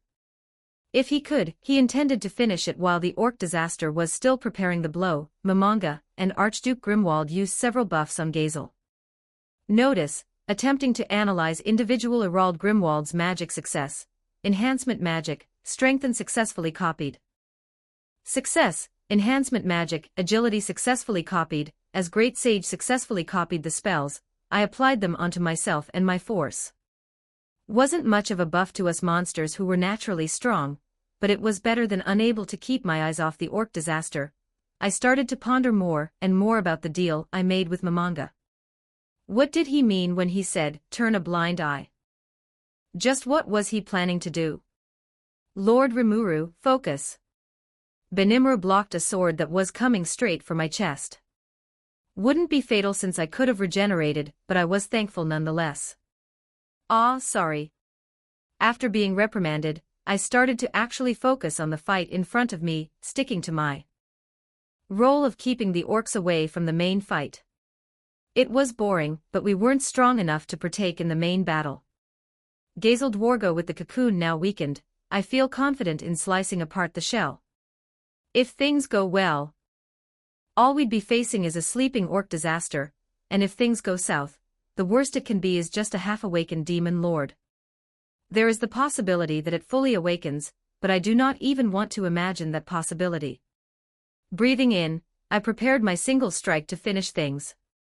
On the side, the mages were casting as many buffs as they could to support me. Unlike any other enhancement spells used before, the ones Momonga used felt different. I felt a surge in power unlike any other. The power was so strong that it felt like I could take on an awakened demon lord right now. Let's not get arrogant. Those monsters were in a realm of their own. I'd be lucky if this made me strong enough to take on the foe in front of me. With the breath out, I used one of the basic moves of hazy style. Earth and heaven roaring thunder. Like that, the cocoon was sliced into 4 pieces, and with it, the orc disaster inside it was also sliced into bits. Oddly, I couldn't feel the sensation of flesh being cut, and instead of water, it felt like I was slicing through molten lava or water.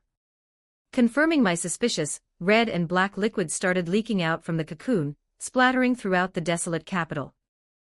If the orcs are slightly intelligent, or have the tiniest bit of survival instinct, they should be fleeing the battlefield. However, the sound of blades slashing is not calming in the slightest, nor is the magicule emitted by the orc disaster's corpse. In a scenario I've only seen before in the strongest of monsters, the liquids started moving towards each other. Even after the physical body was gone, the liquids started merging, transforming into the rough shape of an orc. At the end of the grotesque scene, a black blob with a blood-like substance leaking from every part of its body formed. Phew, I guess things really have gone south. Archduke Gerald. Prepare for a second round of bombardment. From behind, dozens of fireballs came rushing towards the dazed orc disaster. Impressive barrage of spells, one that can't be performed by the typical magician, but it was useless in the face of the orc disaster. If only Momonga could perform that spell again, but I shouldn't be asking too much. Magic caster were to run out of magicule on the battlefield, they'd become a liability. In fact, Momonga very clearly stated that after he used Fallen Down, he could only use basic spells, and would be unable to provide strong firepower, so in the end, this would be left up to Elemental Lord of Earth, give me the fortitude to withstand all force and the power to split apart the earth. Just as I activated fusion to become one with the elemental and coated my blade with Hero's Haki, I attempted to use Tyrant's mind-reading ability to predict what move the opponent would make next. Give it back. I'm hungry. My people will die like this. I need to eat more. It's too late. Like a chaotic marketplace, it was easy to read what the orc disaster was thinking. Like a marketplace, it was impossible to pick out one specific conversation. For every single thought that existed in the orc disaster's mind, there would be another that conflicted with it and therefore made it impossible to make out what he was truly thinking. Like an animal, there was no intent behind his moves. With every swing of the cleaver, there was a cry behind it, but there was no thought. Actually, it'd be wrong of me to say there was no purpose behind his movements. With each passing second, the massive black blob started becoming more defined, growing scales, hide, hooves, tusks, and even horns. Similarly, its movements became more intelligent with each blow exchange, almost as if it started regaining its rationality and started learning. With Tyrant making me understand each and every one of his motives, it felt slightly pitiful. Thinking back on it, wasn't there that one orc who managed to get an audience with me? Perhaps, under a different circumstance, we'd even be good friends. Taking a step back, I used the least energy possible to barely evade the incoming swing. Before chopping off the orc disaster's arm in one fell swoop. Just like a beast who attacks on instinct, his moves were easy to predict even if I can't read his mind. However, the annoying part came after. Similar to a beast that wouldn't go down, the orc disaster regrew his arm in a mere matter of seconds and picked up his arm that was still midair. With his detached arm, he launched it like a cannonball towards me, which was easily avoided as well, but he now regained his weapon. All of a sudden, the air felt colder and I realized my feet were frozen. Since when could an orc use ice magic? Actually, this felt nothing like the typical magic wielded by men. It was closer to a force of nature, similar to an elemental's magic, but that should be impossible. Soon after, sparks of ember ignited around the orc's mouth right before a continuous stream of flame and thunder poured out from it. Not only was his regeneration strong, it wielded elemental skills as well. Blocking it barely in time by raising a wall of earth, I realized this was definitely going to be a battle of endurance. This is insanity.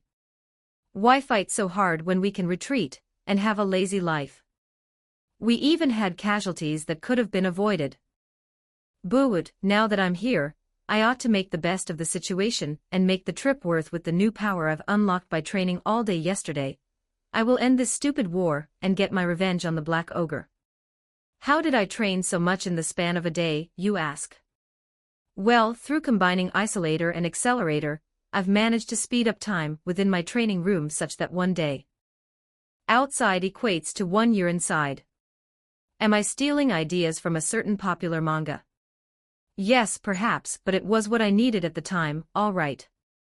Veldora sure would be proud, but putting my previous year aside, I finally decided to return to the battlefield only to find the battle already started.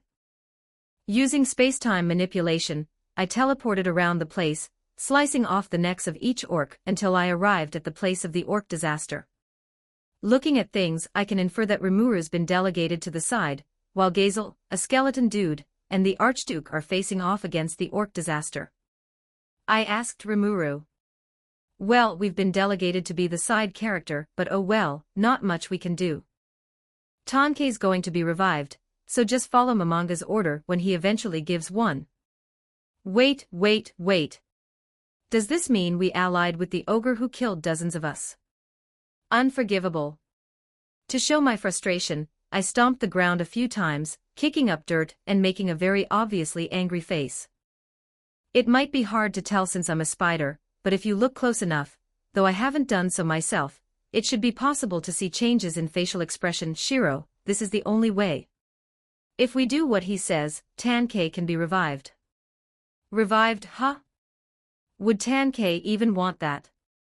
To be revived by the very group of people who kill them, especially in exchange for his lords. I might have not been subservient to anyone before, but I know full well the feeling of helplessness and the shame that comes with it. However, even if Tankei were to despise us for this, I have to agree with Rimuru. Like, at the end of the day, we're all just selfish bastards who do whatever we want. Fine, I agreed without even knowing what would happen. It felt a little of a waste knowing I likely wouldn't be able to show off the new techniques I came up with just to kill the Black Ogre, but at least I'm getting something out of it. Staring down at the battlefield from a cliff a couple kilometers away, it looked like a chaotic. The orcs were running over each other, trying to reach their lord, while the monsters, humans, and undead army were working together to prevent their rampage. It was a truly odd sight, one that would have been unimaginable in Yggdrasil.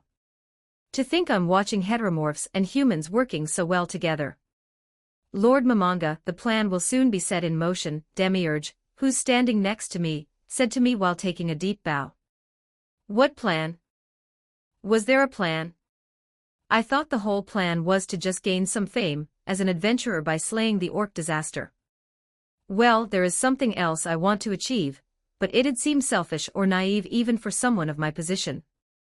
Nonetheless, I still want to do it. I thought the plan was already in motion. My lord, my apologies for forcing you into action once again. Explain what you intended to do then. No, seriously, please explain what the plan was.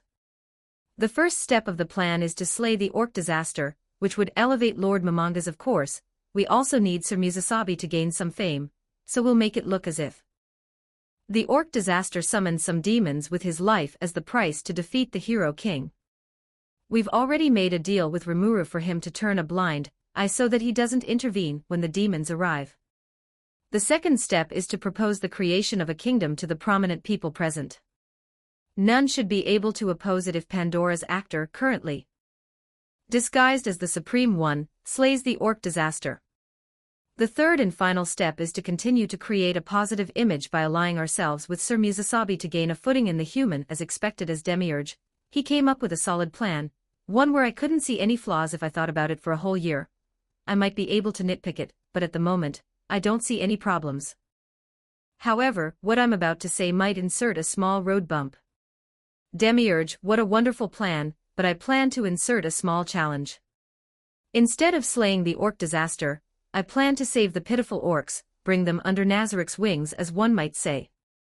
Forgive me, but might I ask your reasoning behind it? The benefits of slaying them far outweighs the benefits of sparing them.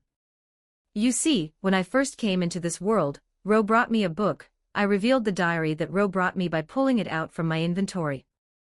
With this diary, I learned this world's language and some of the political structures of this world, and so, this served as the basis of many of my plans.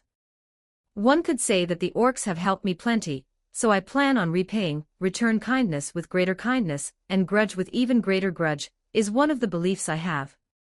I say this, but haven't I already killed thousands of them? Well, a few thousand. Deaths ought to be better than the extinction of the whole species at the hands of mankind. I will take this lesson you've taught me and strive to better myself. Demiurge vowed. In any case, I focused my attention back onto the battle between the hero King Gazel and the orc disaster. From my judgment, it looks like Gazel holds a clear advantage over the half-baked demon. It might be because of the human sorcerers and Pandora's actors' support, but if things go on, the orc disaster is bound to lose. Clashing blades, the sound of the impact could be heard from even this distance. It was loud like an explosion, making me wonder how much force each fighter is putting in.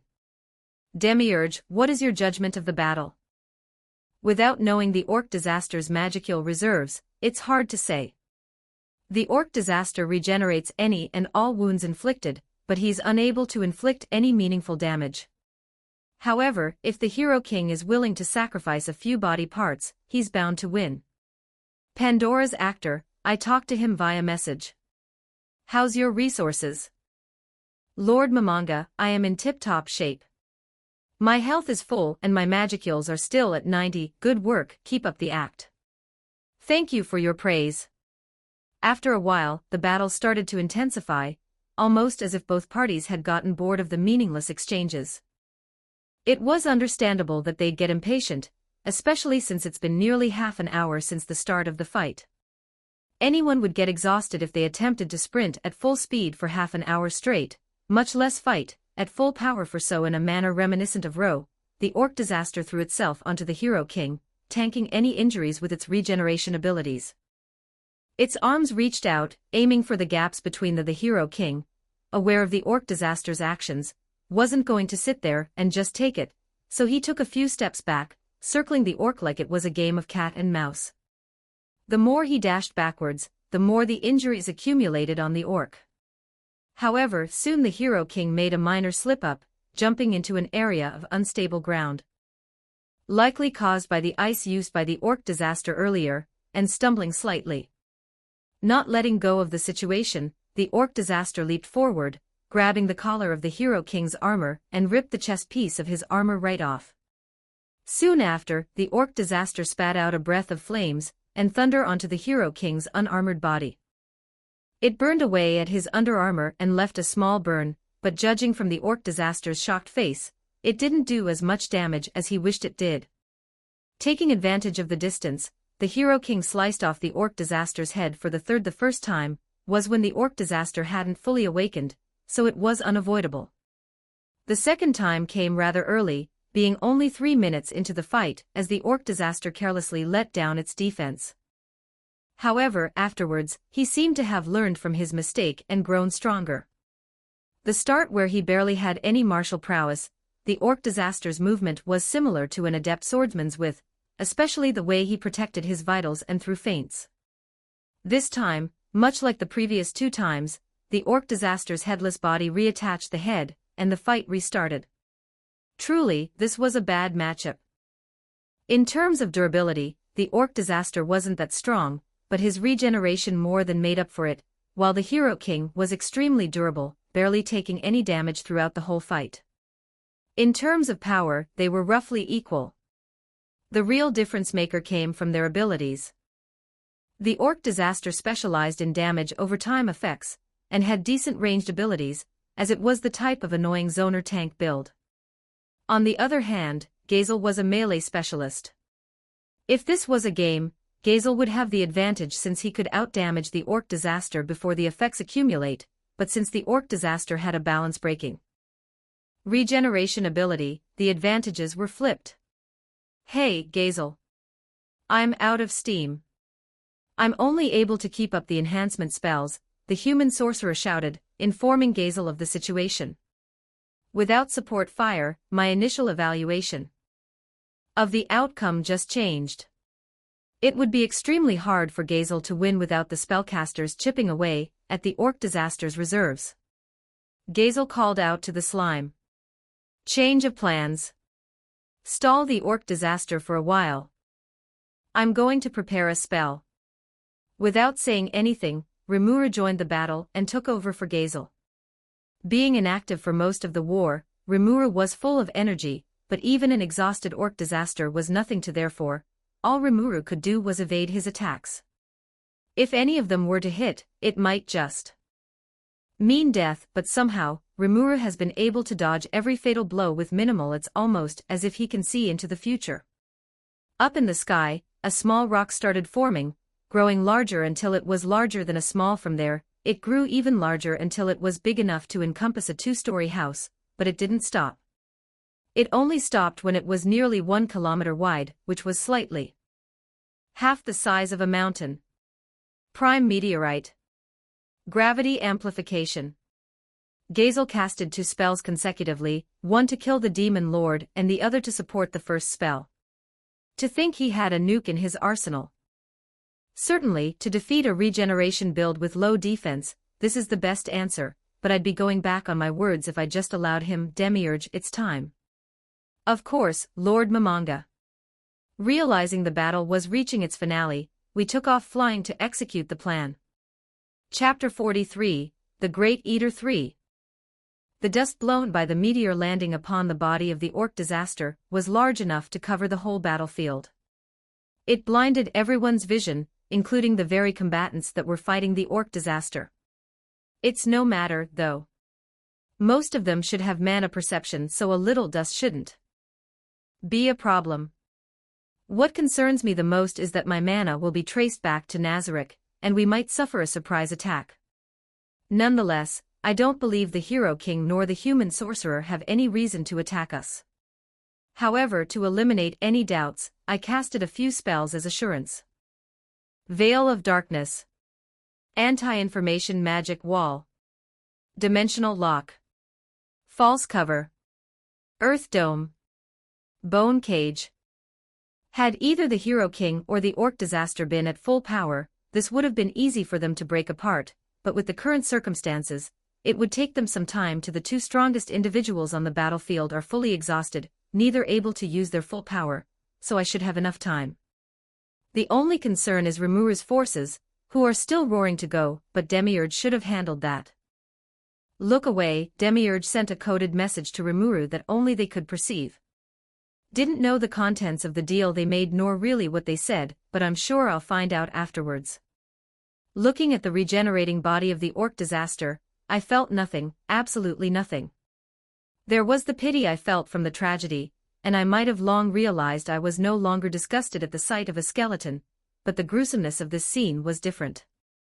Watching the organs regenerate and the muscle slowly cover over the vitals, it was a different type of sensation, one that many still humans would probably puke and try to avert their eyes if possible.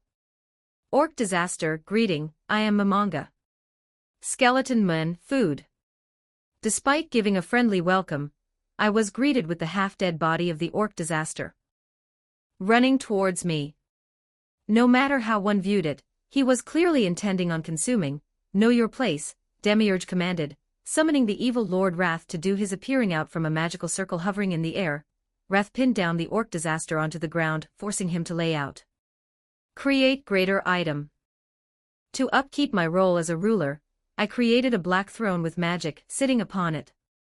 It wasn't the most pleasant feeling since there wasn't a single piece of cushioning, but I couldn't let such a trivial problem affect Demiurge's image of me as a supreme one. Like a beast, the orc disaster roared and screamed for a few minutes straight, until he eventually calmed down after realizing he was in no position of power. If his magicule tank was full, I would have never attempted this, but with how exhausted he was, it was like taking candy from a child. I should take his strength as the baseline when dealing with any demon lord individual in the future, especially the one named Clayman. Whether I want it or not, I've already villainized him, so knowing that Clayman was able to fabricate the birth of a demon lord like this, I should consider Clayman to be of a higher caliber than the demon lord before me. Of course, it's not like he didn't resist. As he wailed, black aura that corroded everything it touched spewed out of him, and elemental abilities that destroyed the surrounding rampaged. The more time passed, the less destructive he became, seemingly regaining reason or losing. "Who are you?"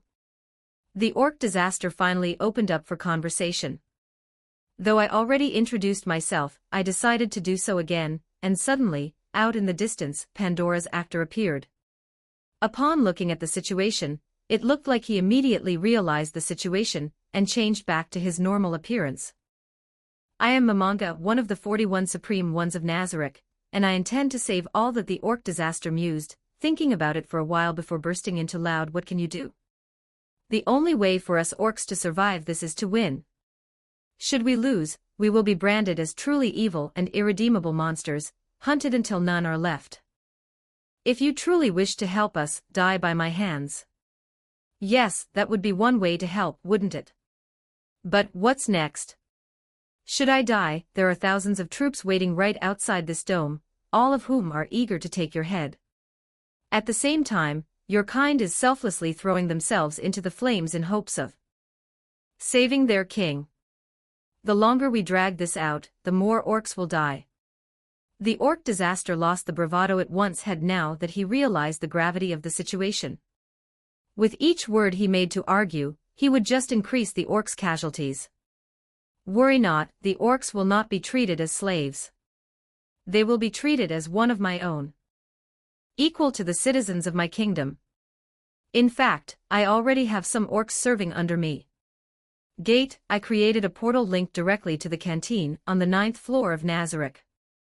Doing so, I sent a message to head chef Shahuda Tokadu to enter. None of this was planned, and I might be interrupting some important work, but they should prioritize my order above. I'll try and apologize later by giving him a gift. Would a new knife be good? Immediately, not even a minute later, Shahuda came rushing out of the portal, carrying a pan with a half-cooked omelette in his hand. "Lord Mamanga, what is it that you demand of me? Please, give me your order and I will make it immediately." "Apologizes, but I didn't call you to order food. I want you to explain the living standards of Nazarick denizens both inside and outside the tomb to this orc here." "Of course. Well, Lord Mamanga is the wisest and kindest ruler out there. With his great benevolence and sheer presence alone, I am at joy at every moment. I could not be any thank you Shahutu, you can return to your duties now." I embarrassingly dismissed instead of actually describing the environment. All he did was praise me. I don't think this would be convincing for anyone. Actually, it might just have the opposite effect since it sounded so forced. I should have called Gobda since he's more casual, but a hobgoblin wouldn't have the same. "Lord Mamanga, call upon me anytime should you require a meal."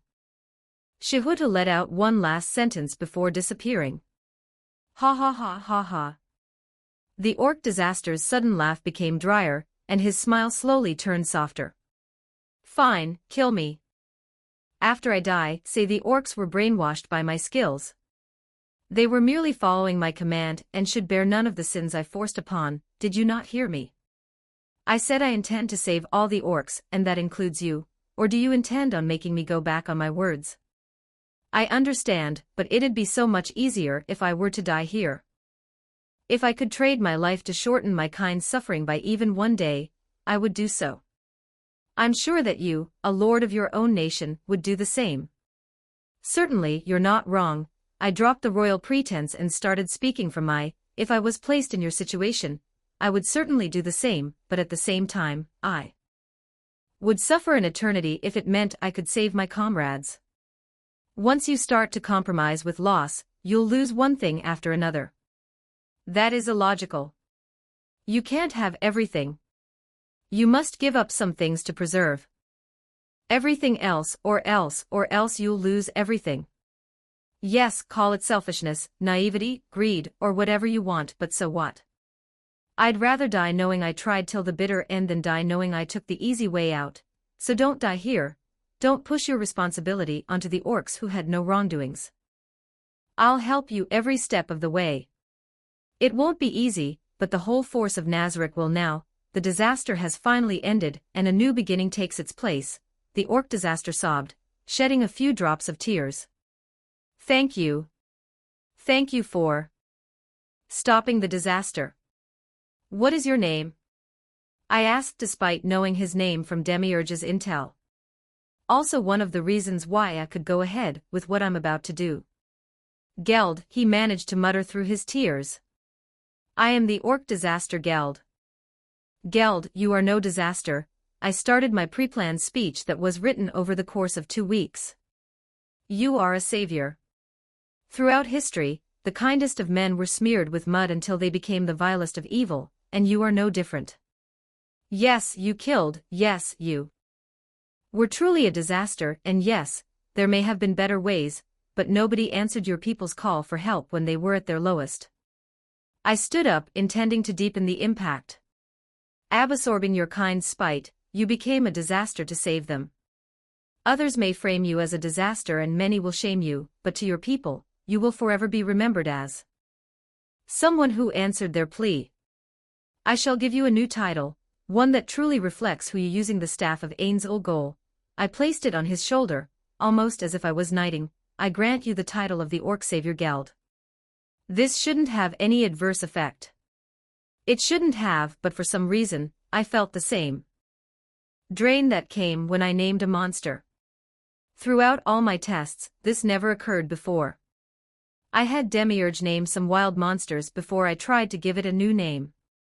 Scenarios, the effect of naming never took place, so why now? What changed? Was it the title?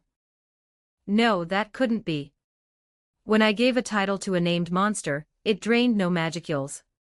Make the monster stronger, but that only occurred when the title itself was acknowledged by many, so there should be no problem with giving out titles. Lord Mamanga.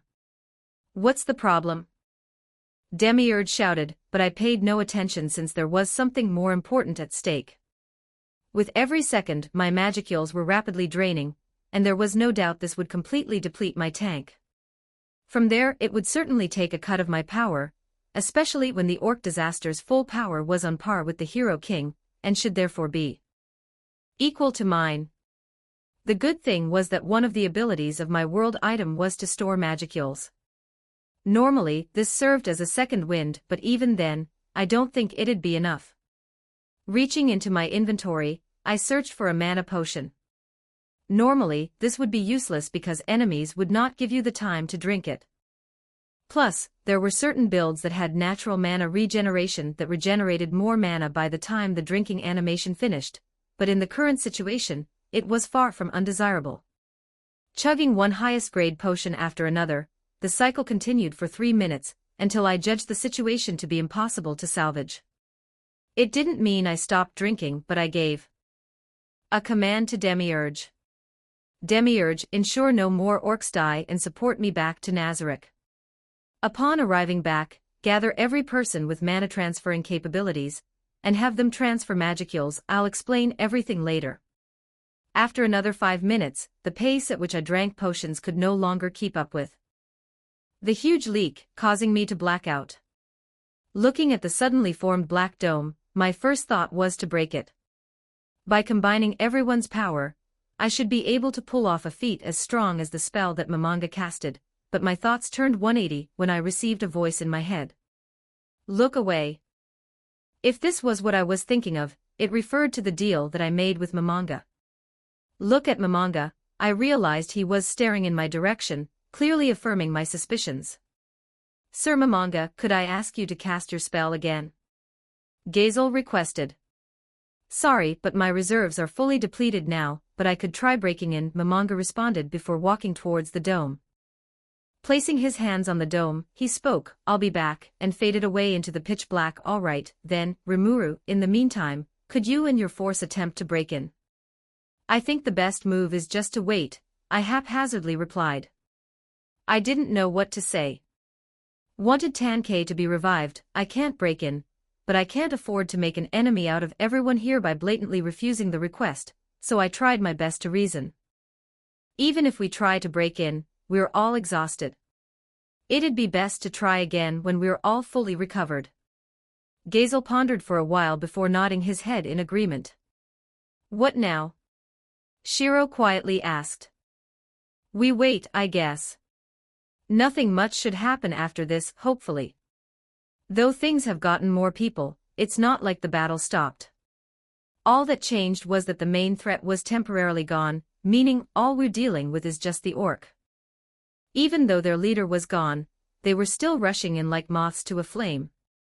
In the small downtime, I attempted to copy the unknown barrier technique. Notice, attempting to analyze magic, it failed. Notice, attempting to analyze magic, I wonder what's the reason it failed. Could it be too complex? Either way, I've copied enough spells from the manga to make up for it.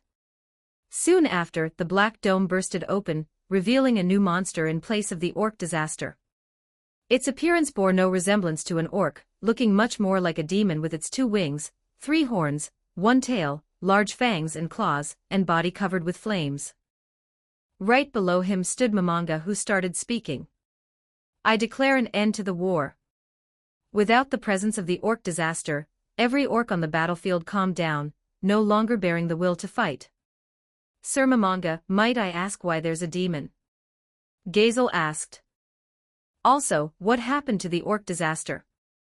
The orc disaster, upon realizing his kind would go extinct, made a plea to me.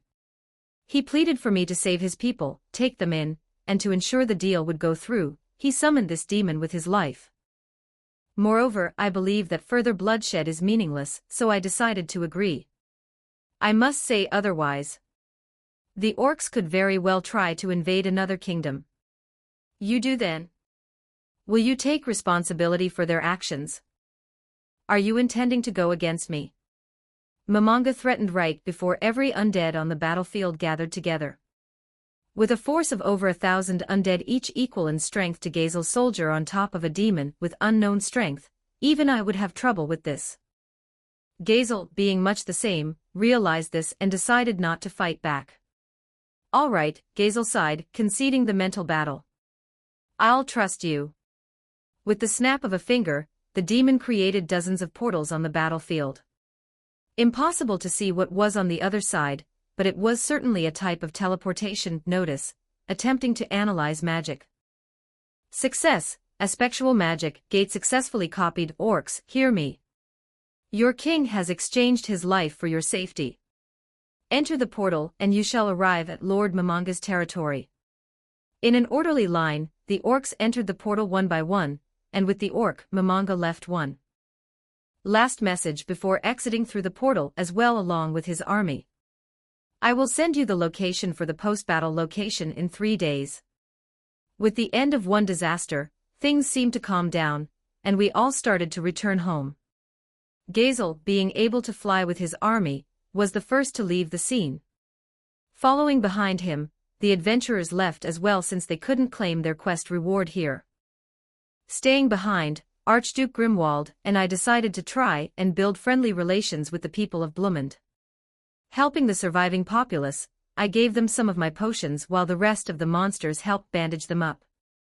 Despite having near unlimited potion, it wasn't truly unlimited, so I didn't have enough for every human here. Sir Rimuru, thank you so much for coming to our aid. The King of Blumend approached me in a friendly manner. This was a good turn of events after everything terrible that just of course.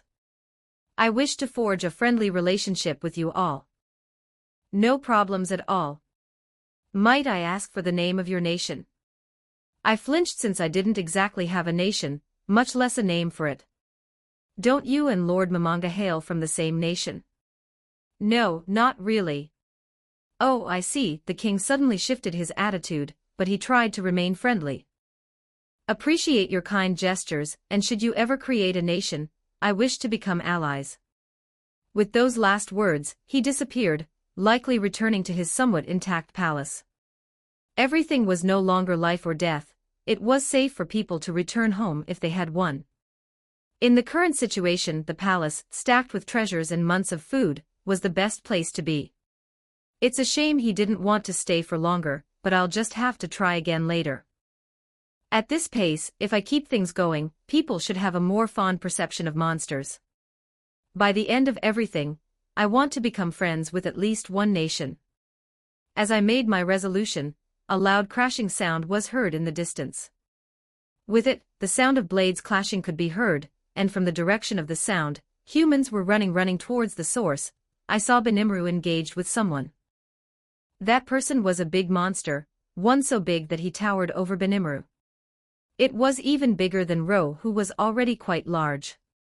Said monster was covered in blue scales, and it had a giant green eye in the middle of its chest.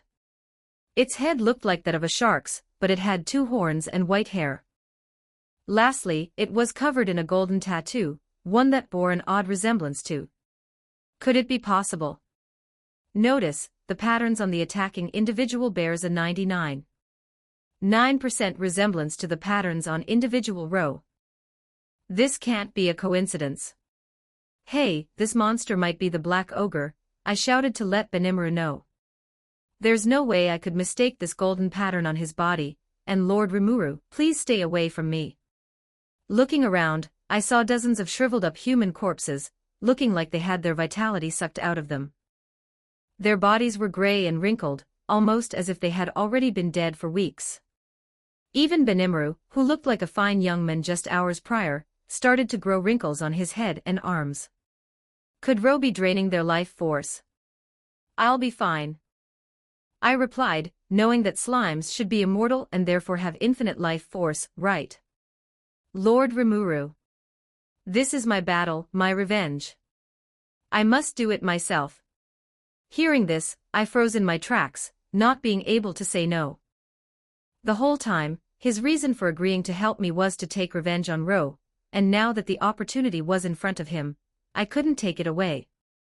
Unable to do anything, I stood on the side, watching, just watching. Chapter 44, The Great Eater 4. Esper Subject, G013, Esper Subject, G013, demonstrate your abilities.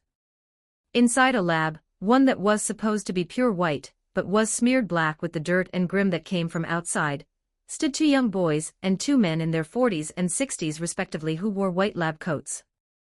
The older man had a receding hairline, one so bad that it was hard to tell if he still had hair. And the younger one, if a man in his 40s could be called young, had a dashing, long, and bushy beard and not a single strand of hair on his head. These 2 were the ones that the boys called father throughout their life. On the other hand, the 2 boys looked tiny in the giant room, as opposed to the men who stood on top of balconies 1 floor up. The 2 boys stood in opposite corners of the room, and were so small they looked like ants. Like an eccentric child observing fascinating ants, their fathers jotted down everything that was occurring. This was the boys' my chance, my one and only opportunity to prove my worth. Standing opposed to me was a disposable subject, someone who was gifted with a F-class ability called Stone Skin, unlike me who had an A-rank ability dubbed Devour.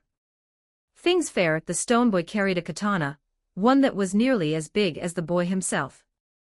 Did he have a katana? I don't remember this.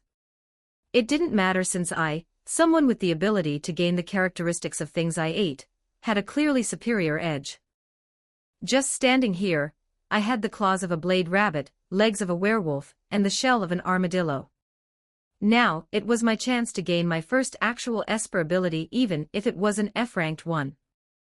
Without exchanging a single word, we both closed the distance on each other, my claw locking against his blade.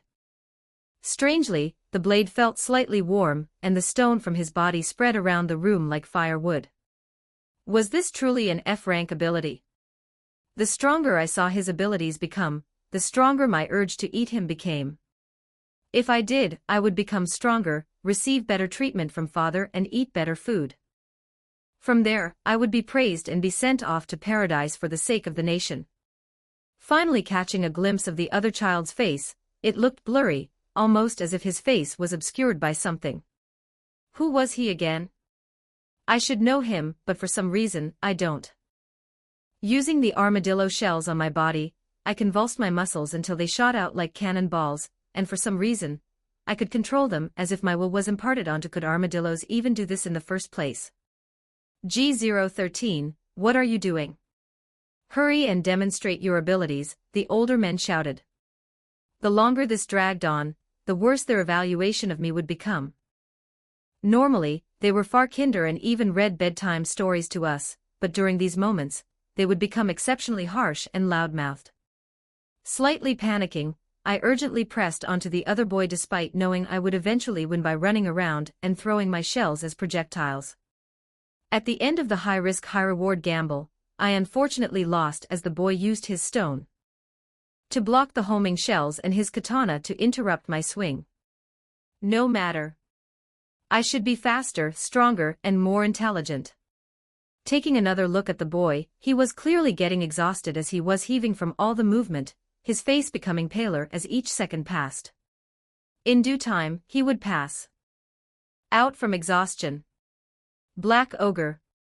Take the duel with honor and stop sleeping, the boy shouted with a raspy and deep voice uncharacteristic of a 9-year-old. Black Ogre. What was he on about? Suddenly, the boy shaped a stone sculpture, one that looked like a spider, and another one that looked like a wolf girl. Was this truly stone skin?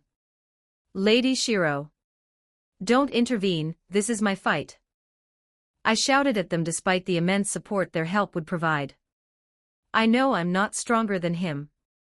If I was, I never would have lost in the first place. With their assistance, the 0% I have to win might just rise to a tangible number, but then it wouldn't be my victory. Don't be selfish, you bastard, Momiji smirked as she got into a battle stance. I got my own grudge as well. Same, Lady Shiro provided the same short answer she always did. Somehow, it was strange. In ogre culture, it was honorable to fight one-on-one, a tradition passed down through generations. Even if the odds of victory were near zero, one could not break the tradition. The only time where it was broken was when hunting for food or fighting off against invaders. In what was supposed to be a sacred duel, I felt an odd comfort upon breaking the expectations. Fine, just don't get in my way. You should be saying that to yourself.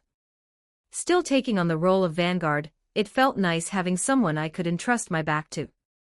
Only my clan, my family. At the very least, my sister was here, then everything would be with the addition of new fighters, the burden became lighter, and I could concentrate my firepower. Instead of sustaining flames around the field, I focused the magicules on my blade, attempting the technique that the Black Ogre used countless times, and the one that Lord Rimuru just showcased. I don't have any method to limit the dissipation of heat, so I intended on fine-tuning the magicule I used to prevent leakage. Since my magicule was already running low from battling the orcs, I couldn't use this technique for long. Black Flame Sheath. This was the name I would dub this technique. Optimally, I would use it moments before the attack reaches the opponent, but I wasn't at that level of proficiency yet. I had to make do with my current power. Young master, why do you fight? I remembered an old conversation I had with my swordsmanship teacher. To get stronger, of course. An amusing answer, but not quite correct. As you swing your blade, you will come to realize true strength doesn't come from unyielding might. No matter how tall a tree is, it will fall if it is alone. Back then, I didn't understand an ounce of what he was saying. I thought he was going senile after his age caught up. What else mattered in the world of monsters but absolute strength? Now, however, I felt like I understood the slightest bit of it. Ironic, isn't it? To think I would understand it not as I was chasing strength, but when I finally acknowledged my lack of strength. Hey, Benimaru, are you ready yet? Momiji nagged at my slowness as I attempted my new technique. Yeah, I'll take over now. I swapped places with Momiji, locking blades once again. I attempted to throw a feint, but upon seeing that the Black Ogre didn't respond to it, I disregarded any further attempts. It looked like he was fighting off pure instincts with none of the finesse he had once before. But this made things simpler. Like hunting a beast, they would always attempt to go for the most optimal move. Showing a weakness, they would recklessly charge it. Just as I faked an opening, he charged in like predicted, allowing me to deliver devastating. Normally, the right move would be to go for the neck, but the man I know wouldn't forfeit his life so easily even while unconscious, so all I could take off was his outreached And undefended arm. It regenerated. Tenacious bastard, I said despite knowing this wouldn't get a reply out of him. Repeating the same moves, the black ogre did not fall for it once again, but he failed to take into account Lady Shiro who was right behind him. With a move I've never seen before, she created a shockwave, if it was right to call it that. And the front portion of the black ogre's chest completely disappeared. It didn't explode. It didn't splatter. It also didn't have any impact. It simply disappeared. According to Lady Shiro, she attempted to recreate an effect similar to the spell that the black ogre used. I don't know the fine details, but she implied it was creating something that shouldn't exist, forcing the world to self-correct. Whatever the case is, hopefully it should be enough to wake the black ogre. Esper subject, G013. Putting aside my doubt, my only objective was to kill them. If this was paradise, I can't hesitate or be confused about anything. One must have quick decision-making skills to make best use of the resources at hand. Black OG, ROU. You bastard. Wake up so I can get the satisfaction of beating you. Boy spouted nonsense yet again, which I ignored once again. Hurry, G013. You are disappointing us, the men on the upper floor reminded me yet again. Despite wanting it to end, my swipes missed time and time again. Even against the bulky stone creatures, the spider and wolf girl were as nimble as flies, dodging each and every blow I threw at them. With each slash, the wind pressure would create slash marks on the ground, but the boy was unfazed by it. Though he would die from the slightest scratch, he persevered on and did not take a single step back. In fact, with the wolf girl statue that appeared just earlier, the attacks were getting harder till they were in near-perfect sync with each other, covering the other's blind spot. Were to throw an attack in the boy's direction, the statue would attack me from behind and vice versa. The spider, on the other hand, was running circles around me, throwing rocks at me. Normal rocks, but weird rocks that somehow expanded into giant, meter-wide spheres. Being carelessly hit by one of them, I lost one of my arms. Surprisingly, it regrew. Was this the werewolf's regenerative ability? Either way, it's good for G013, you disappointed us, the older man gave a remark before walking away. This was my chance. This should have been the moment where I ate him, gained an ability, and was sent off to paradise. From there I would have eaten people from other nations and gained their ability before eventually being sent to a different paradise. Distracted, the boy managed to get another one of my arms lopped off right before a rock flew into my face. Before I realized it, the rock took a solid chunk of my front torso out, and also sliced off my face. Being unable to see anything due to the lack of eyes, it felt odd that I saw the figure of a black-haired woman in front of me. She wore a white outfit, a mask, and had a petite figure. She looked surprisingly Japanese. Ro, she spouted a name I felt familiar with but had no idea who this Ro fella was. Don't narrow your vision. Look around you and at the many colors of the world. It's not too late to make things right. Out of nowhere, the scene changed, and I saw a red-haired ogre who seemed to have evolved. The wolf girl who barely escaped my mouth, and the spider who I encountered 2 times somehow, it looked like Shizue snapped me out of my haze. More accurately, I could feel the strain that came from Akashic records, one that blurred my vision and overheated my brain. Did Akashic records save me? Did it recreate Shizue from my memories? Unconsciously activate it? Right, I remember now. Back then, I hesitated to kill the boy with stone skin, but it doesn't matter anymore. Not like I can undo the past. After all, I did kill those father bastards with my own hands in the end, so I had no regret. Snapping back to reality, I looked at myself. I was covered in blue scales and immediately noticed I wasn't G013 nor an Esper. I was Ro, a black ogre who sought to gain more power, and in that search, I made many enemies before I was temporarily taken over by the weird, pulsating heart. As if a fog in my head was finally cleared, I realized in the past few months I've made a few irrational choices, ones that I wouldn't have normally made. I don't regret it since it made me stronger, but under normal circumstances, I would have stayed satisfied and steadily but slowly made progress. Oh well, it's too late to make anything right. I just need to eat all of them and continue things. Have you? The red-haired ogre, which I learned is a Kijin now due to Akashic records, spoke. I couldn't hear everything he said because the side effects of Akashic records operating on its own left me in a haze, but I could get the rough summary. Right now, everything seems like a blur, and I could barely make out the shapes of things in front of me.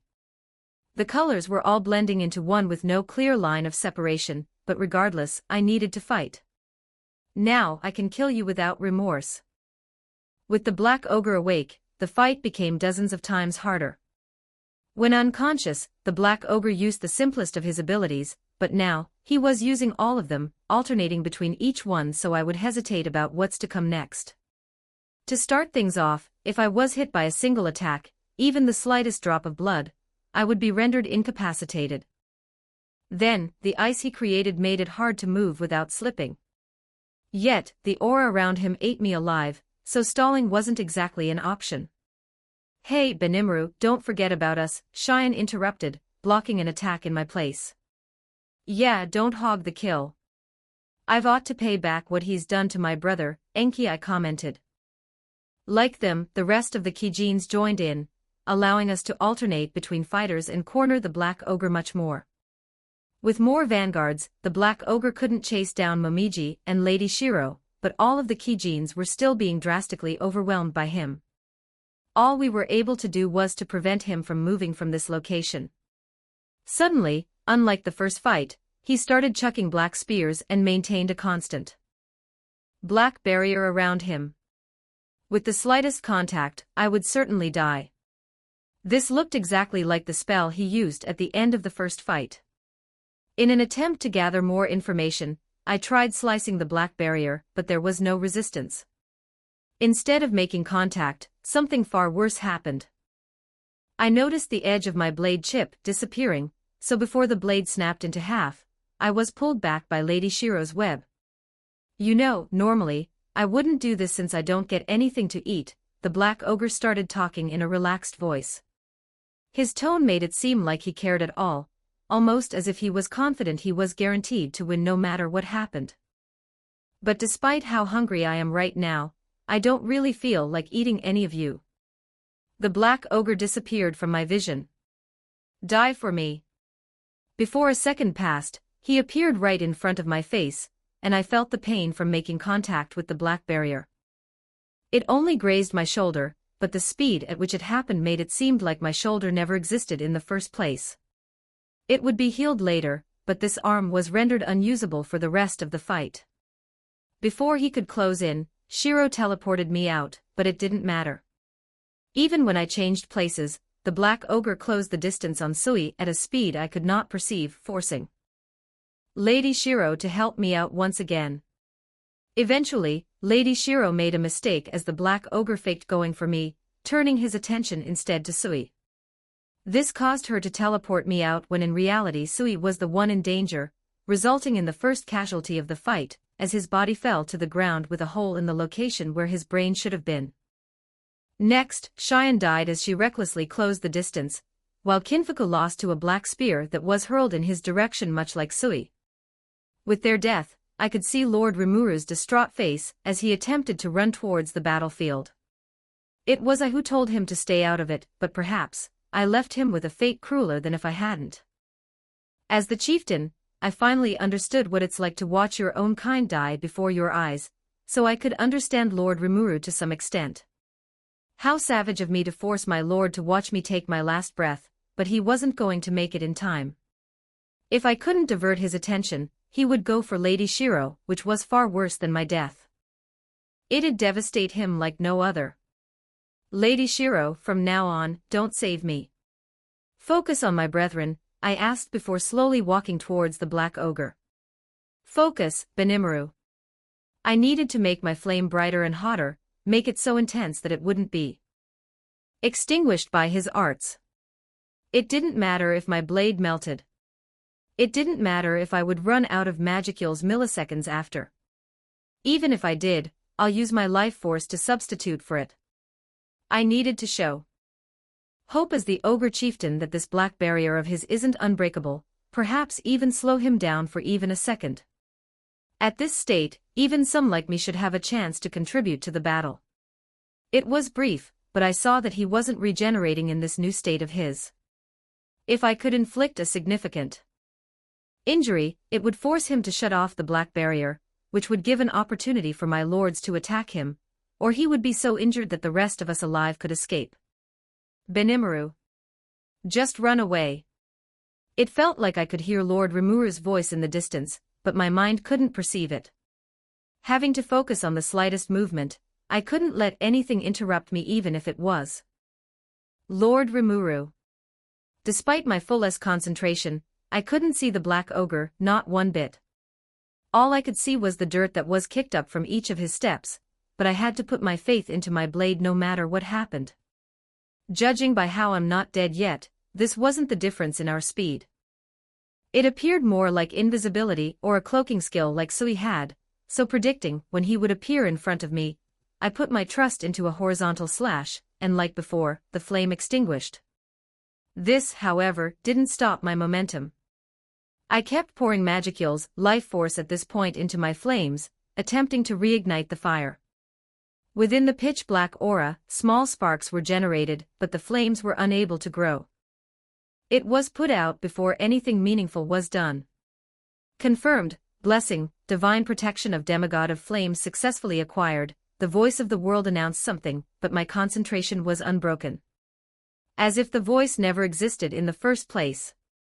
Suddenly, my vision grew darker. It seems I used up my life. But the flames lit up brighter than ever before, and I landed a hit, cutting his torso right in. It didn't come at no cost, but I achieved my goal. With the black barrier in such close range of me, and with my blade of flame swinging at such velocity, my hand dived straight into the barrier, and as such, my hand no longer existed. Following the momentum, my arm dived into the barrier, and next, my head was grasped. Ending my life. I wish I could have truly sworn fealty to Lord Rimuru. Maybe it wouldn't be so bad giving my all under a lord. Confirmed, individual Benimaru has successfully evolved into Apostle Kijin, Flames, Chapter 45, The Great Eater v. Chapter notes. See the end of the chapter for notes. Benimaru. Just run away. Rimuru shouted off in the distance, while I, blitzing around the fields, was doing my best to keep the Kijin safe. I say that, but it's really just Enki whom I'm teleporting all around. Lady Shiro, let go of me. Enki shouted so loud that my non-existent eardrums started vibrating. Don't let me be a burden. No, I refused. Even if it was a single person, I wasn't going to let him just die. I didn't understand how he felt, perhaps a little bit, but I couldn't fully comprehend it. Pain and rage in my heart, the feeling of losing not one, not two, but for close friends felt like someone was pinning a heavy height on my heart. It pained me further knowing that I'm not able to do anything, so I wouldn't dare wonder how Enki felt after witnessing people he's known for decades die in front of him. With the fourth death, and hopefully the last, Benimaru left behind hope.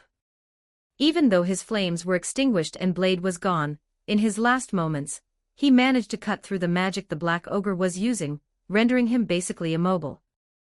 Before he hit the ground, I attempted to use my new technique, an application of space-time manipulation, to kill him. This ability, though I hate to admit it, was inspired by the black spear he used. I wanted a move that invalidated defense like his magic, but the problem was that I didn't know how his spells worked nor what element it even was. Therefore, I applied some physics I learned in a short video in my past life.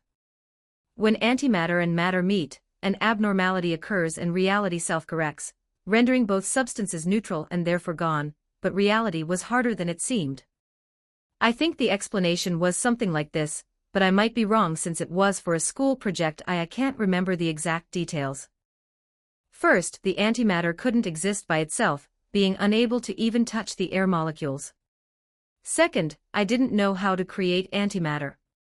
I'm not a physics nor science nerd. Was an otaku, right? Either way, I didn't know how antimatter worked. Well, what's the solution then? Inspired by a lesson on nuclear weaponry I was forced to take in secondary school, I decided to expand the space in a certain area so fast that the molecules would smash into each other, creating a nuclear reaction. As such, it wasn't exactly the defense nullifying effect I wanted, but it was the best thing I could come up with after a whole year of training in my room. I still decided to stick with the original name I came up with in hopes I would one day better understand how to do this. Void was the name of this technique. Using a ball of string I teleported under him as the origin, I activated Void, which should have expanded and finished my revenge once and for all. However, the barrier around him was still active, so it rendered the ball of string useless northwest matter how close I teleported it. I'm sorry, but I can't hold it back, Enki. I apologized before slipping from my field of view and rushing towards the Black Ogre's fallen body. However, he wasn't stupid, but he didn't know how to use Ogre Flame nor Black Flame like the rest of his kin did. All he could do was chuck rocks at him from afar. If a normal human was hit by the rocks thrown, it would have felt like a bullet, but for monsters like us, it was barely a scratch, much less when the one being rocked had a constant barrier around him. Guys, I'm sorry I have to interrupt your personal feud, but I can't stand this anymore, Rimuru said in an oddly cold manner, one devoid of emotions, while floating in the sky. Should have done this from the start. In the air, dozens of magical circles were created, each rotating around Rimuru as the point of. Without looking, I could tell this was an extremely powerful spell. What was the chant again? Oh well, it doesn't matter. Fallen down. Like Void, the spell Rimuru used couldn't reach him, disappearing before it could make. However, just because there was no damage doesn't mean there was no effect. Because the Black Ogre's technique was so potent, it even harmed himself. With enough time, he would eventually die. Likely because he realized this fact, his body started to glow like back then when I faced him with the Tengus and Ogres. Not allowing that to happen. During the one-day time skip, one of the things I learned was how to completely block teleportation spells. I wasn't going to allow the same thing to occur again. Using Isolator as the base, I used an art related to it, which I called anti-teleportation. Of course, I'm not dumb enough to allow my own skill to negatively affect me, so I could still teleport. Once that didn't work, he started rolling to the side like a fish on land. He even started to use his own arms to throw himself around on the ground, aiming to escape from the radius of the. He certainly did, but Rimuru's aim made it so that whenever he moved, the spell relocated itself to be on top of the Black Ogre, making true escape impossible. In yet another desperate attempt, he deactivated the barrier, allowing for his regeneration to take place, but he didn't forget about me, did he? Without his barrier, Void reached him. I intended to delete his whole body, but like the roach he was, he managed to dodge the move that was supposed to be instantaneous. After I finished this, I needed to fix this problem about Void. My first hypothesis was the fact that teleportation could be sensed by the other party if they were skilled enough, meaning the attack trajectory was predictable. Hey, go to hell. Momiji rejoined the battle after running around for the past 2 or so minutes, launching a kick right to his stomach. The moment she joined, she blocked off the Black Ogre's escape route, blasting him back into Void. It did slightly miss, but one of his arms was gone and so were a few of his organs. Like always, she managed to surprise me with how strong she was. Even at her first appearance, she was able to contend with the Black Ogre, losing only due to her inexperience. Now, with her loss and some training, she's on a whole new level of strength. Suddenly, he started growing fur, scales, and even an insect-like exoskeleton around his body. Even the ground around him started to form armor, and he reactivated the barrier, making all of our attacks useless again. However, the armor he just made would certainly make it more tedious to kill him, so now, it was a race to the bottom, one to see which one of us would run out of magicals first. For a whole 10 minutes, he endured Rimuru's spells, and at this moment, something about him changed. His armor started crumbling away, and his body was nearly fully regenerated, but instead of going for one of us, he went for the closest person. Enki, who had long stopped throwing rocks, tried to join in with Momiji, but quickly stopped as he realized he was a burden. Now he was just standing on the side, doing nothing but watching us. The problem was that he stood too close. Pushing through Rimuru's spell, the black ogre ran towards Enki as an animal would towards their prey, and the prey was Enki. "I'll take one more," the black ogre snarked before putting his arm straight through Enki's chest, and moments later, his barrier and armor deactivated. Without any protection and the full blast of Rimuru and my power, I left not a single dust of his behind. "Did we win?" Momiji asked. "Don't jinx it. You're not supposed to say things like this right after it looks like the villain," and almost unsurprisingly, Ro's body came back, but he did not move a single muscle. Was he unconscious? One more void should do the job. "Shiro, stop," Rimuru called out as he descended from the sky. "You know the deal I made with Momonga, right? We could use him to negotiate to revive the others who died." "Fine," I let go of my move, knowing that the revenge wouldn't be satisfying if my target was someone like this bastard. His life wasn't worth a single grain of sand compared to those who just died. Sometimes I must wonder what happened to him in the past for such irrational actions. Not one to speak since my only goal is to survive and have a lofty life, but it seemed like he almost didn't care for his own life. It's pitiful. In the midst of us talking, I saw the blue scales around Ro growing yet again. It started from a pulsating heart-like thing that was firmly rooted in his chest. If left alone, would he become the rampaging beast he was when he first appeared? Yeah, of course he would. If we wanted to make use of him, we needed to remove it somehow, so I got Rimuru's attention, pointing at the grotesque heart. My skill tells me this is some sort of parasite, and guessing from the situation it probably infected Ro and granted him more power. Moreover, it is a creature of Draconic, we should remove it, Rimuru commented. We can try. Shiro, assist me. Use your skills to isolate it. Then, I'll put it in my stomach. I'm not too sure what to do after that, but it'll work out. I gave him a thumbs up, the spider equivalent of it at least since I didn't have opposable. I'm all confident, but I've never really used my skill on others before, but hey, if I mess up, I'll just do better next time. Focusing, I designated the pulsating heart on his chest as the target, activating Isolator to start the removal process. I had to make the affected area big enough to include the heart, but not too big such that I could affect the black ogre. From there, Rimuru took over by manipulating my magicule, almost as if he was borrowing it. Didn't seem like it, but the heart had already embedded itself into every blood vessel of his, so the precision Rimuru had was outright scary. It was my skill, but at the same time, it felt like a different skill altogether. Once the target had been isolated, Rimuru activated the skill he got from Shizu to separate the heart from the black ogre. The moment it was detached, it tried to lunge at me, but no. This was my space and everything in my space was mine to command. With a mental command, I froze it in place, giving time for Rimuru to put it in his stomach. Now what? I asked. Well, I could just absorb it, but I've kind of lost the ability to do that.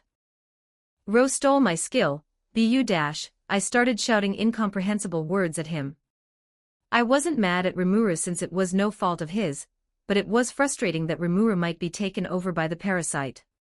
As far as I know, there should be no problem since not even Veldora can break out, but on the off chance something does go wrong, I'd rather not fight Rimuru. Let me finish. I still kept the majority of the abilities granted by Predator. Thing I lost was basically the one to copy abilities. Ain't that the most important one? How are you going to get stronger now? These questions and worries I had were let out by creating magical letters in the air. This was yet another technique I developed during my training. It's fine. I can just get stronger in other ways. Plus, it's not like you can copy skills, so I'm sure I'll be fine. You know, that's pretty reasonable. Rimura might not have as many abilities as the Black Ogre, but he still had a few he has yet to master. If anything, our opponent just showcased what could have become of Rimuru. Though the Black Ogre had so many skills, he really used a few in the fight despite each one having such great potential. Oh, also, I reached level 100 at last. Tomorrow, I will be a new man.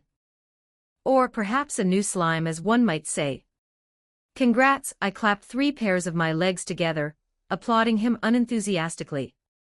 Sure took long enough, so long in fact I'm already in my 10s. It's not a lot of progress. Probably like how leveling up in games works, the stronger I am, the harder it is to level up. Still, I'm proud of my progress. G013, you disappointed us. I'm taking it back. A second, more mysterious voice that I've never heard of appeared in my head, but since I was barely regaining consciousness, I did not remember this. Get back here, I'll kill. I woke up in a setting unlike before. I wasn't in the laboratory, nor was I fighting against the spider and her friends in the destroyed kingdom. I was in an endless grassland, one that stretched as far as the eye could see. Within my sight, there were no entrances nor exits, but something about this place feels artificial. The clouds never moved, nor was the sun bright enough to burn my eyes. Moreover, the breeze felt cold, unlike what the summer setting of the grassland would suggest. Thinking back, the memories of the fight suddenly started flooding back. Did I lose? What a shitty situation. I need to get back on my feet, find them, and kill all of them. Don't narrow your vision.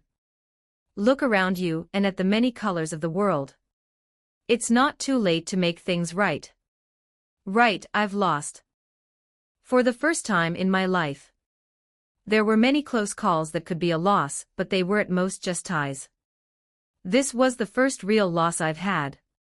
Not only was it a loss, I've been spared by those who should have killed me.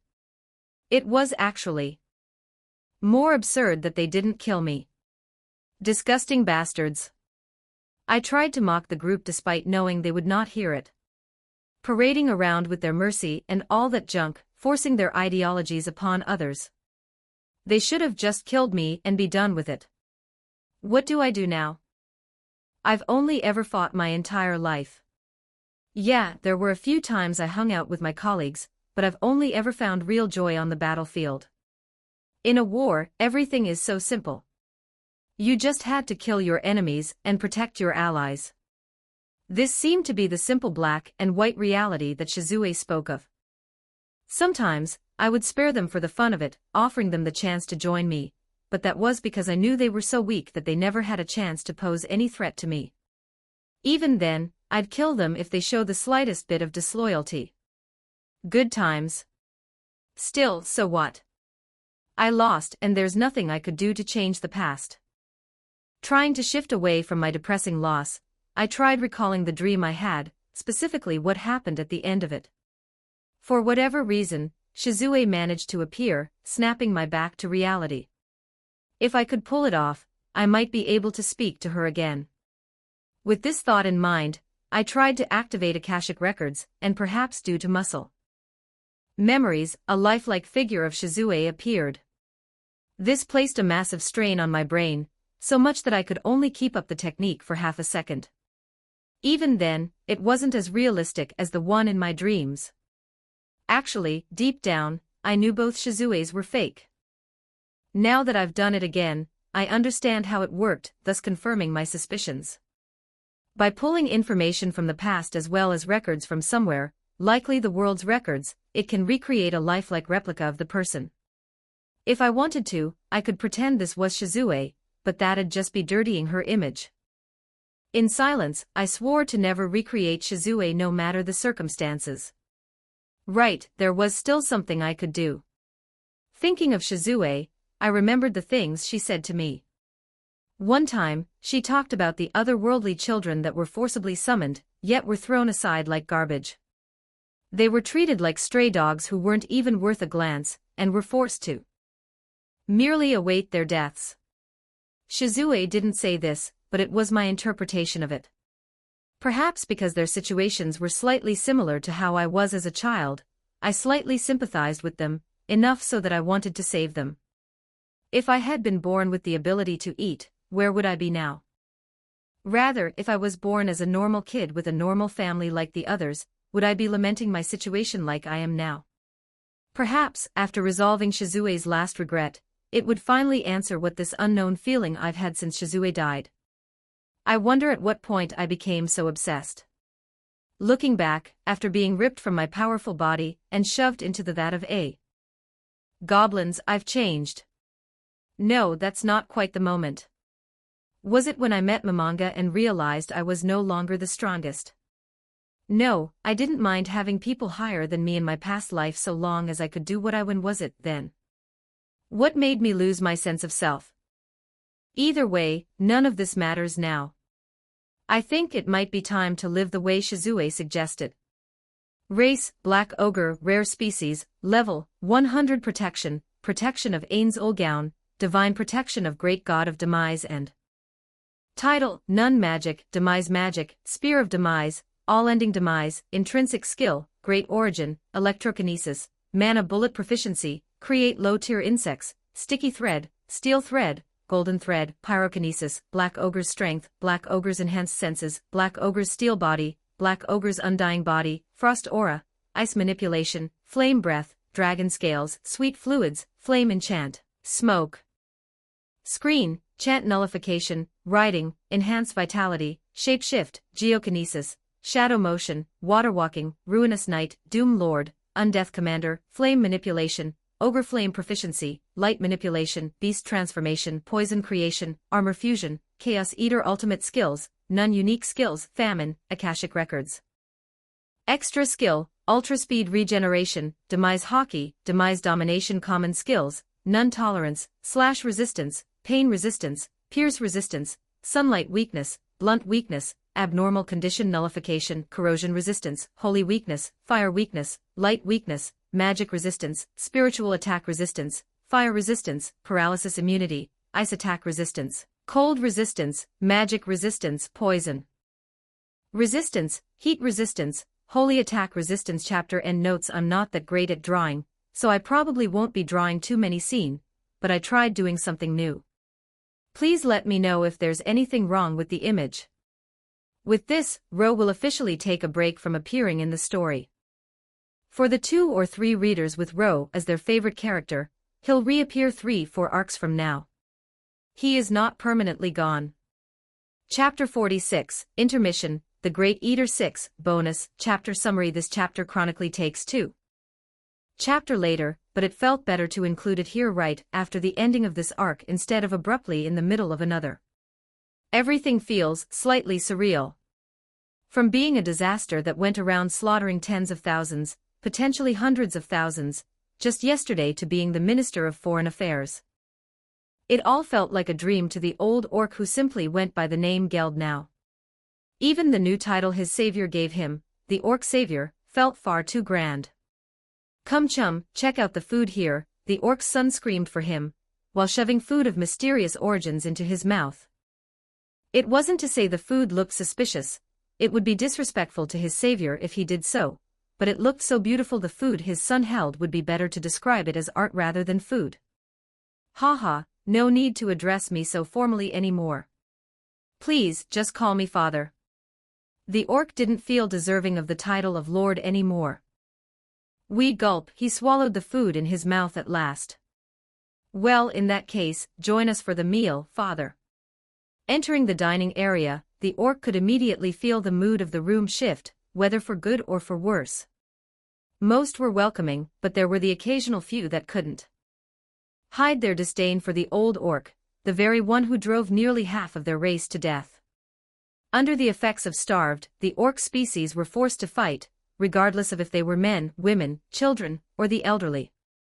Monsters typically didn't care about losses, but after the recent tragedy, something changed within all of them, and even some of his own kind started despising their lord. Could it be witnessing the slaughter at such a massive scale that triggered the change? Was it the death of their own kind, or maybe it was the one who saved them all? This was very clearly evident in the fact that the only orcs that talked to him were the warriors of their respective clans. If he died back then, perhaps the orcs would be able to live happier, or he might have been remembered as a martyr, however horrible he was who tried saving his kind. The other orcs shouted, to which he once again had to correct them about his current position. After all, he was no longer the lord, but was simply an orc just like they. Can you believe how clean this place is? I could lick it. One of the orcs proclaimed. Talk about the food first. To think they have enough to spare for more than 100,000 individuals. Well, they continued to talk until their lord took a seat, inevitably causing them to silence themselves. He didn't say anything, but the difference in ranks simply couldn't be ignored. Looking at the food closer, it looked like bread, but the shininess was akin to that of golds. There were vegetables greener than any grass he's ever seen, and meat so perfectly cooked that it looked like it could explode at any moment. Then by the side, a full bowl of some white substance, which looked like the wheat grains they once grew but whiter and fluffier. On top of the rice, there was meat with so much fat within it that it made him question whether the animals that came from ever had any joy in all of the meat he's eaten before was purely red, lacking any signs of intramuscular fat. Were they merely raised for the sake of being slaughtered for food? You dirty swines, come at me. The orc recalled the scene of a man who shouted at the top. It was a mysterious act, one that decreased his odds of survival by tens of folds. Basically guaranteed his death, but oddly enough, he bore a smile on his face through it all. For a mere 2 minutes, he managed to divert the orc army's attention away, giving the other humans who were present at the time 2 more minutes to escape. A mere 2 minutes, and it could mean life or death. Somehow, the orc couldn't bring himself to eat this. Sorry, guys, I already ate beforehand, he lied, not wanting to ruin the mood. I think I'll see myself. Oh, you dash, who dares not eat my food? A voice the orc somewhat familiar with came from beyond a door to his left. The sound of a door slamming against the wall as the giant orc came rushing out the room, and up into Geld's face. Was it you? He pompously asked. Despite being half the size of the orc he was berating, his presence could not be ignored. I asked. Were you the one who didn't so much as touch my food? He shouted, spitting with each word he took. I apologize, head chef. The orc backed down without even refuting, realizing the man before him was likely the head chef of this place as well as the orc whom Amanga summoned, but I've already eaten before. I remember the name, face, and time of every monster who passes through here, and I do not recall seeing your pathetic face here. Head chef, please retract that statement. Our lord is anything but pathetic. One of the orcs tried to stand up for him, only to be quickly shut down. What word other than pathetic do you call a man so burdened by his past that he cannot bear to look at the future? He walked closer, making the 2 orcs practically touching chest-to-chest. From an outsider's perspective, it appeared somewhat comical for such a small man to be showing such bravado, but one being confronted couldn't help but think his actions were admirable. I don't care what's burdening you, but you ought to eat every meal like it's your. I will not allow you to be the first customer to leave unsatisfied. Really don't like eating, though. He tried refusing one last time. You will be coming with me. You will work till you can no longer refuse to eat. He started dragging Geld by his arms, leaving deep hoof marks in the ground as Geld was dragged. To think such great strength could come from someone who's not a warrior. And with that, they entered the kitchen. Table 53 requested a whole roasted cow. One of the maids came rushing into the kitchen, screaming an order as she placed a small piece of paper on the countertop. Table 48 needs more food. They want something with more meat.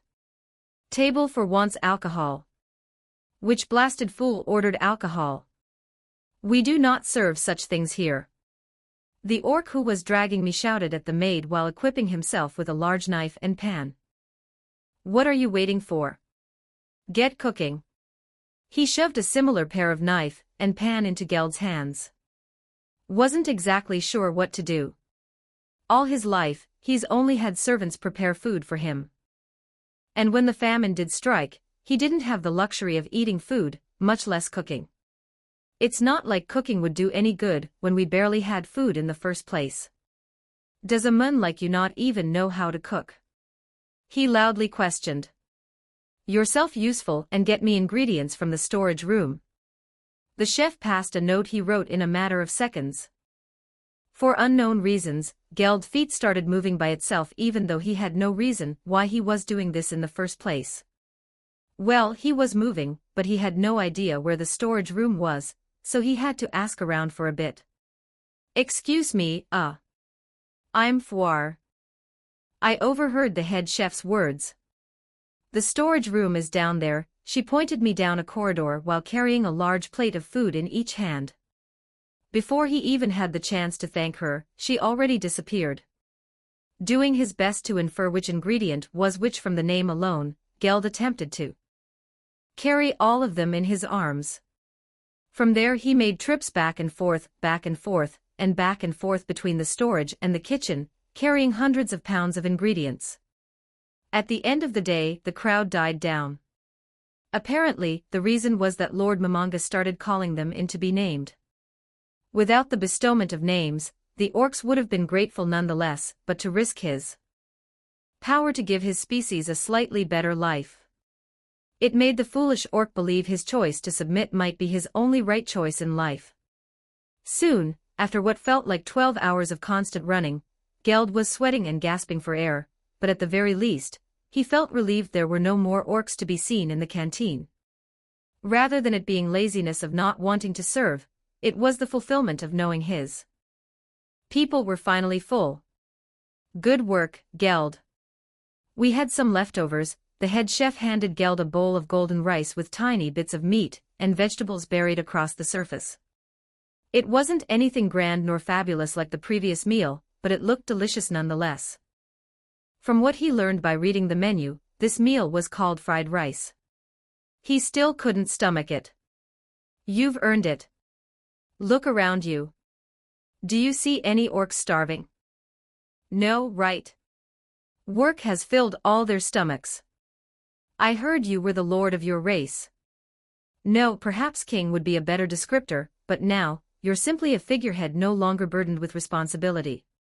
Even I, as head chef, would sometimes fear the possibility that I can't bring a smile to my customers. Automaton certainly was a challenge. The first time, I failed and she left all angry that she couldn't eat. Well, my disappointment might have amplified how I viewed her, but I failed her nonetheless. From there I improved my skills, learned from other trades. If it meant I could make CZ happy, I'd be willing to do anything, so what good does it do for you to be so stuck in the you ought to look to the future, look for what you can do to redeem yourself, and to do that, you must eat to live another day. Somehow, though the reasoning was all over the place, and Geld could not relate, he started moving his hands, scooping up the rice with the spoon in his hands. Blasted bastard. Look at you now. He strongly slapped Geld on the back, almost causing him to drop his food, but he managed to not stumble over and catch himself. Come down here anytime, and I'll make food suitable to your taste. Could I learn to cook? Someone who has barely learned to eat wishes to cook. All right, I'll work you so much that you wish you have the time to eat again. Thanks, I'm full now. Geld handed the bowl back to the head chef. Chapter 47, Official Recognition. On the day of the orc disaster incident, Rimuru finally reached the limit of his existence, allowing him to experience the feeling of ranking up for the second time in his life. Confirmed. Level limit exceeded. Special conditions unlocked. Draconic lineage. Founder, Demon Path. Demon Path. There's no way this is Lord, right? No way this means Demon Lord's path, right? Either way, despite not wanting to be given a title as villainous as Demon Lord, Rimuru still remained excited for what's next. It was moments like these when one would unlock a new skill or finally complete their build that would bring upon the most joy. Come and show me the options. Rank up path unlocked, Kitchblack Ooze of the End, Superior Species. Upon seeing only one option, Rimuru felt slightly upset. For a moment, he'd thought the world was being lazy by giving him only one option, but given that power is power, Rimuru didn't have any room to complain. Nonetheless, the wording pitch black does irk Rimuru slightly in the wrong way. Was it the color? But the name of the species might suggest that this species is of similar lineage to Ro. Would he go power-hungry like he did? After all, while not confirmed, Rimuru does have some reasons to conclude that one's evolution could affect their psyche. Either way, power's power, and the recent event has shown him that he needed more power, so he accepted the singular option. Confirmed, blessing, divine protection of Grand God of Demise and Origin successfully acquired, well, based on the recent message, that just about confirmed Rimuru's suspicions. In the past, Shiro once retold her conversation with Veldora, especially the part where she asked him about Ro's deity. Therefore, there was no doubt this was his divine protection. Due to recent recents, there might be some lingering hatred, but Rimuru lacked any desire to accept such a blessing even if it might be one of the strongest. Can't I cut it off somehow? Affirmative, strengthening soul's protection against external interference, Woa. Great sage. I didn't expect you here. Oh, that sucks. Requesting assistance from voice of the world successful excessive interference from detected, a similar, yet different voice, took the place of the great sage.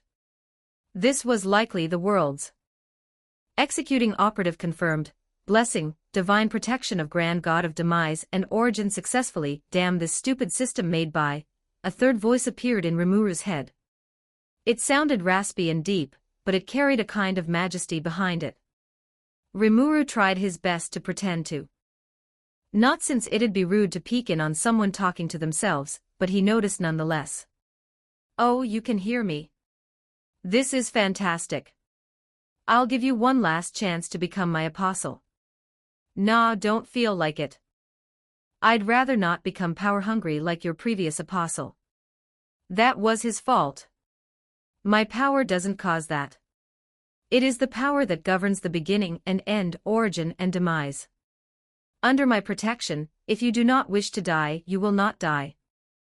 And if you do not wish for your opponent to exist, they will cease to exist. The best of all is that you will never stagnate, never get bored, and will always be the central figure of every major turning point in history for as long as you live. Giving it some thought, Rimuru quickly came to the conclusion that, yet again, he did not by being involved with every major event, it had just sounded like a pain. For someone like Rimuru who just wanted a relaxed life, this was the exact opposite of what he wanted. He didn't say anything for a while, making him think that he was gone, but somehow, I could feel his rage despite not seeing nor hearing him. Accursed high species, always pretending to be better than gods. From his voice, so much anger was felt that it was impossible not to notice. I will curse you. Curse you, Rimuru Tempest, to be forgotten into the annals of history. You shall live a life of regret, suffering for eternity, and never knowing why it ever restoring system, like so, a heavy curse was imprinted onto Rimuru's soul, one he would not come to notice until months later. Even now, he was no longer aware of what transpired in the past few minutes, forgetting it even happened. Rank up path unlocked, golden-crowned king slime, extinct species, one option. Well, it sucks, but it's not so bad, Rimuru thought, unable to recall the prior evolutionary path he just saw. Confirmed, individual Muru Tempest successfully evolved into King Slime, superior confirmed, intrinsic skill, Lord of Slimes successfully acquired intrinsic skill, Lord of Slimes attempting evolution based on individual Muru Tempest successful, intrinsic skill, Lord of Slimes evolving into intrinsic skill, Lord of extra skill, Black Flames and extra skill, Black Lightning has merged into extra skill, Black Flame Thunder common skill, Coercion has evolved into extra skill, Hockey requesting integration of Charybdis core into individual Muru Tempest's evolution accepted notice, attempting to integrate Charybdis core into individual Muru Tempest. With the Great Sage and the voice of the world exchanging messages like this, it became hard to keep track of who was who, especially when their voice sounds so similar. Successful, Charybdis core successfully integrated confirmed, extra skill, gravity manipulation successfully acquired confirmed, extra skill, magic jamming successfully acquired confirmed, extra skill, ultra speed regeneration successfully acquired. Confirmed, merging intrinsic skill, absorb and dissolve an intrinsic skill, self-regeneration into extra skill, ultra-speed regeneration, and so commenced the longest, unskippable cutscene Rimuru ever. He tried his best to keep track for future reference, but eventually, the speed of the announcement became so fast that it was impossible to keep track. More accurately, he got too bored to want to keep track of it. Confirmed, extra skill, fossil restoration successfully acquired attempting to merge fragments of unique skill, predator attempting to merge fragments of unique skill, predator sacrificing intrinsic skill, lord of monster to merge fragments of unique skill predator successful. Notice, individual Muru Tempest has acquired unique skill, harvest. I'll just ask Great Sage for a rundown of the abilities later. Alright, new day, new me. And so, today was potentially the most nerve-wracking day of Rimuru's life. It was time to meet Momonga.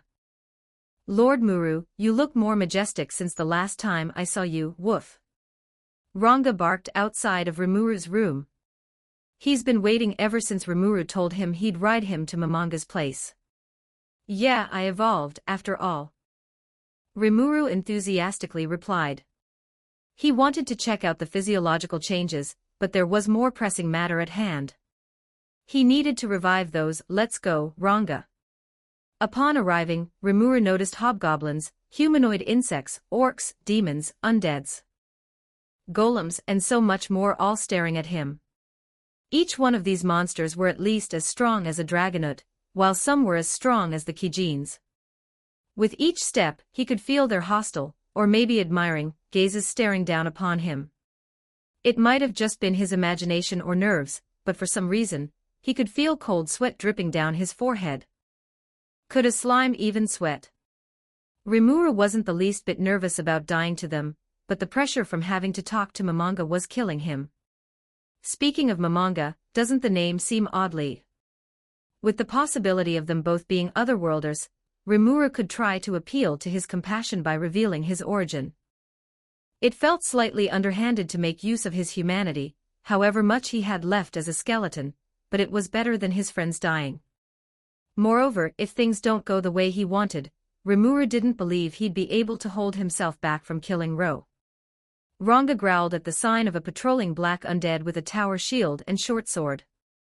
During the war, this type of undead was the most prominent in his army. What's wrong? Rimuru asked. I'm fine. These ones just remind me of the day before I met you. Ah, Rimuru realized what he was talking about. He recalled back to the beast invasion when he first encountered the lizard men. Back then, Ranga had told him that he had seen a black undead, leading him to believe they might be linked to the ones present. We'll talk about this later. Of course. Are you Sir Muru? A gray-haired hobgoblin wearing a butler suit walked up to Rimuru as he approached the palace. Despite wearing the full butler attire, the almost 2-meter-tall physique seemed to give a different type of vibe. Lord Momonga has been expecting you. Please, follow me. He spoke in a mean and loud manner, but his words were gentle. It felt contradicting and weird. Walking through the palace, there were only a few maids, a number that's far too small for a palace, far too big. Then, there was another butler, one slightly shorter than the hobgoblin leading me, but unlike the hobgoblin, it was impossible to measure his magicules. Sir Rigard, are they the guests? The old man spoke to the hobgoblin.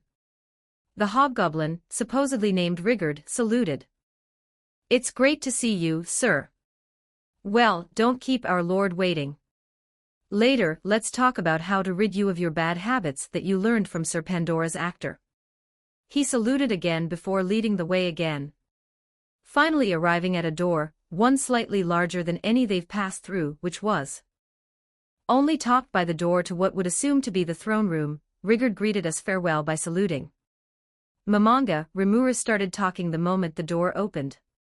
It's time for you to keep your end of dash. Did you bring his body? Momonga spoke without looking up. Not only was he buried in paperwork, he was going through them at a rapid pace. Of course I did. Rimuru unveiled Tonkei's body by removing it from his stomach. Same time, he revealed the other monsters that died. I believe I said one. Momonga finally dropped his pen. Do you make a fool out of me? It was your companion Ro who killed them, so you should dash. I should revive them as compensation. No, his actions were his alone. Well, would you trade his life, then? Ro is imprisoned in our base, Rimuru declared. Ro passed out. Shiro trapped him within isolator to prevent escape. If they wanted to, they could just let him starve to death or naturally dissipate like what was going to happen to Yes, but it was punishment far from enough for what he's done. You wouldn't dare. Momonga's voice remained calm despite his annoyed choice of words. Not only would you lose your bargaining chip, we might just declare war on your nation. No, it'd be wrong to call such a shabby place a nation. It's more accurate to say, wild beasts. Make it quick. I'll be merciful and let you pick one. How could you? We're both otherworlders, aren't we? Rimuru revealed at last, hoping this would change his opinion.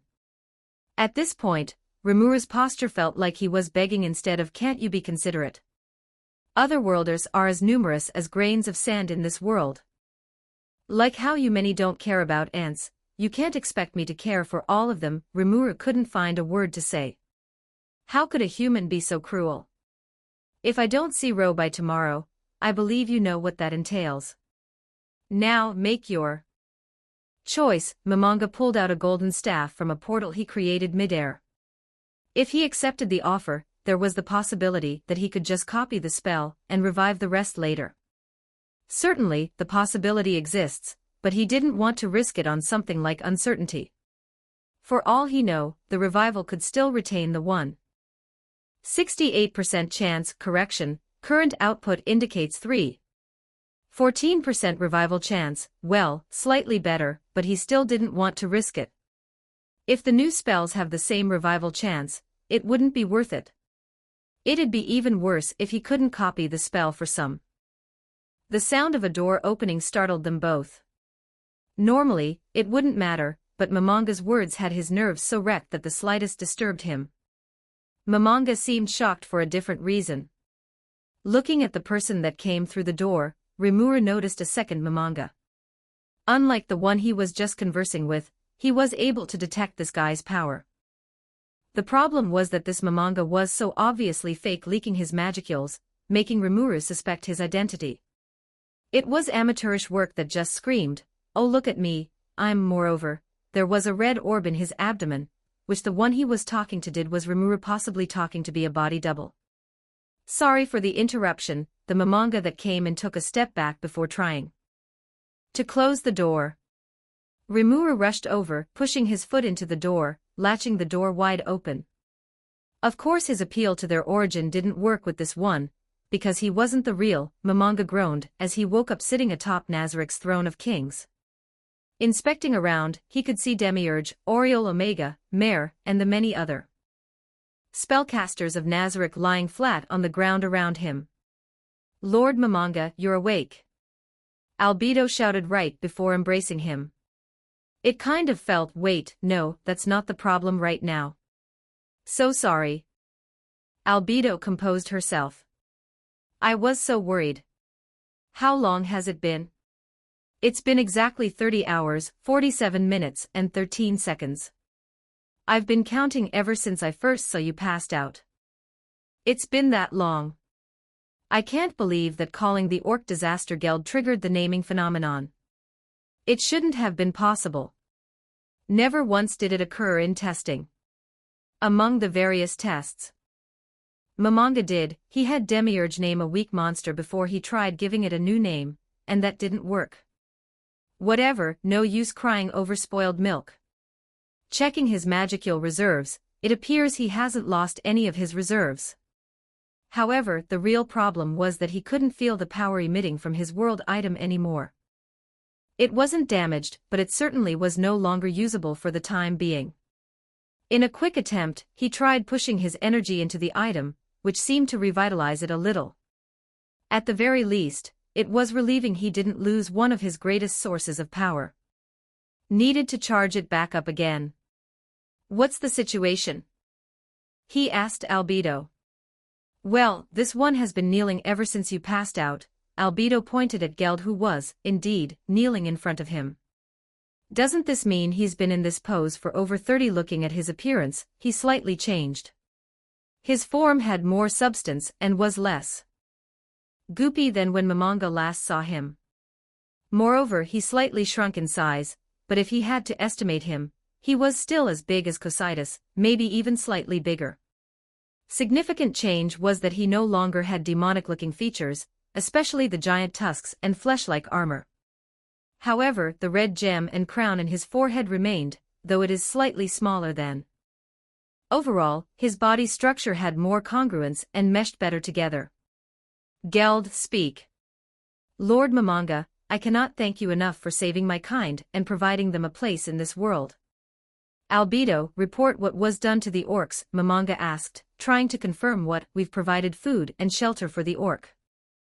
At the same time, they were taught essential life skills by Nazarik's denizens, ranging from farming, architecture, to even war tactics. Good, he praised Albedo, who overjoyed her a little too much. Returning his attention back to Geld, he spoke, Geld, you may live like an average man if you so wish. Longer bear the responsibility to carry your kind's fate on your back. Lord Momonga, please, let me serve under you.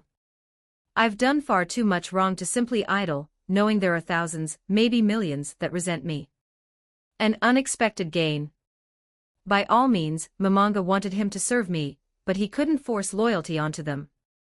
It'd go against his ideology of simply repaying kindness with kindness, so he's steeled himself to be satisfied with whatever outcome. After the orc disaster, now orc savior, was saved.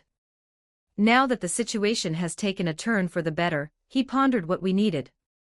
Could always create a new branch of the military. It felt redundant to have so much force dedicated to purely military.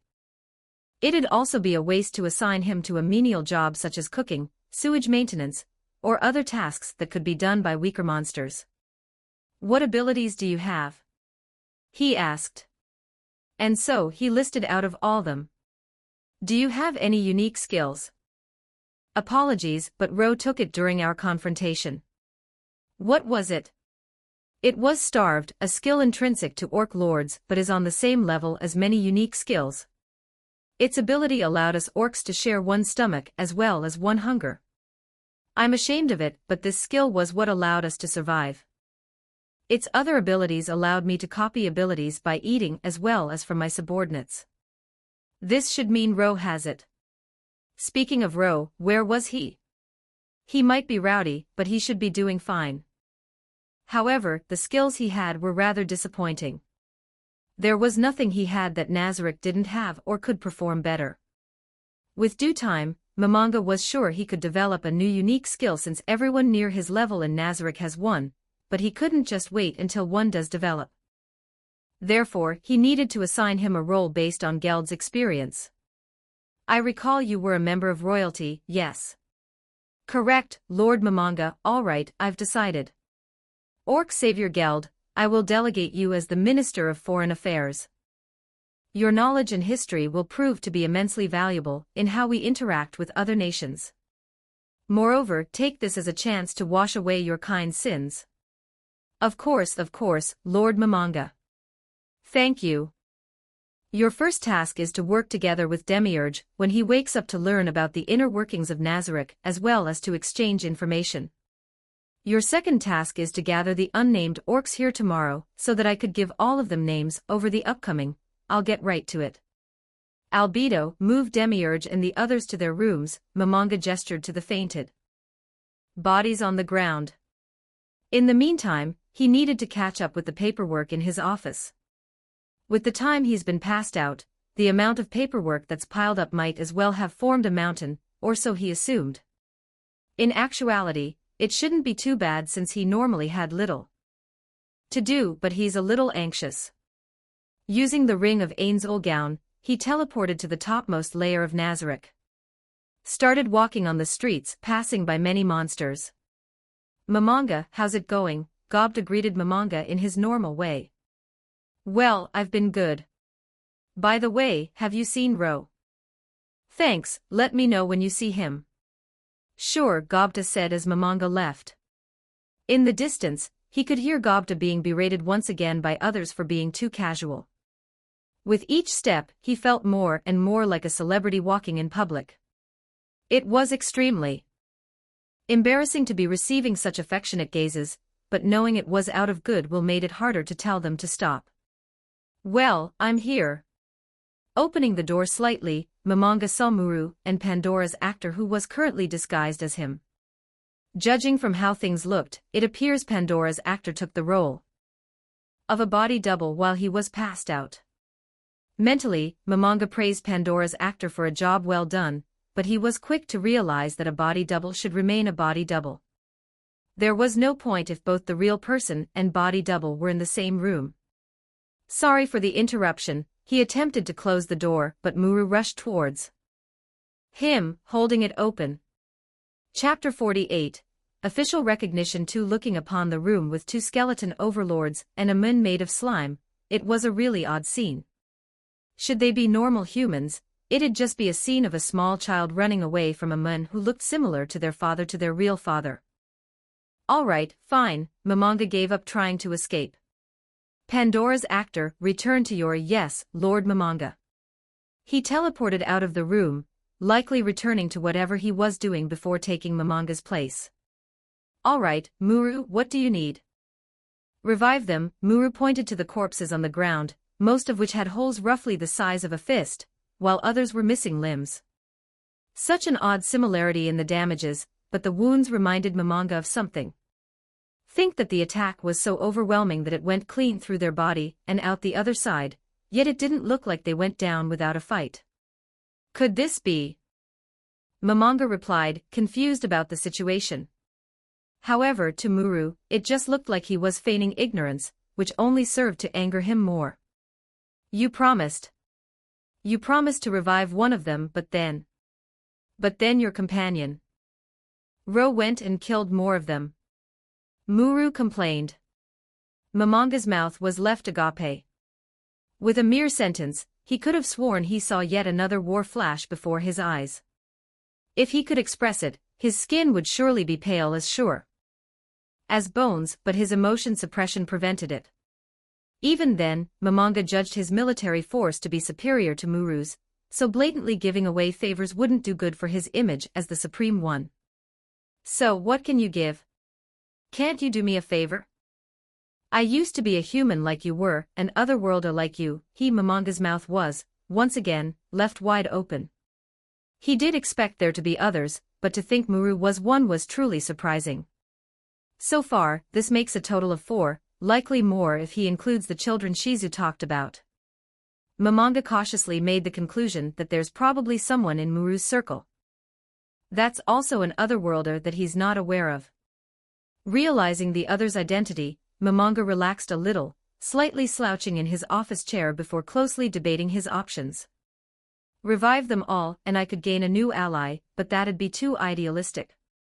Ro has already antagonized them, so the most I'll get is probably just neutrality. Deny the request, and we might have a war on our hands, leading to potential casualties.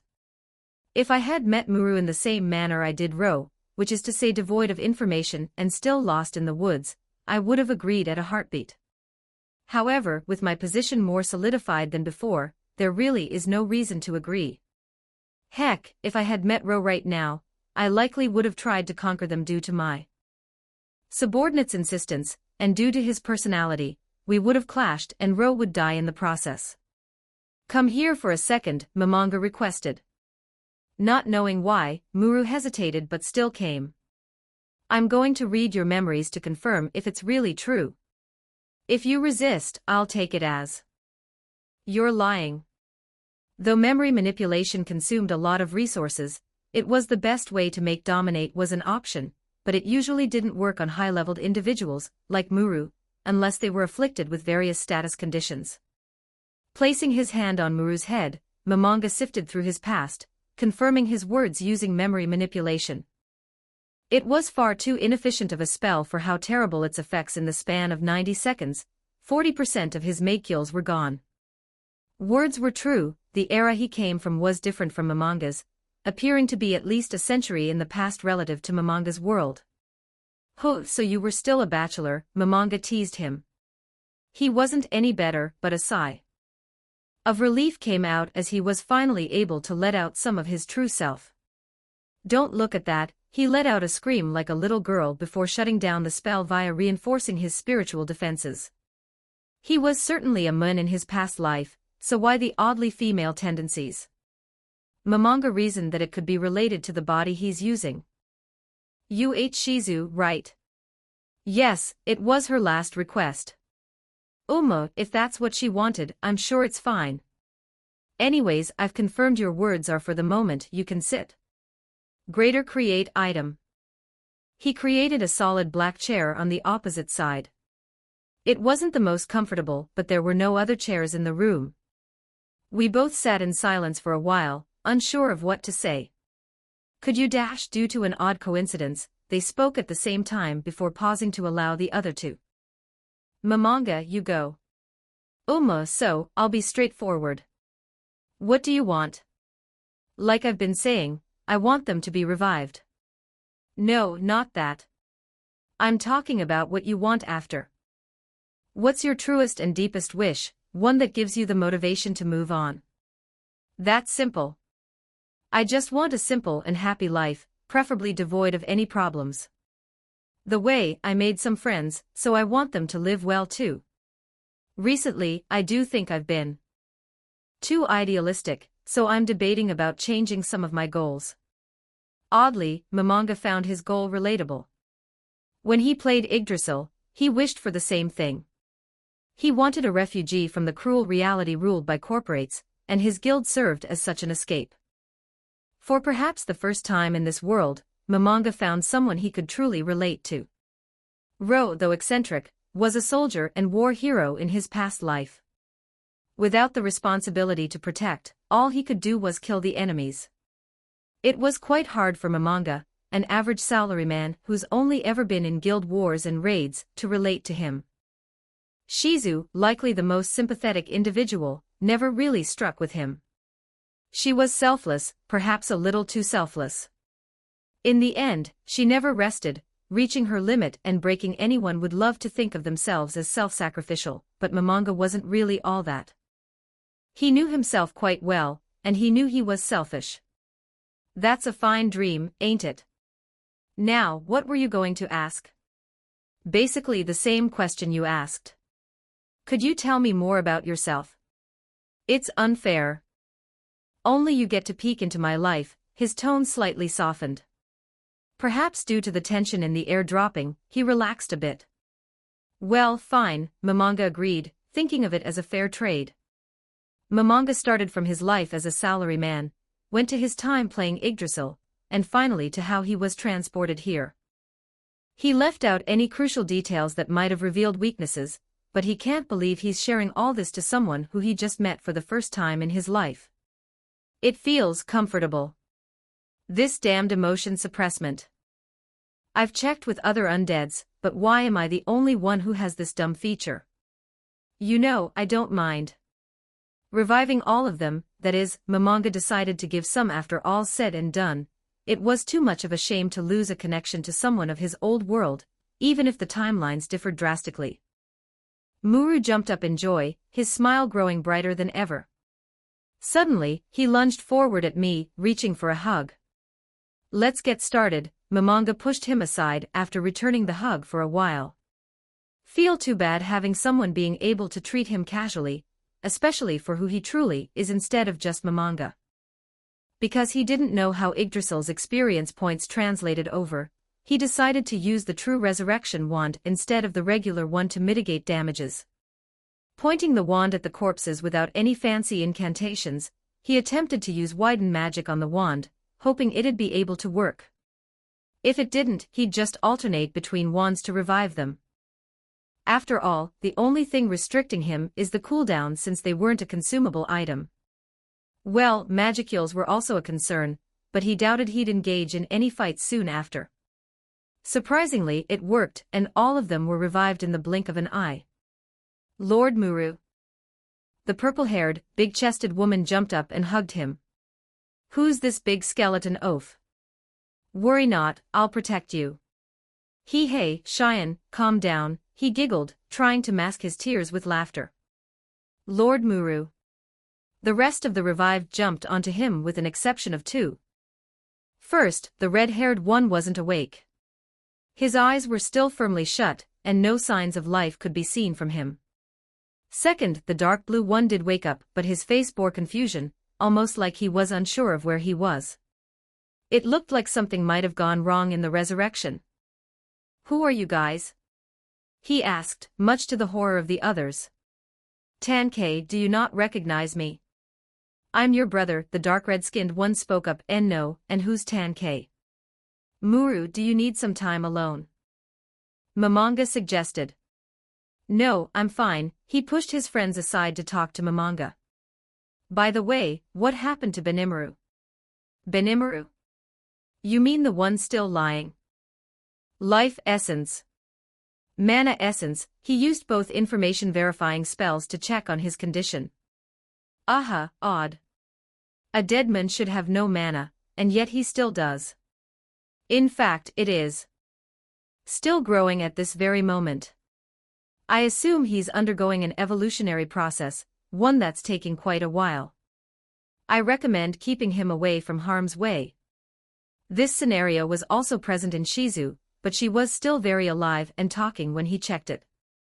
It would be wrong to equate the two, but it's the only example he could think of.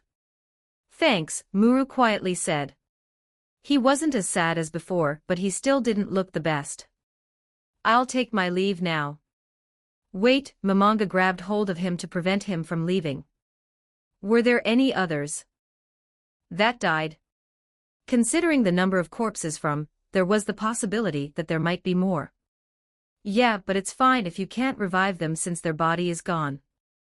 I'm already thankful you did this at all. It's not wrong to say he can't normally revive them, but the world item Hygeus Chalice can revive even without a corpse as a medium. Moreover, while he hasn't exactly confirmed it yet, there is a slight chance that NPCs could be revived like they could in Yggdrasil. The problem was that he was hesitant to use either method in case it might expose some of Nazarik's weakness or crucial information. Therefore, though Momonga desired a closer relationship, he chose to hide it and instead say something else. Sorry, but I can't revive without their body. However, I want to forge friendly relations, not just between us, but between our people as well, he suggested. It was naive, yes, but considering how many attempts Nazarik did to destroy them, this was the right answer. The first attempt was a confidential one when Ro encountered Muru and his friend it was a minor scuffle, but nothing major happened. The second attempt was when Demiurge sent a wave of beasts towards them to scout the forest's average strength. Fortunately, or maybe unfortunately for us, Muru found the lizard men and saved them. The third attempt was when Demiurge incited a demon summoning to kill him, after the previous failed attempt. Accidentally, Musasabi intercepted it and ruined the plan without even knowing it existed. Sometimes, he wishes they could tell him what's going on instead of assuming he knew everything. Lastly, the fourth attempt was when Ro almost killed the ogres and his spider friend. Ro almost died here as well, so it's a fair trade, except that Momonga also heard Ro did kill nearly 100 ogres and tengus, and also made the ogre tribe become refugees much like the orcs. Looking back, weren't we the group that showed all of the aggression?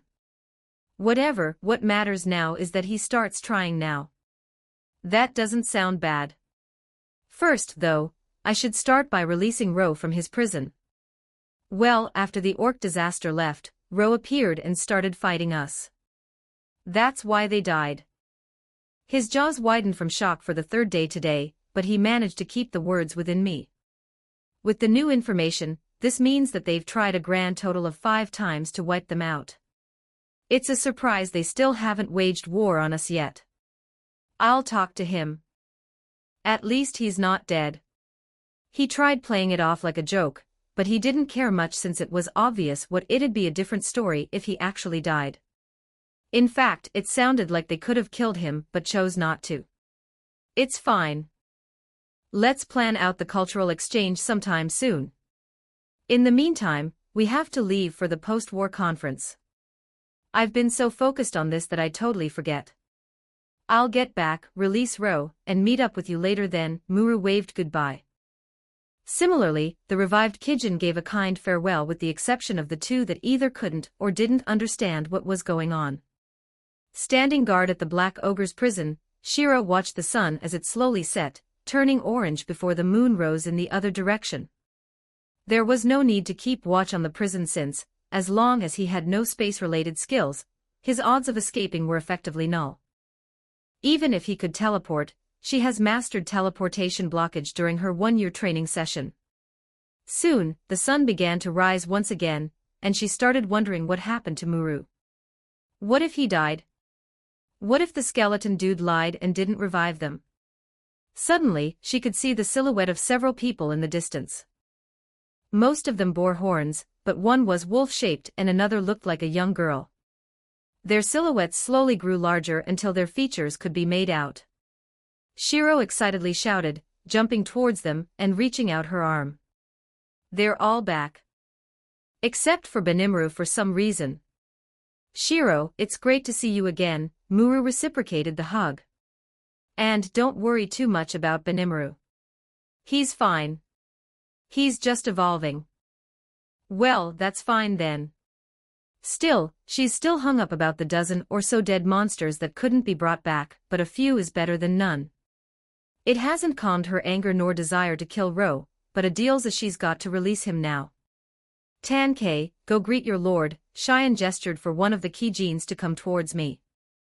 Tankei came running forwards like a child that barely started to walk. My lord, I greet you. What's going on? He was such an energetic young man beforehand, so what could have happened to cause a confusing change? He has amnesia.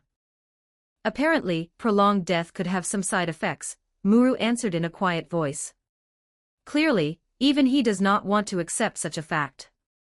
Despite the person very much remaining, it was also like he's no longer here. It'll be fine, Shiro tried to reassure herself. Amnesia is only temporary, right? Memories will come back one day, right?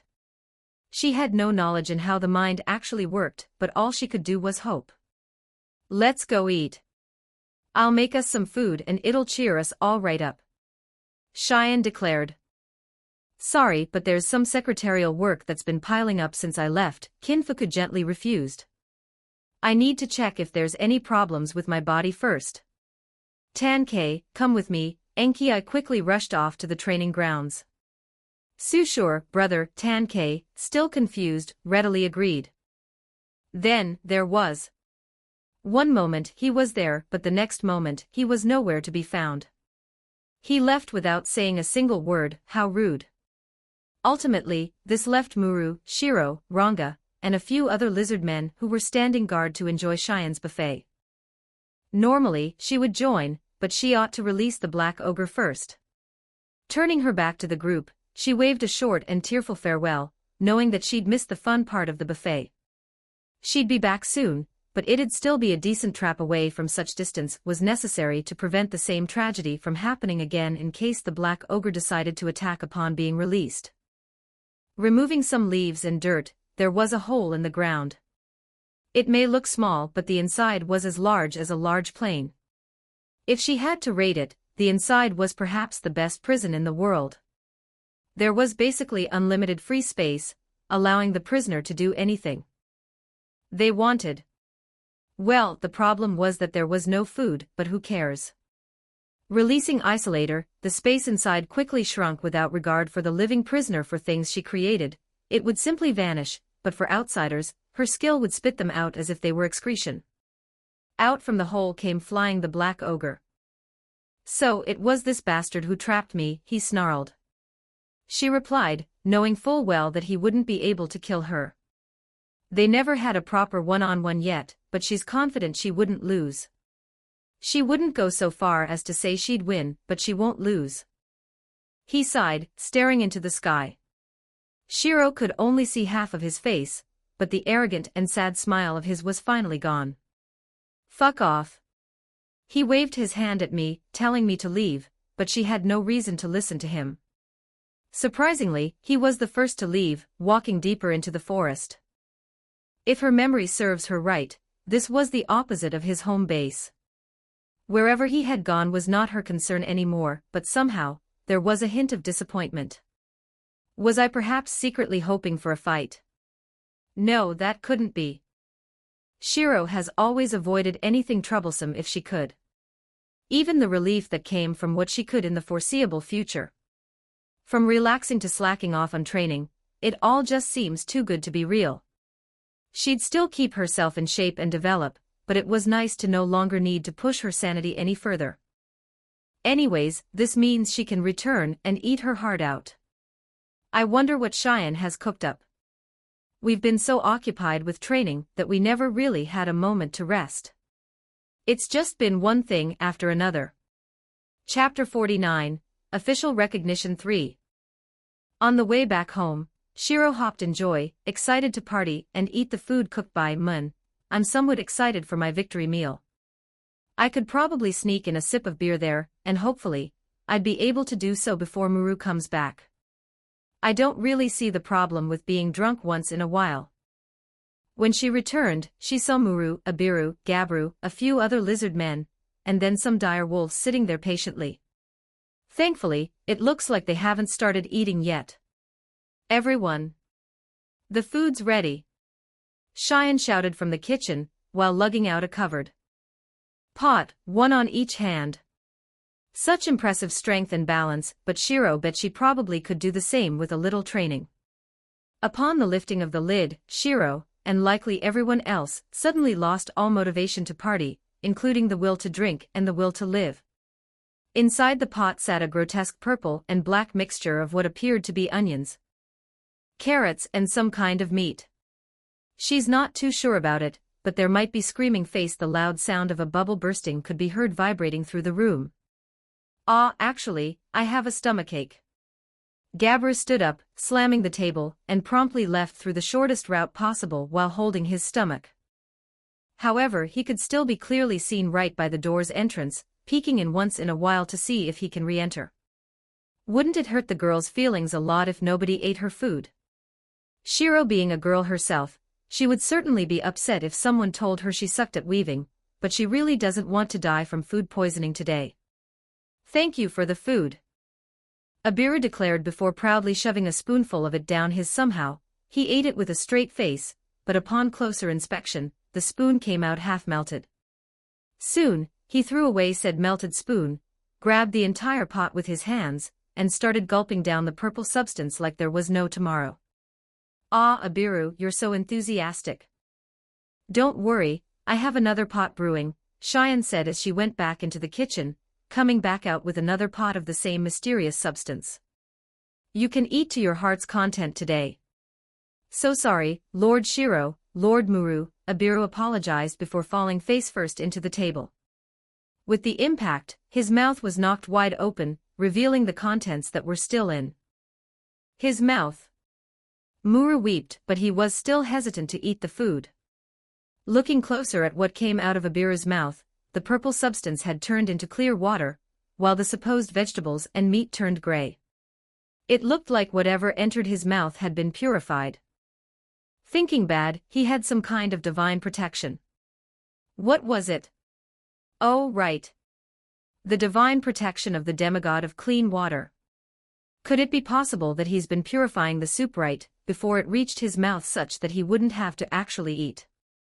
Could I do the same? Screw it.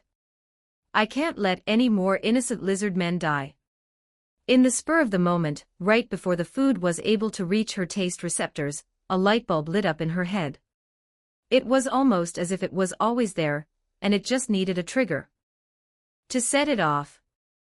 Isolator was an ability that took coordinates, separated it from the world's control, and made it Shiro's.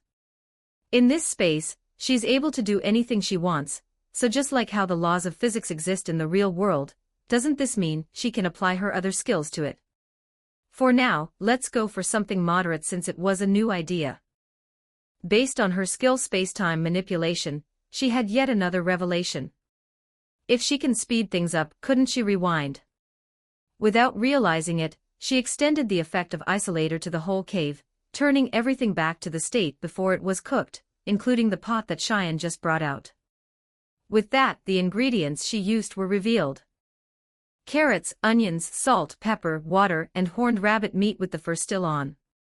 A cutting board. Charcoal. The strangest of them was a tree branch. Muru shouted, slamming the bowl he was able to swallow with me down. Are not ingredients you use to cook. It's what the adults used in my tribe. From now on, if you were to ever cook, you must get approval from Gabru before feeding Lord Muru. Please, I beg of you, don't bestow such a punishment on me. I'll no longer ask. For a name, please. Gabru begged. Like I said, it's not like I can give you a name even if I wanted to. You already have a name, Ru. Muru exaggerated Gabru's name to state his point, but for some reason, he started stumbling over. Somehow, he managed to catch himself before falling. Oh. Lord Muru, I thank you. His body started to glow slightly before settling. Now, I have a name from my lord like any other. As a new and better Dragonut, I will gladly endure Cheyenne's torture. Who torture? Gabru, I will gladly make the best of food just for you, Cheyenne said with a tone unlike the smile she bore. Well, all's good that turned out good. Speaking of which, what time is the post-war conference supposed to take place? 2 days from now, but don't worry, there won't be any problems. Shiro tried to ask who's going to which Muru somehow perfectly understood. It'd be rude if everyone came, so I decided to bring Abiru. Sorry, Shiro, but I don't think normal humans are used to spiders yet. Upon hearing this, Shiro felt glad since this means more days to laze around, but she tried her best to hide her emotions, showing disappointment instead of joy. If you really want to come, I don't mind. After all, there's going to be a skeleton there, so a spider should be no problem, Muru replied, not getting the sarcasm at all. No, she promptly refused before returning to her room to laze around yet again.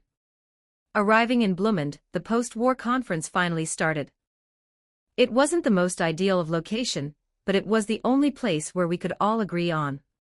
Preferably, they'd hold it in a neutral state where nobody holds sovereign over like the politicians in his past life do, but it appears such a concept does not appear in this world. In a roundtable fashion, 4 individuals sat in the center of the room, each with authority that could be said to be the top of the world. First of all, Drum Blumend, the king of Blumend and also the one most affected by the recent tragedy, sat in the east side of the room. Right by him were 2 knights. He couldn't exactly judge humans by monster standards, but their magicules aren't that impressive. Second, Gazel Dwargo, the king of the armed nation of Dworgen, sat by the west corner with 2 men by his side as well. One was a knight fully armed with black armor, but the other was dressed more elegantly. Their magicules were certainly higher than Blumend's knight, but the real outlier was Dwargo himself, who was on par with the orc disaster and therefore Mamanga. Third, in the north corner was a fairly young elven woman. It was hard to judge elves' age, but would it be fair to assume that she's the oldest here? Either way, Archduke Grimwald stood by her side, so she must be someone of even higher standing, maybe the queen. Moreover, there was a lightly armored knight by her side as well. Lastly, between Drum Blumend and the elvish girl was a fairly handsome, young Japanese. It might be a coincidence that he bore Japanese features, but he might be an otherworlder. Unlike the others, he only had a single female elf by his side.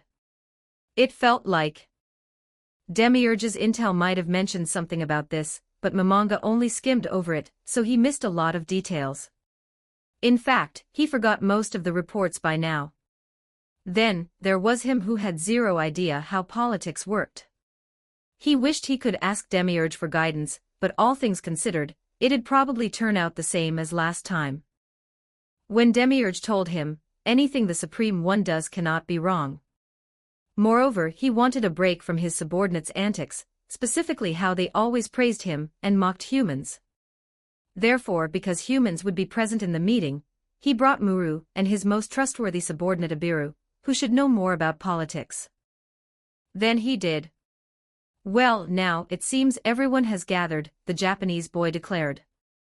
Kagrazaka, Guild Master of the Free Guild and the coordinator of this conference, swear to ensure no foul play is present. I, Gazel Dwargo, King of the armed nation of Dwargo, am present. I, Drum Blumend, King of Blumend, am present.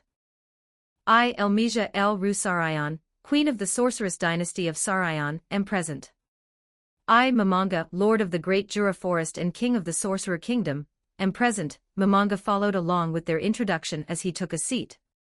It took some time, but the Guardians and Mamanga came together to decide on a name for their kingdom. They almost went with the Kingdom of Darkness because the Sorcerer Kingdom had overlapping naming conventions with the Sorceress Dynasty, but Mamanga had the final say, and he didn't want the name to be so edgy. It'd feel like he was in his Chunibyo phase all again if he went with the Kingdom of Darkness. Therefore they decided on the name we have now, which was the Sorcerer Kingdom. Great, the first topic of this conference is what to do with the orcs, Yuki started. Regardless of who started it and the intent, Sir Mamanga has decided to take in all of them. From the perspective of a guildmaster, adventurers are free to do whatever they want, so we don't exactly hold you responsible for their death. Still, your interruption has caused many adventurers to not receive their fair share of reward. We don't need compensation, but rather, we wish to establish a branch of the Free Guild within your city. Next, on to Sir Blumend. Sir Mamanga, like Guildmaster Kagrazaka, I hold no ill will, but we will request aid in repairing the damages caused by the orcs. No monetary support is required, but we do need more laborers due to the recent deaths. Now, on to Dworgan's request. I propose a cultural exchange and the establishment of a road between Dworgan and your city. The Sarayan dynasty doesn't need much since we didn't exactly do much in the war.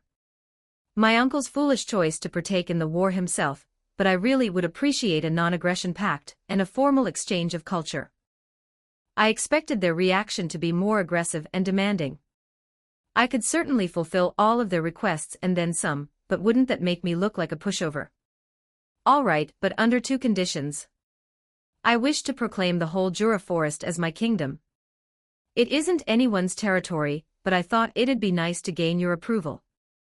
After all, isn't that how humans do things? Mamanga pretended to have just recently studied human politics. Should excuse any slip-ups he makes later. Second, I request to stop the subjugation of intelligent monsters. Should a monster attack first, you may do whatever you want, but do not needlessly call the monster population. The four of them all went silent. For the Free Guild, this would be a massive loss of revenue, so it was understandable why he was hesitant. Moreover, other nations might also benefit from something similar, so it'd be hard for them to comply altogether. I wish I could agree, but it'd be difficult for me to do so, King Drumblumend started. Should I outright ban subjugating monsters after the recent incident, I fear it might incite a revolution. Actually, I have no reason not to agree, Queen Elmesia nonchalantly said. With elves being half-monsters, our country already has a neutral stance towards monsters. We have a non-aggression pact with the demonic empire, so it really isn't hurting us. Exchange, I'd like to propose an alliance. The second clause I have no problem with, but the first is a little problematic. Dworgan does some of its operations within the forest, so claiming the whole forest as your kingdom will lead to border disputes. Like this, the argument went for 3 more hours, debating about how the reparations should be made, who should take the blame, the pacts to be made, and so on. This was giving Mamanga a real headache. He turned to look at Muru, but all he could do was shake his head. Similarly, unlike what Mamanga hoped, Abiru wasn't too familiar with human politics. Despite being the chieftain of his tribe, he never dealt with stuff like this before. The sound of a door slamming open so loud that it could burst eardrums vibrated through the air. It looks like those idiotics humans won't take you in. How about you become a demon lord? A golden-maned lion standing over 2 meters tall bursted through the door. Even without light coming in from the room, his fur glowed a golden hue, and his body was so majestic that a single ounce of fat could not be seen on him. Demon Lord. Gazel freaked out, while slamming the table. Lionel, dear, who invited you? Elmesia questioned. I invited myself. Got a problem? He provoked, giving a hand gesture that could only scream that he was prepared for a fight. Well, I'm out, Yuki withdrew, walking out of the room. Disgusting bastard.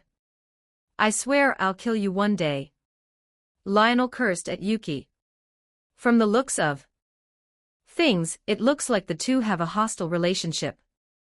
Anyways, what do you say? What do you want? It's simple, really. There's one law that stands above the rest, he raised one finger. Survival of the fittest. Show me your full power, and if I find you impressive, I'll acknowledge your territory and your status as a demon lord. Of course, this isn't official until Walpurgis, but I'm a pretty good judge of character. Should I take it? For a moment, Momonga seriously considered it. Was it better to stay hidden and gradually build fame, or was it better to be loped in with a group of the strongest? From Momonga the supreme ruler's standpoint, the answer was obvious, but as Suzuki Satoru the salaryman's standpoint, all he wanted was a peaceful life. It's not like there's a law prohibiting friendly relations with humans as a demon lord. Look at Clayman or Lionel for example. They're both kings of their respective nations with formal treaties with surrounding nations. Let's proceed right away. No matter how he looked at it, there were no downsides except for the aggression that might stem from Clayman. Wait, surely you're not planning on doing it here, are you? Elmesia questioned. I don't see a problem. Not like reconstruction will be delayed by much if a few more buildings are destroyed. Despite his clear declaration of destroying the place, King Drumblumand made no verbal attempt to stop it. However, it looked like his hands were shaking, likely out of fear from the present demon lord. Sigh, can't you be a little more considerate? Back in the days, I'll try holding back, he agreed before Elmesia finished her sentence. Momonga, we'll have to transport ourselves. Thank you, she left one final word to Drumblumand before departing. Consider this a you're still here, Gazel. He asked. My actions aren't of your concern. Fine, but you ought to let the past be the past. If I remember correctly, Demiurge told me Lionel once invaded Dworgen, so he was likely referring to that instance. Now, let's go, he gestured. Over the course of a few minutes, they walked over to a location without any buildings. To the recent disaster, many buildings were razed to the ground and this place, specifically, was wrecked so much that it might as well be considered the wilderness. I'll give you the first attack. He prepared himself, his golden aura flaring up. Momonga didn't want to expose his strength yet, but he might not have the option to hold by showcasing his power in public here. It basically made Pandora's actor's attempt in acting weak meaningless. Nonetheless, he still wanted to end this in one spell so as to not reveal too much. Grasp heart. No, Pandora's actor said he tried it on the orc disaster, and it didn't work, so there's no reason to assume it'd work on a real demon lord. Reality slash. It has high penetration, but the overall effects aren't impressive against a tank. Judging by his physique, it would be fair to assume his health would be quite high. Any super-tier spell? Most spells I own are either AoE spells or summoning-type spells. These spells aren't meant for one-on-ones, especially when I don't know the weakness of the therefore, Momonga only had one option. First, he started casting buffs in silence. Greater full potential life essence, no health. Am I missing some crucial information? Mana essence, alright, so mana still exists. Paranormal intuition, greater resistance, mantle of chaos, draconic power, greater luck, penetrate up. Greater hardening now, for a spell he's been experimenting with ever since he came here. Based on the idea created by the dubbed Project Thor, and the actualized weapon during WWII, he wanted to create a spell that dealt massive single-target physical damage to mitigate the problem of not having physical attacks. So far, everything's just an idea, and he hadn't tested this in actual combat, but theoretically, it should work. Boost magic, greater create item. First of all, a giant rod that could withstand the force of gravity and the friction that comes with falling down from space thousands, if not millions of miles per hour. Second, remove the friction of the object to allow for faster acceleration. Normally, in Yggdrasil, this would just mess with the opponent's control, but in the real world, it has so many practical applications. Greater teleportation. Third, teleport the object into space now that the needed effects are placed. Amplify natural force, gravity. Fourth, hey, Momonga, it's been 8 minutes. I know I said I'd give you the first move, but can't you be faster? Lionel complained. It's almost ready. Fourth, increase the gravity of the projected trajectory to increase acceleration yet again. Fifth, make the object unable to be hindered by anything that might hit it on the way down. It'd be really bad if the trajectory were to be changed due to a bird or debris in the air. Such a distance, anything could make it go off track. Widen magic gate. Lastly, create an infinite loop in space such that the object falls from one portal to another, effectively making the distance infinite and allowing for infinite acceleration. Now, since the opponent might detect the magic if he were to cast gate or greater teleportation to move the object above their head, he allowed the rod to free fall. If Lionel could dodge an object moving close to the speed of light, Momonga might need to re-evaluate his thoughts about how strong demon lords are. If anything, he might need to bow his head to Clayman to spare him if this spell was useless.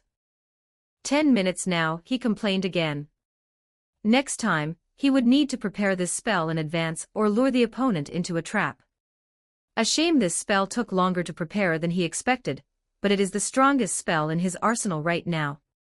On the way down, it would create millions of nuclear reactions as it hit the air molecules on the way down. Even with grease, the force of collision as the rod hits the air molecules cannot be completely removed. Moreover, the velocity of the rod would create a vacuum in the path behind it, creating mini explosions and sonic booms behind it. All in all, even from the ground, it was a very loud and visual spell that had many flaws. Its only saving grace was that it moved faster than any of its side effects, so by the time the projectile landed, it would have already been a few seconds for any of the previously stated cues to be perceivable. Therefore it took all but less than 1 second for the rod to reach land from space. I know spellcasters take their time, but normal opponents wouldn't even dash. The dust from the explosion caused by the yet-to-be-named spell took a few minutes to settle. Out from the smoke revealed a hole at least several miles deep. It was impossible to tell how far down it went, but what was certain was that the hole kept narrowing as it went deeper, likely to the size of the meter-wide rod that was used as the projectile. A snicker echoed all the way from the bottom. Bah-ha-ha-ha-ha. Like nothing ever happened, Lionel crawled out from the hole without any visible damage on his body, and yet, his laughter suggested something quite positive. He repeated while walking out the hole. Your power certainly qualifies, but you lack knowledge. Elaborate, Momonga requested. It was better to know than not to, even if it put him off. As you see, we demon lords are what's known as spiritual life forms, or at the very least, something close to it. He tapped his head as if he was putting himself up as an example. Beings like us, the physical body has no significance, so even if you destroyed every particle of my body like you did earlier, it wouldn't matter. In other words, they're immune to the physical attribute. Should I attempt to imbue an element or apply a skill onto my attacks in the future? Ruler of Death or Overlord Hockey would obviously be the best choice since they have some relation to the soul. Now let's test your combat instincts. Don't worry, my ego's not so hurt as to go out all on a newbie, he smirked as he lunged forward, claws wide open. Body of Effulgent Heliodor, Momonga casted a spell to nullify slashing-type damage. There was a chance it wasn't a slashing attack, but judging from his demeanor and posture, he's the straightforward type to telegraph his attacks. With a single swipe, he carved for claw marks into the ground and the building behind them, leaving only the ground behind Momonga untouched. Even with the spell that supposedly nullified the damage, he hadn't come out unscathed since he still felt the pain from the attack. Good, your defense passes. He closed the distance even more, preparing to give me a punch right in the face. Let's end this. Create greater item. Momonga created a set of black greatswords, diverting the attack with one of the blades and attempting to counterattack with the other. With the lessons from Cositus and sparring sessions with Ro, he's learned how to deal with aggressive opponents. At the same time, he attempted to use Ruler of Death on his blade, recalling the same feeling he had when he used necromancy on corpses. It should hold a similar concept to using a spell that imbues elements into attacks, so this shouldn't be that different. Flimsy swordsmanship but passable, he wound up another slash, but as I attempted to block it, he pulled back his arm instead.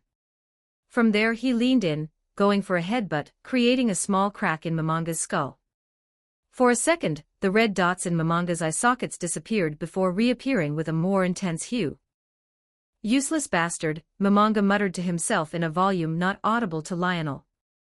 Same time, he cranked Ruler of Death to its fullest potential, causing dark smoke to spew out from every pocket in his outfit.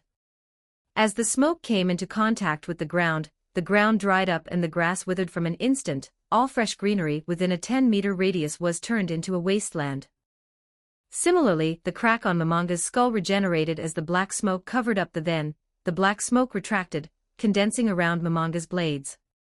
From an outside perspective, it looked like all colors had been removed from the blade. There were no reflections and no depth, but upon a closer look, one could hear screams and see skulls forming and disappearing with each passing second. "Is this the real you?" Lionel questioned. "Yes, that's a good way to put it. Let's see how you've changed." With yet another exchange, Momonga's demeanor had changed.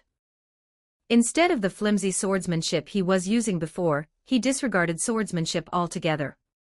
He used his blades as a feint, throwing it towards Lionel before gaining distance and casting a spell. Triple maximize magic, reality/caught off guard. Lionel suffered a small cut to his chest. Damage was caused, but it was nowhere near what Momanga expected from a spell that should have ignored defense.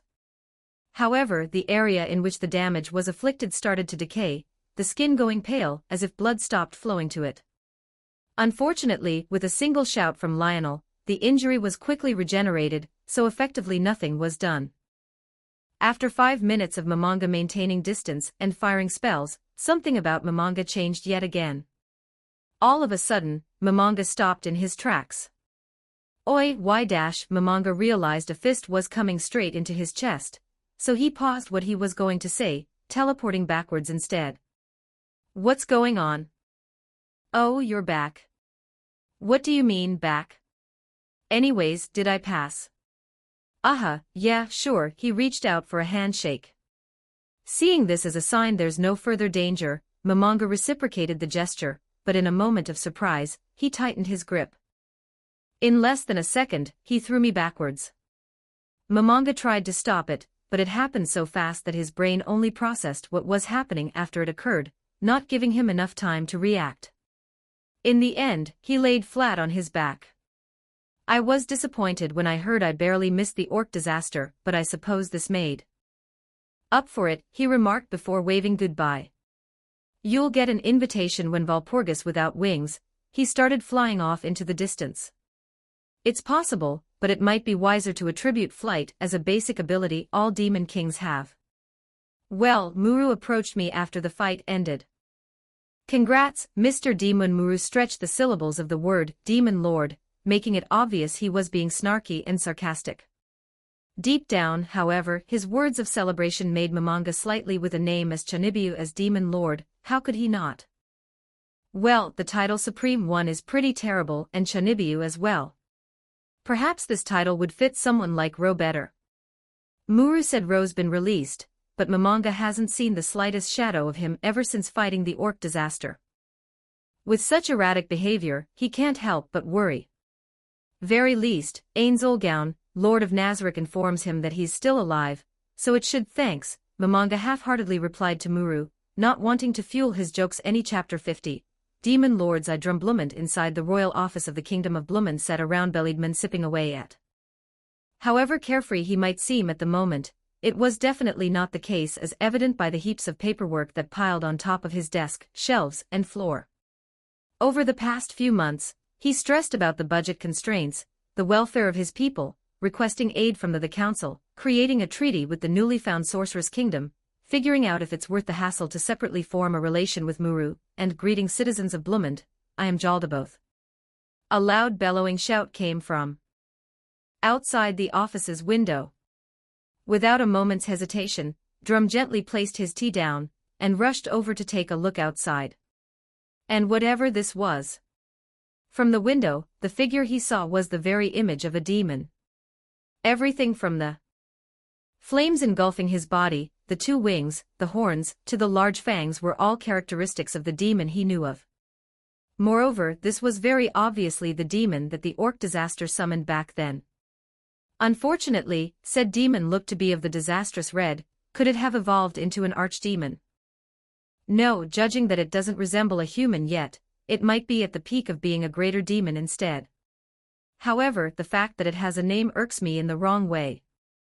Just when he thought the demon would disappear all by itself, or become someone else's problem, it just had to come back to where it was summoned to cause more trouble. As you all may know, I saved this nation from a great disaster. He lit up the flames on his body to shine brighter. It was akin to a second sun, one that had descended from the sky to the ground. Even if one resided at the very edge of the kingdom, it would be impossible to ignore such a bright flare. As such, I am very kindly requesting some rightful compensation. The king called over for the head butler. Send envoys to as many kingdoms as we can and put up a request at the Free Guild. We might have a calamity-class demon on our. Of course.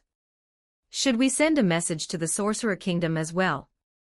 While it isn't that the Sorcerer Kingdom wouldn't be able to properly handle the threat, the two men worried about what the price for such aid was. To an undead with no clear desires, could they offer enough pleasure to satisfy him? Moreover, it isn't completely written off the table that this demon could be colluding with the timing of his summon back then, especially with how cooperative he was far too coincidental. It was especially odd for a demon of the red lineage to just be sated with the orc disaster's life. We'll hold off on that. Request the Holy Empire of Riberius for aid instead, Drum replied despite knowing full well that the Holy Empire is in no condition to be sending any aid due to its ongoing war with the demonic empire. Include the Beast Kingdom as well.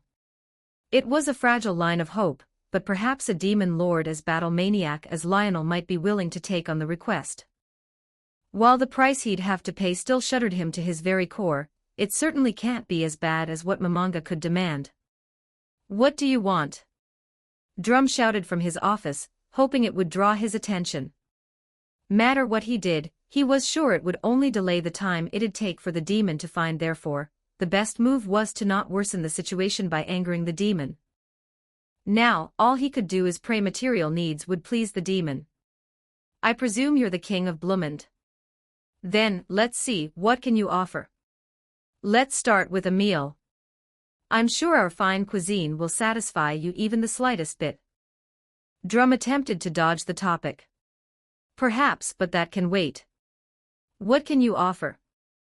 We'll offer 10,000 gold coins. We might not have the capabilities to repay it now, but if you give us time dash.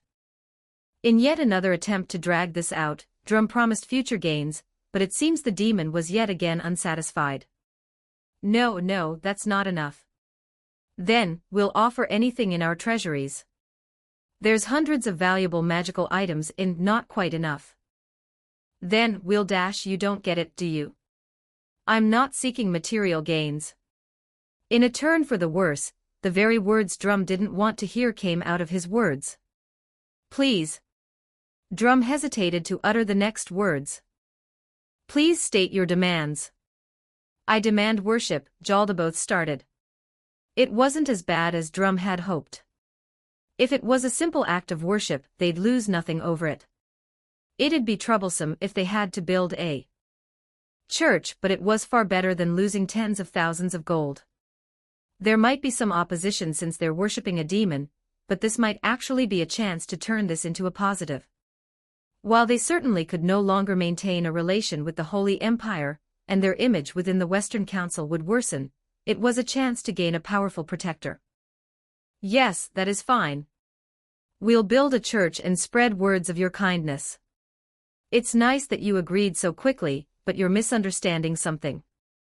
I don't want such a meager form of worship. I want the greatest form of dedication. It can't be, Drum silently prayed to every god he knew of that it wouldn't be what he was thinking of. To sacrifice one's life for their god. What better worship is there? I demand 100 lives every single day starting from the day I descended. With that, Drum's mood suddenly shifted for the worse. If he were to refuse, he wouldn't dare imagine what the demon would be, but even worse is that if he were to accept, he feared he'd lose his standing as a king. To start things off, I'll collect the interest. The demon snapped his fingers, creating a loud snap that echoed throughout the city. In the sky, several meteors formed. It wasn't as big as the one Gazel created, but the number of meteorites would certainly leave a dent on the population. In the midst of it all, Drumblumman tried his best to calculate his next move, but the loud noises were interrupting his thought process. It wasn't the noise of the people dying from the falling meteors, for he could not hear any of their screams from his palace. It wasn't the sound of the rocks crashing into the ground, for he had experience far louder at parades and noble parties. It was the noise that came from within his head, the noise generated by the series of coincidences that led to the downfall of his kingdom within the span of months. The events were so bewildering that he didn't know what to make of it. And so, Drum made a choice. Knight Commander Ket, go with the knights and soldiers to evacuate the civilians in an orderly manner. In the meantime, I'll create a list for the upcoming sacrifices. Yes, my lord. Ket replied despite just hearing his lord would willingly sacrifice his own. However, the knight's loyalty didn't leave an ounce of doubt in his mind as he readily gathered his troops. From today on, Drumblumman created a list of 100 humans every day. He did not create the list all at once since he wanted a daily reminder of the terrible choice he made. Evolution into Kijin, Apostle, successful. What happened? Benimru woke up after an unknown amount of time. To him, it was but a mere instant, but somehow, he knew he passed out for far too long. Didn't I die? Looking around, the scenery felt unreal, not in the sense that it was too good to be real, but something about the scenery felt unrealistic. It felt like he was in another world, one where time just stopped. The clouds above weren't moving, the sun stayed in place, and the direction of the wind didn't follow the common sense he knew of. Regardless, he was alive, unless this was the afterlife. Where am I? Morning, Lord Shiro's voice came from his right. She was resting on a hammock made from her strings. Despite never having been in her room before, Benimru immediately understood the situation. At the moment, he was resting within her residence. Lord Shiro, what happened to my clansmen? What about the Black Ogre? How long has it? To answer him, manipulated strings to write characters in the air. It was a beautiful display of mastery, one that not even Benimru could pull off.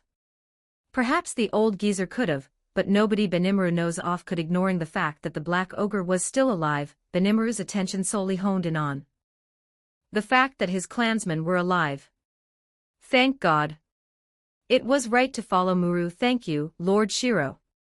I must go see my clansmen now. Please show me the exit, he put aside the thoughts flooding his mind, doing his best to be polite in spite of the panic. However, on top of all his current desires, Benimru secretly harbored the wish to swear fealty to her and Lord Muru, but the uncertainty of whether his wandering clansmen survived or not brewed hesitation within him. If one were to swear loyalty, they ought to do so without being a burden. Aha, she pointed at an empty area. After a while, a wooden door appeared midair, one that was strangely unlike the doors built in Lord Muru's residence. It was one made from planks with a weird handle, but the oddest part was that it swung outwards instead of sliding to the side like the doors he's used to. Walking through the corridors, he searched for the other Kijins, passing by various other. Ah, Benimru, you've finally awoken. Abiru enthusiastically greeted him. What are you in such a rush for? I'm looking for the Kijins, he replied. The Kijins? I'd recommend checking the training grounds first. Thanks, he quickly expressed his gratitude before quickly dashing off. To the various monsters Benimura passed by, he must have seemed crazy, running around even when there's no real danger. However, his role as the chieftain, however temporary it may be, left him unable to delay this anymore when it's already been 3 months past due. On the way there he saw Kinfuku doing well, carrying away paperwork and doing his duty as the second secretary. I should have been there when they were resurrected. Gasping for air, Benimura slammed the door to the training hall open in a not-so-gentle Benimuru. You should have told me if you woke up. Momiji paused the spar she was having with Enki and Cheyenne. It was a 2-on-1 spar, but Momiji still wasn't breaking a single let's spar. Sorry, maybe later, he refused before taking a quick turn around after affirming the wellness of Cheyenne and Enki. Had this been under any other circumstances, he wouldn't have. Shame, she pouted. Benimuru. If you're looking for my brother, I think he's at one of the restaurants right now. Enki shouted before Benimuru ran out of audible range. After this, he checked restaurant by restaurant, hoping he'd be able to find Tankei. Even if he was powerless to do anything, a chieftain at the very least should be aware of the state of his. Upon checking the 4th restaurant, the figure of an enemy appeared there. It might have been wrong to explicitly call him an aggressor, but his attitude towards Lord Muru a few months back certainly left a negative impression. You skeleton bastard. Why are you here? He inched for his sword, waiting for the opportunity to fight back. Now that he no longer held an advantage over his clansman's death, he shouldn't have any hesitation. However, something about this oddly peaceful scene made him hesitant about engaging. Why does he look so relaxed? You're Benimuru, correct. Withdraw your hostility at once. I do not wish to ruin the festive mood, he said without even looking back at me. With such a display of arrogance, it flared up Benimuru's fighting spirit to a new degree. Now, as to why I'm here, I believe no matter what explanation I give, it'll be unsatisfactory, so go confer with Muru. He kept his hand hovering over his katana, pondering if he should trust Momongas. However, considering his strength and his passive attitude, it'd probably be best to not make a mess of things. Fine, I'll come back later. If he's truly non-hostile, Benimuru could just check in with Lord Muru later, but at the moment there's something far more urgent on his mind. At the next restaurant, he finally found Tankei, the second-to-last Kijin he hadn't seen, sitting at one of the high stools, slurping away at a bowl of ramen. It doesn't seem like he's noticed. Tankei, are you okay? Benimuru asked from behind him, which was apparently startling enough to cause him to drop his chopsticks. Yo-ur. He said Benimuru's name like it was a question. All of the spirit he had from was gone. Compared to the ambitious young ogre, he was a shell of his former self. Yes, I'm Benimuru. Has everything been alright since your resurrection? Do you feel any? Are there any problems with your magicules? I'm alright. Tankei shouted, slamming down the bowl he was holding onto the. However, mere moments later, his mouth gaped wide open, seemingly realizing what he just said. So sorry, I'm alright. I'll see myself out. Without giving Benimuru the chance to reply, Tankei walked out. Due to the sudden outburst, Benimuru was left shocked, unable to comprehend what just Kinfuku, Cheyenne, and Enki all looked so healthy, but something was clearly wrong with Tankei. Looking from behind, Benimuru realized he wasn't holding his katana. To a warrior, their weapon was their everything, their soulmate as one might say. There were some circumstances that often prevented them from wielding it, but for the sash that held his katana to have gathered dust suggests that he hadn't wielded one in a long time. Benimuru, he's got a lot on his mind, Sui's voice came out from above Benimuru. Looking up, Sui could be seen standing upside down from the ceiling. With this, Benimuru had confirmed that all of the Kijins were alive, even if Tankei may have some problems. Of course, Benimuru never expected a man as diligent as Sui to croak, so he never had any worries for his best friend. What do you mean? He's lost his memory, Sui replied, jumping down from the ceiling to continue the conversation on eye level. He says he feels a sense of familiarity with us, yet he's blatantly scared and confused on how to act. I think it's best to leave him alone. Hey, then what am I? Benimaru paused midway through his sentence once Sui disappeared into the shadows. It's your choice, Sui's voice came from above, but upon looking up, not even his shadow was visible. Just like last time when Benimaru asked for advice, Sui dared not interject his own opinions. Whether it was the simple fact that Benimaru once held the position of chieftain, or that this was the best move Sui could have done, Benimaru was once again forced to act on his own. Sir Benimaru, would you like a bowl of ramen? The lizardman who was the chef of the place spoke up. Gurgle. Benimaru's stomach growled. All right, Benimaru accepted the kind gesture. It's not like boggling his useless brain would yield any results. If anything, he needed more time to piece together the information. Chapter 51, Demon Lords 2. Sitting alone in Veldora's cave, Muru has been trying to figure out how his abilities work.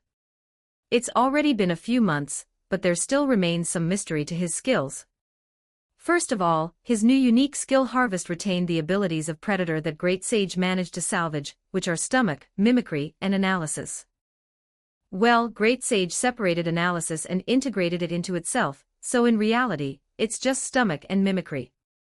However, it still lacked the ability to absorb and copy abilities from other monsters. A massive shame, but it has a new sub-ability called Harvest, which evolved from Lord of Monsters that Muru obtained during his recent evolution.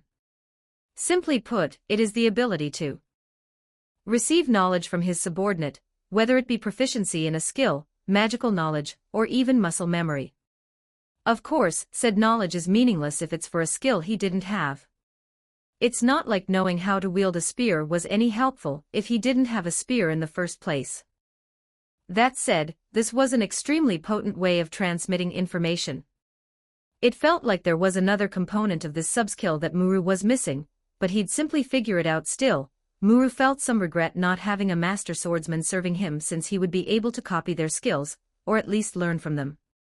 It's not to say Benimaru wasn't proficient, but Muru felt that if he trained enough, he should be able to match Benimaru's. Then, during the evolution, Stomach has evolved into Stockpile.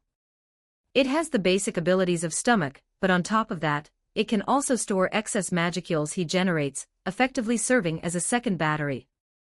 Lastly, there's Fossil Restoration, which he had not a single clue on how to use. Digging for fossils but couldn't find any. He tried using it on a dead carcass, but clearly that wasn't a fossil, so it didn't work. Maybe I should explore some kind of ruins in the future. It'd be fun. Would Veldora count as a fossil with how old he is? With that plan for the future set, Muru stretched a little before leaving the cave to take a for now. This was all the skill-based training he was going to do. Tomorrow was his swordsman training, while the day after, he'd research magic with Momonga. Lord Muru, Benimaru greeted Muru upon his exit from the cave. I have a request. Yeah, what is it? Please allow me to depart to search for my wandering kin. Sure, I'll ask some of the Dragonauts to come along. I think it'd be quite nice for an outing, Muru enthusiastically complied. It was an opportunity for him to take a trip, maybe even a chance for him to test out fossil restoration. Along the way, he could go visit the children in Shizu's memory.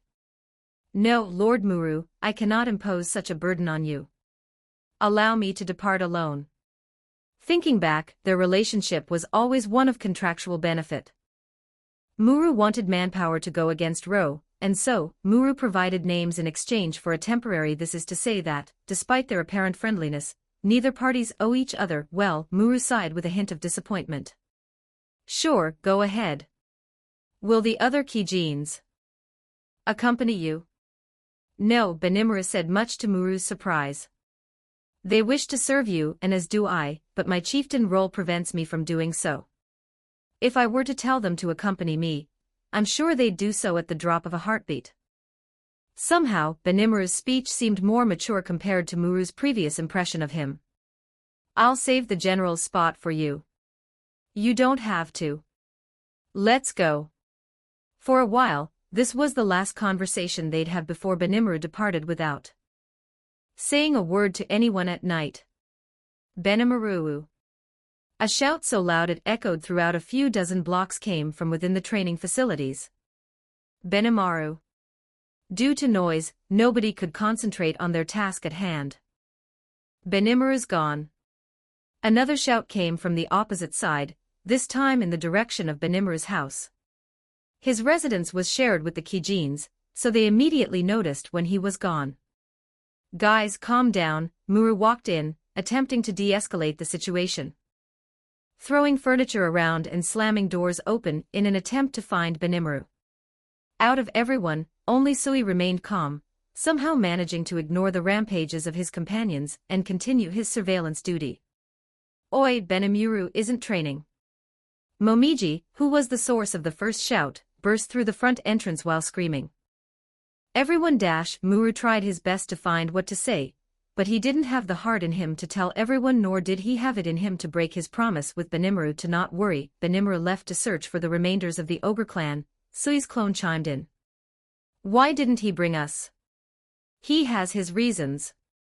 Either way, we have visitors. A visitor who? Muru asked. I think it's better if you see them yourselves, Lord Rimuru. Following Sui's clone, we were greeted by an odd group of individuals.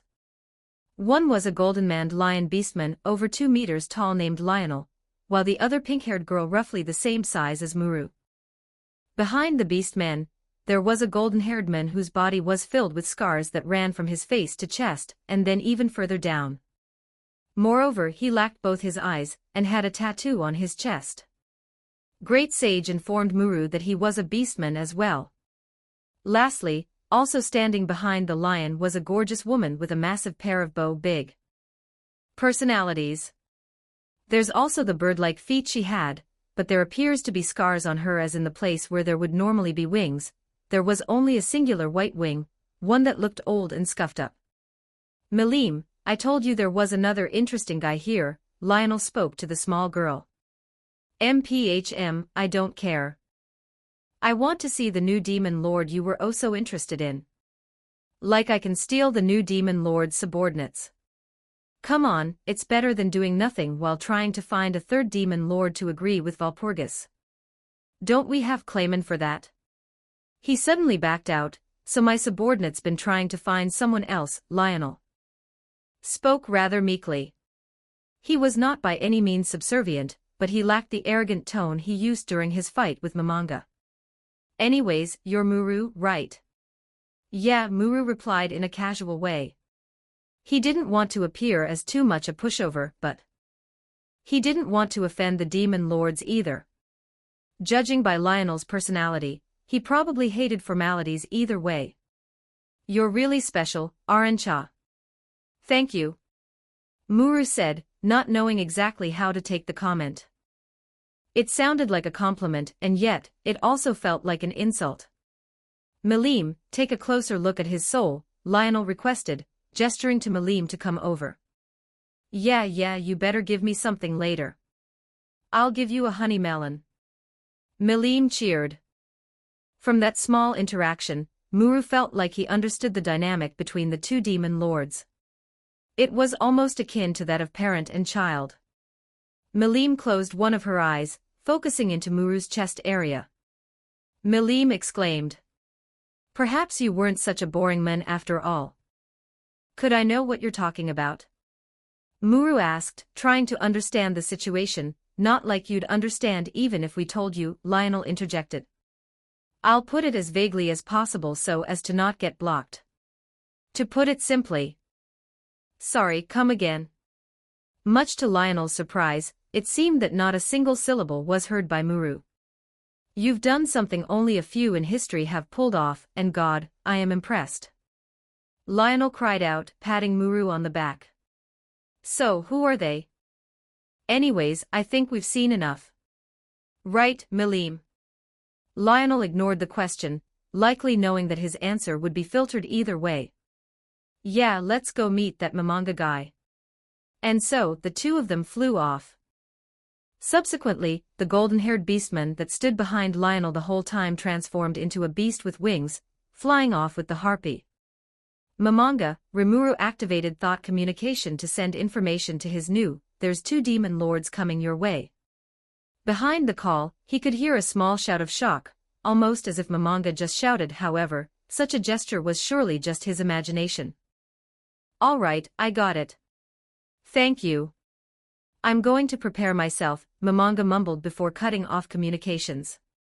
Standing in the palace garden, Momonga patiently awaited the arrival of the 2 erratic demon lords. Was this the invitation to Walpurgis that he so eagerly awaited for the past few? With a loud crash landing, the greenery was blown to smithereens, leaving not a single blade of grass behind. Wahahaha! I, the great Malim, have arrived. A short pink-haired girl boasted. And I, the great golden lion Lionel, have also arrived. Lionel announced. I meant I, the great destroyer and the one and only dragonoid, Malim have Malimed reiterated, but this time, with a longer title. I, the Beast King, Emperor of S-. Lionel attempted to continue their charade yet again, but the comedic scene was shut down by a quick smack to the liver by Malim. Hey, you're not allowed to have a longer title than me. What did you 2 come here for? Momonga intervened at last, no longer able to watch such childish behavior. I came here to have fun. She posed, raising 2 fingers in the air to form a V in the air. At the face of such a statement, Momonga stared at Lionel to get confirmation, to which the golden lion simply nodded. Though strange, Momonga felt there was some other hidden motive behind their visit.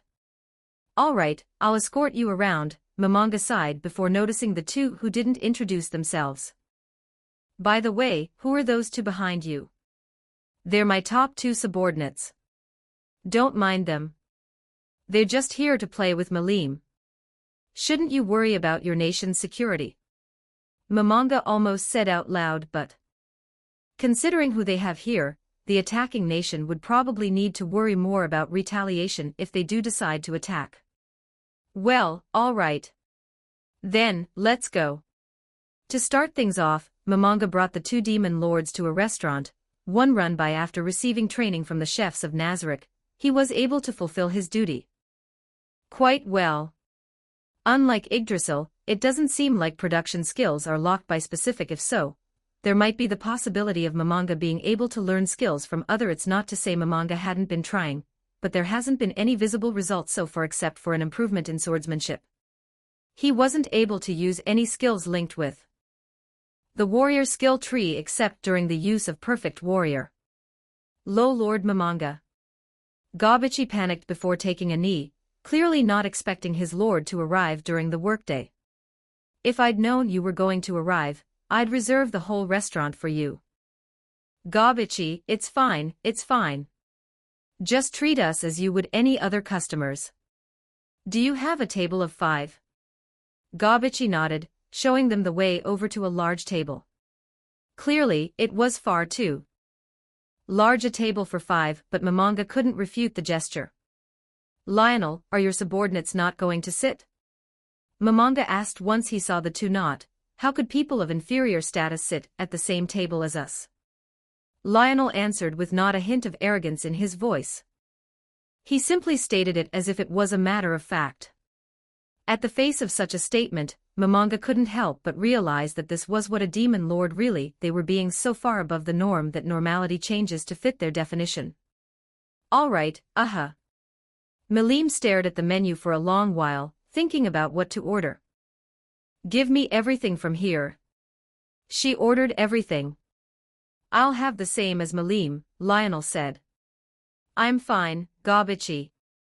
Just serve the 2, Momonga said without ordering anything. He did, it's not like he could taste any of the food. Momonga, are you sure you don't need to eat? Undeads don't need to eat food. Neither do demon lords, but we're eating nonetheless. You might need to deactivate some of your resistances, but it shouldn't be enough to let poison bypass. Upon hearing the words deactivate, Momonga felt bewildered. Of course such a thing was otherwise, Ro would have been afflicted with the undead's weakness all the time, but he didn't seem to have a weakness to fire, or wholly attribute magic. It might not be possible for racial weaknesses that were not registered for skills, but to think such an obvious fact was not tested until now left Momonga dumbfounded. Gobichi, I'll have a cup of black coffee. Momonga kept his order small. Wasn't sure if he could maintain his expression if he suddenly tasted food for the first time in half a year, so he decided to stay on the milder tastes. In less than 10 minutes, the food came out one by one. Not only were they carried by the restaurant's waiters, there were even some monsters here that originally didn't work here. Somehow, they managed to enlist more help in the short span they were cooking. The food looks better than what serves at Walpurgis. Milim exclaimed. Milim, the food served by who? Momonga asked for clarification. He's the oldest demon lord. I couldn't hear his name. Do you perhaps know why? Milim pondered for a second, thinking about the reason. Though it looked more like she was debating if she should tell Momonga or not. You'll know once you build up more achievements. Since it looked like Milim wasn't willing to speak, Momonga decided to drop the topic. The very least, he has an inkling on how to uncensor these words. Over the next hour, Milim grabbed each plate, scuffing it down her throat, while Lionel, contrary to his appearance, had quite the good table manners. He was using a pair of knife and fork to properly cut the food before eating it. During the meal, Momonga tried his best to dig for information from the two demon lords. When will Walpurgis start? Momonga inquired. It'll start soon, Lionel answered vaguely. What is Walpurgis? It's just a meeting between demon lords that starts once 3 demon lords call for it. As such, Momonga gathered information about each demon lord, the purpose of the meeting, and the rough history of how the 10 great demon lords came to be. How strong are you among the demon lords? I think I'm quite average. Great, Momonga sarcastically made a mental remark. This just means that the one demon lord he's angered by saving the orcs might be one of the stronger ones. Of course, there's the chance he'd be one of the weaker ones, but if he could manipulate circumstances so well that it created a new demon lord, it'd be foolish to assume so. However, Lionel continued, pointing at Milim. This one here is one of the strongest demon lords. Of course. I am the destroyer after all. Milim bragged. What is a harvest festival? It's like a seed sprouting after feeding it nutrients. Even we don't know much about it except for the fact that it turns a seedling into a true demon lord, Milim replied in Lionel's stead. I suggest not looking too deep into it. You'll awaken eventually given your strength. What are gods? Lionel and Milim placed their utensils down, pausing any activity they were doing, before staring Momonga right into the eyes. Clearly, it wasn't the best question judging by the mood, but it was one that's been on Momonga's mind ever since Ro received divine protection. Gods were obviously tangible beings, but he hasn't been able to find any physical records of them bare for the religions formed around them. If being a god granted him power, or if he could somehow gain divine protection, it'd be helpful in strengthening Nazarick. I can't answer that. However, I can give one piece of advice. Think too much and you might die, Lionel warned. Don't bring up that topic outside Walpurgis, Milim added before scuffing down another. I believe I've provided enough information as repayment for the abrupt visit, Lionel commented before returning to his meal. Despite Lionel's casual appearance and Milim's childish one, they were very much aware of Momonga's intentions. As a result, there were no other inquisitive questions asked and the conversion turned into a more regular one about their hobbies. Bitter, Momonga thought when he drank the coffee. It was top-quality stuff, but it wasn't to his taste. At times like these, he was glad undeads can't show emotions. After the meal, Momonga brought the two to a clothes store, then to a dessert shop and finally to the hot spring. At the end of it all, the moon was already up in the sky by the time Momonga finished showing them around the town. All right, I'll be leaving now. Milim waved goodbye. In the short time she was here, she managed to drain Momonga's wallet, purchasing far too much food and stuffing what she could not finish into her subspace. I'll be back soon. Please don't come back, Momonga hoped. While a friendly relation was good, Momonga would rather see such an impulsive and childish individual as little as possible. See you around then, Lionel flew off with his subordinate. What a stressful day, Momonga accidentally let out, thinking it was finally over. I know, right, another voice came from his side. It was that of Lionel's subordinate, who was left behind. Why are you here? Momonga panicked, but he managed to reel it in this time. Your lord leave. I guess that's what it looks like. Well, he wants to form trade between the two nations, so he ordered me to stay. Momonga mentally screamed, now realizing the stressful day wasn't truly over. By the way, who are you? I'm Carrion, the Lion King, or at least was the Lion King. I'm just a nobody now. Camp outside on my own since it looks like today isn't the best time to discuss this. No need, I'll provide housing, Momonga confidently replied, but there were no inns built. Yes, there were plans to do so, but it was delayed since they didn't have any exchanges with other nations. As such, Momonga decided to use Create Fortress for Carrion, creating a massive bunker right outside city walls. Thank you, Carrion took a slight bow before entering his new house. Tonight, Momonga would sleep, and tomorrow morning, he would ask Demiurge to form a. Of course, he could ask Demiurge right now, but he needed to respect others' bedtime even if he himself could not sleep. Moreover, he needed this sleep, however fake it might be, to relieve himself from the tiring Chapter 52, Demon Lord's 3-chapter text. An elegant-looking man with lavender yellow shouted as he threw the cup he was sipping onto the ground. Clean this up. Next to him, there was a dark elf wearing a maid dress. Without a word, she bent over, wiping the floor clean with a piece of rag. Fucking new Demon Lord, Momonga, messing up my plans. Not only that, Gazel intervened for no reason. I was just one singular step away from obtaining a pawn in the Demon Lord Council. For fuck's sakes, that stupid orc even awakened only to lose to an unawakened one. Now they're trying to usurp my seat. Claychon, a man with a clown mask, hummed as he entered through the door. In contrast to Clayman's anger and the dark elf's neutral but borderline sad expression, the clown's tone seemed more joyous. What's wrong? Did your plan fail again? No, of course not. Clayman regained his composure with the flick of a hair. I've got many backup plans. Laplace, what's Charybdis' status? About that. It's gone. The whole thing's gone, including the seal, soul, and body. Clayman clenched his fist, attempting to keep his cool in front of his best friend, but any attempt he might have made was clearly fruitless. Through his pure white gloves, drops of blood were leaking through it. Yeah, by the time I checked up on it, it's all gone, Laplance reiterated. Oh, right. By the way, have you heard of the new Demon Lord? Of course I have. He's named Momonga. Laplace, your network is rather slow, isn't it? No, I'm not talking about him. You haven't heard of the new self-proclaimed Demon Lord named Jaldaboth? There's a new Demon Lord. In a fit of anger, Clayman hit a vase nearby, knocking it over. Much like before, he called over the dark elf maid. He shouted, but to no avail.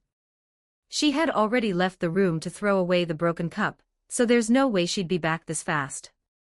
Claychan, relax yourself and give Eva-chan a break. You're being too ruthless to your servants recently. Recently, for the past half-century or so, Clayman has been rather irritable, as Laplace said. It's gotten worse recently with the failure of his plan, but this was probably the most angry he's ever been. Though everyone around him has noticed, Clayman managed to remain the only individual to not notice this shift in personality. Even his best friend Laplace's advice fell on deaf's ear. Oh, you're right. It's inelegant for me to lose myself. I'll have to devise a new plan. Clayman walked over to his teapot, pouring a new cup for himself. Right, what's this self-proclaimed Demon Lord doing? Well, that's why I'm here. See for yourself. Laplace pulled out a letter, throwing it towards Clayman.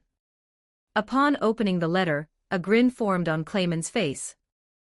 Clearly, it was some really good news, one so satisfactory that it instantly lifted Clayman's mood. This is it. Clay-chan, as smart as YR, don't be too careless. Who knows? Maybe you might just lose your life. Thank you for the warning, Laplace, but this one's foolproof. Clayman pulled out a map from his drawer, writing on tons of notes as he started to formulate his plan. I've already gathered a fair share of souls from Geld's rampage, so if I could gather a bit more, I could awaken. So far, I have about energy equivalent to 8,200 human souls. I'm unsure of the exact amount needed, but with a bit of probing, I could encourage the Council of Western Nations to join to gather the rest of the souls. Actually, to ensure the plan goes smoothly, I might just show up under the pretext of reinforcement and cause some accidental damages to gain more souls. He. Clayman chuckled to himself, proud that he was able to come up with such a wonderful plan. Well, whatever makes you happy, Laplace sighed in disappointment, but Clayman ignored it. After all, what would others know of his brilliant plans? Only he alone would be able to execute such a plan perfectly. Deep underground, hundreds if not thousands of meters below the surface, lies a magnificent palace. Its existence is unknown to many, and those who do know of it dare not speak of its existence without its ruler's appearance. By the throne room's entrance stood a gray-haired old man donning a butler uniform. For the past 10 minutes, he's been standing there, patiently waiting for the one that was called down here. Soon, a giant orc would arrive. Welcome, Sir Geld, Lord Mamanga awaits you inside. Seabass, the butler of the Supreme One, greeted Geld. Greetings, Sir Seabass. I hope I didn't make you wait long. Ho, of course not. I merely arrived just seconds ago myself. Seabass told a white lie to not make Geld feel bad about showing up later than him. Now, let's go in. Lord Mamanga has summoned both of us for a reason. With a gentle push, the massive door swung open at a perfect pace. It wasn't a sudden slam, nor was it sluggishly slow, but the speed it opened displayed perfection in even the smallest of details. Thank you for coming. Seabass, Geld. I believe you've heard of the recent events in Nazarick, Mamanga commented. Judging by Lord Mamanga's words, Geld judged it to either be the recent development between him and the slime or the visit of the two demon lords. Of the two, the visit was more recent, so it must have been that. As such, what he's referring to must be Demon Lord Lionel's intention to form friendly relations with the Sorcerer Kingdom. In fact, it's hard to miss Carrion, a man without both his eyes they've never seen before, walking around the city.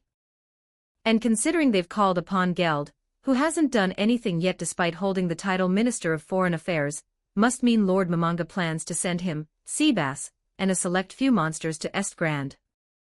They both replied enthusiastically. Then, the entourage will consist of the both of you, Mare Aura, Geld Sunjarudo, Ro Ahem, Rigger 2, 5 orc warriors, and a few hobgoblin riders. Lastly, some of Muru's forces will be joining, including Abiru, Gabru, and Kinfuku. My lord, might I ask why we're counting Muru's personnel? Geld asked. Demiurge, explain it to him, Mamanga commanded like he always would when someone asks him a significant question. Because their lord's word carried many layers of meaning, so many that if he were to explain it himself, it'd take far too long, so he always diverted the task to Demiurge who's able to break it down more. Of course, Lord Mamanga. You see, this isn't just a simple act of creating a bond with the new monster city integrated into the Sorcerer Kingdom. Lord Mamanga sees far beyond that. Not only does he wish for you all to show the disparity in strength between the two of us such that the possibility of a revolt never crosses their mind, but you must reassure them that they've made the right choice in submitting to us by showing them kindness. Then, here lies Mamanga's second objective in forming relations with the Estgrand Beast Kingdom. In a kingdom that prioritizes strength above all else, the weak live a grueling life, so if you rescue them, it'd be seen as acts of God. That's right, Lord Mamanga wishes to become a deity, and this is his first step in doing so. Geld gasped in surprise. To think the one who saved him harbored such grand ambitions, then, he must devote his whole being in fulfilling the task. However, a lingering doubt still remained in Geld's mind, but could I truly live up to such expectations? Lord Momonga, have I fully grasped your intentions?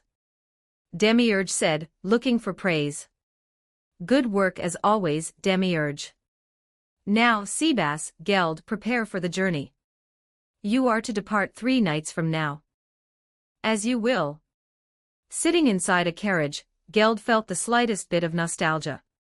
He had never once rode a carriage like this, but the current treatment made him reminisce back when he was still royalty. Sitting across from Geld was Carrion, who had spent a few days in the capital of the Sorcerer Kingdom, which was decided to be named Momonga through majority vote. There were a few voices against it, particularly about how they wanted to add an adjective to the name, but those who didn't want to defile the Supreme One's name prevailed in the end. There was, oddly, one vote against the name, but Geld didn't know who it was since the whole vote was anonymous. Curious about the other individual in the carriage, Geld decided to strike up a conversation. How was your stay in the Sorcerer Kingdom? Fantastic, Carrion replied. At first, it was absurd to see every monster treat each other equal regardless of strength, but as time went on, I understood the system. If one weren't strong enough to contribute, their legacy would simply be in something else, whether it be inventing new technology or educating the young. I can't help but agree. If only Orbic or any other nations was remotely similar, then the whole world would be better. Perhaps so, Carrion said whimsically while staring out the window. Despite having neither of his eyes, it looked like he was lost in a trance staring at the sky. Perhaps so. Did you have the chance to try the hot springs? They were fantastic. Carrion's tone shifted in an instant. Unlike his usual meek and humble self, it seemed like his whole personality had changed. The alcohol in your nation was simply superb. Tell me, how'd you all make it? We well, Geld, slightly startled by his aggressive gestures, answered. I'm not too sure. You'd have to ask Momonga, or at least the bartenders. Though, I'm of the same opinion that Momonga's food is the best I've had. And the tools you use for daily use. I've never even heard of such magically advanced stoves. For the next 5 minutes, Carrion went on and on about the things he enjoyed during his stay before he ran out of things to say, which prompted Geld to ask something he's always been curious about. If you don't mind me asking, how'd you lose both your eyes? Shouldn't potions be able to restore it? It's not a pleasant story, but if you like to hear it, I don't mind. It's a story so famous that most who've heard of Demon Lord Lionel know of it. You mean the one where Lionel suddenly waged war against 2 demon lords and won? That's about the basis that most know, but do you know who those demon lords were? Being asked this question, Geld started to ponder. He wasn't well versed in history, but he did have to study a little since he had to uphold relations with foreign nations. Thinking back, he did hear that Estgrand was still a beast kingdom even before Lionel conquered it. The only difference was that the Harpies were a different nation. Therefore, considering the old Estgrand pre-Lionel, its king must have been a beastman strong enough to be called a demon king, and out of the beastmen he knew, only Carrion fit the bill. Geld exclaimed, but he had another quick realization. Was it perhaps, sorry, I didn't mean it like that. He realized he was about to call Carrion a loser straight to his face. It's fine. I lost, so that's that. Do you still want to hear my story? If you wouldn't mind, I'd like to hear it. What I'm about to tell you was an event that wasn't recorded in the history books. After all, what demon lords needs a smear on his name? Before Lionel attack, it was roughly 3 or so years after the Great Tenma War. This to say that every nation that somehow survived back then was in shambles, struggling to rebuild themselves after the Angels' attack. This was when Lionel appeared near Dworgen between the border of Dworgen and the Eastern Empire, and he sieged an attack. Back then, Gazel was but a young prince, and the kingdom was ruled by his father. Much like Eurazania, which stood in place of Estgrand before Lionel took over, Dworgen was struggling to recover. As such, Lionel's attack caused significant damages to the infrastructures, but there weren't really any fatalities. In the end, Lionel retreated, but surprisingly, whether by pure chance or due to a stroke of genius, he fled in the direction of Eurasania. Because the kingdom was still a mess, the birth records weren't exactly up to date, so Lionel was easily able to blend in. Then, due to another coincidence, Dworgen decided to not pursue the issue any further after obtaining some free labor from Eurasania. Due to this incident, Carrion became aware of Lionel's existence, seeking to enlist him into his military. "Hey, so you're the troublemaker," Carrion said to Lionel, finding him in a back alley digging through trash. "Who are you?" Lionel growled back. Unlike his imposing stature in the present age, Lionel was just a small boy in his teens back then. His bulging muscles were nowhere to be seen, nor was his facial feature anything like a lion. If one were to remove his beastman ears, his face would resemble a young human boy in his teens. However, oddly enough, unlike other beastmen, he had a small pair of golden wings. Hybrid beastmen certainly weren't impossible, but this was a first. "I'm your king." "Bow your head, brat," Carrion said in an arrogant tone nowhere to be found in his present-day self. "Old man, go fuck yourself," the young Lionel flipped a finger before swiping his claws at Carrion. There was no killing intent in his attack, absolutely zero at all, but the attack was strong enough to send a few buildings flying. "Oi, don't destroy the buildings." Carrion stopped Lionel's hands in the air, preventing any collateral damage. "Let go," Lionel whimpered, trying to struggle, but the gap in strength was far too large. From the single punch, Carrion estimated his strength to be within the top 5 of his army. Still, it wasn't enough to cause a major ruckus in Dworgen, so the question remained on how he did it. "You're pretty strong," Carrion complimented him. "I'll feed you and give you a salary if you work under me. How about it?" At the end of his sentence, Carrion released Lionel, giving him the choice to either escape or join him. "You'll train me." "Of course, my men ought to be strong." "So be it then. I'll join you, and you'll regret it when I one day beat you." From there, Lionel joined Carrion's ranks, immediately rising to top 10 within his army. He undertook missions, grew stronger, and sparred with Carrion daily, eventually growing to be strong enough to be part of the 3 Beastketeers. He grew to be a strict yet good-hearted man whose presence uplifted the mood with his silliness whenever he entered the room. He even gained the title Winged Lion. Then, about 50 or so years after the Great Tenma War, Eurasania had long recovered from the war, so the frequency of the spars had increased in proportion to their increased free time. In one of the spar, Lionel's strength was able to match Carrion, forcing the then Demon Lord to use his skill Royal Beast transformation. "What's wrong, you thought that was all?" Carrion smirked, happy at the fact that someone was able to push him that far. "Ha, of course not." Lionel showed a grin of nervousness before re-engaging. Least to say, Lionel immediately lost the spar upon the reveal of the new form. "Say, why don't you use Beastralize yourself?" "I'm not able to, teehee," Lionel laughed it off. Eventually, about 100 or so years after the Great Tenma War, he married and had a daughter, one who had both wings and lion ears much like Lionel himself. It was unknown who he married, but the news of the second strongest beastman in the kingdom having a kid made rounds. At around the same time, roughly a month after the news exploded, Lionel stopped sparring with Carrion. Lionel's reason was that he had to take care of his family, but Carrion felt it was something else. Even though Carrion won their most recent spar, it was a fight that Carrion was struggling in. It wasn't wrong to say that Lionel had reached the level of a demon lord, but there was no way to confirm it since he avoided exhibiting his full strength from then on. From there, another 3 years passed before anything major occurred. Due to the emergence of a new human kingdom, Carrion sent a few vassals there to decide if friendly relations should be formed, and one of them was Lionel.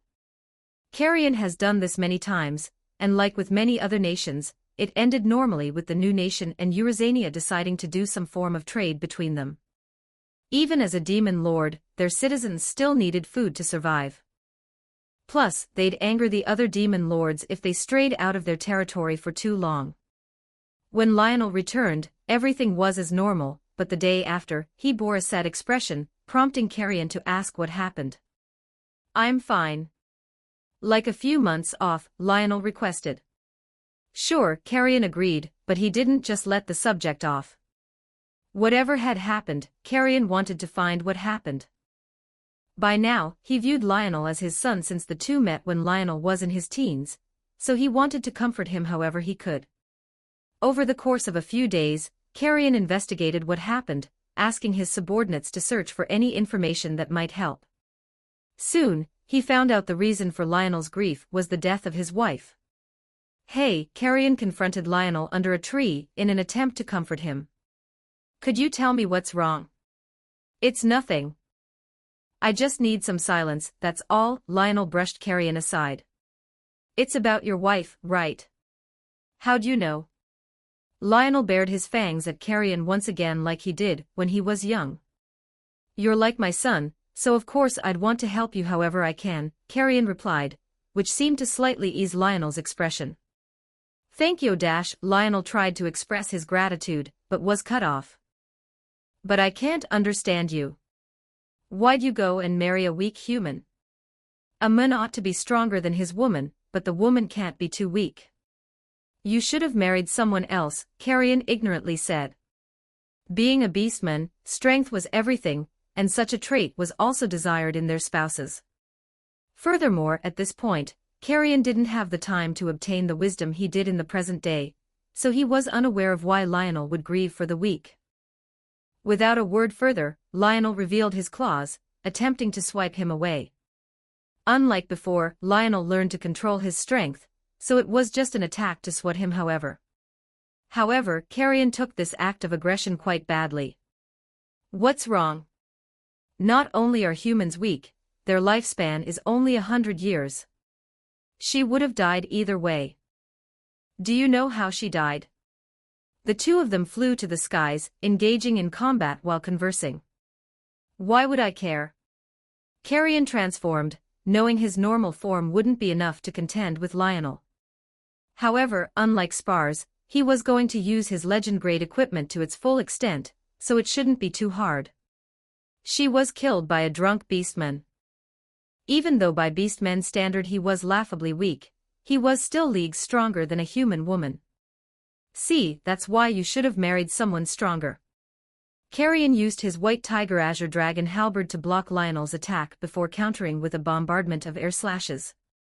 With little effort, Lionel blocked the slashes by coating his arms with magicules. To people of their level, slashes without physical contact were merely distractions meant to disorientate the opponent. Due to the commotion, the top ranks of the beast army were quickly notified, turning the one-on-one into 1,000-on-1. Normally, numbers wouldn't matter to someone of Lionel's and Carrion's strength, but that was only the case if the numbers didn't have someone matching them in strength. Therefore, Lionel was subdued, pressed onto the ground without any air for movement. "This damned world. Survival of the fittest, my ass," Lionel cursed, but a transformation was happening. Beneath the pressure, golden fur grew all over his body, his head became more lion-like, his two wings turned into 6, and a long majestic tail that served as a third limb sprouted. "If you're this blind to the people's suffering, you don't need your eyes." Like any other beast man, he started to use Beastialize, but something about the ability seemed strange. Unlike Beastialize, Lionel became a hybrid of many beasts, an ability reminiscent of Carrion's royal beast form. However, unlike his, the transformation was far more harmonizing, almost as if it was a mythical beast. "I will start this kingdom anew," Lionel shouted, pushing many beastmen aside and killing a few in the process. The fight, which was quite one-sided before, remained one-sided, but this time in favor of Lionel. Realizing this, Carrion gave a command. "Oi, evacuate the dash." "Hey, we're here," the hobgoblin coachman from outside shouted. "Sorry, looks like this'll be the end of the story. Please don't tell Lionel I shared this." Carrion left the carriage first. Alone in the carriage, Geld was stunned from the story, and he pondered what he would have done in either Lionel's or Carrion's place. Like Lionel, he also lost his wife, but unlike Lionel, he lost his wife to a famine. Nonetheless, he understood the feeling of having lost a loved one. If it hadn't been the famine but instead a monster or human who killed my wife, how would I have reacted? Either way, he had no time to think as he had to leave the carriage as well. Don't forget to like and subscribe to Novels Wonderland.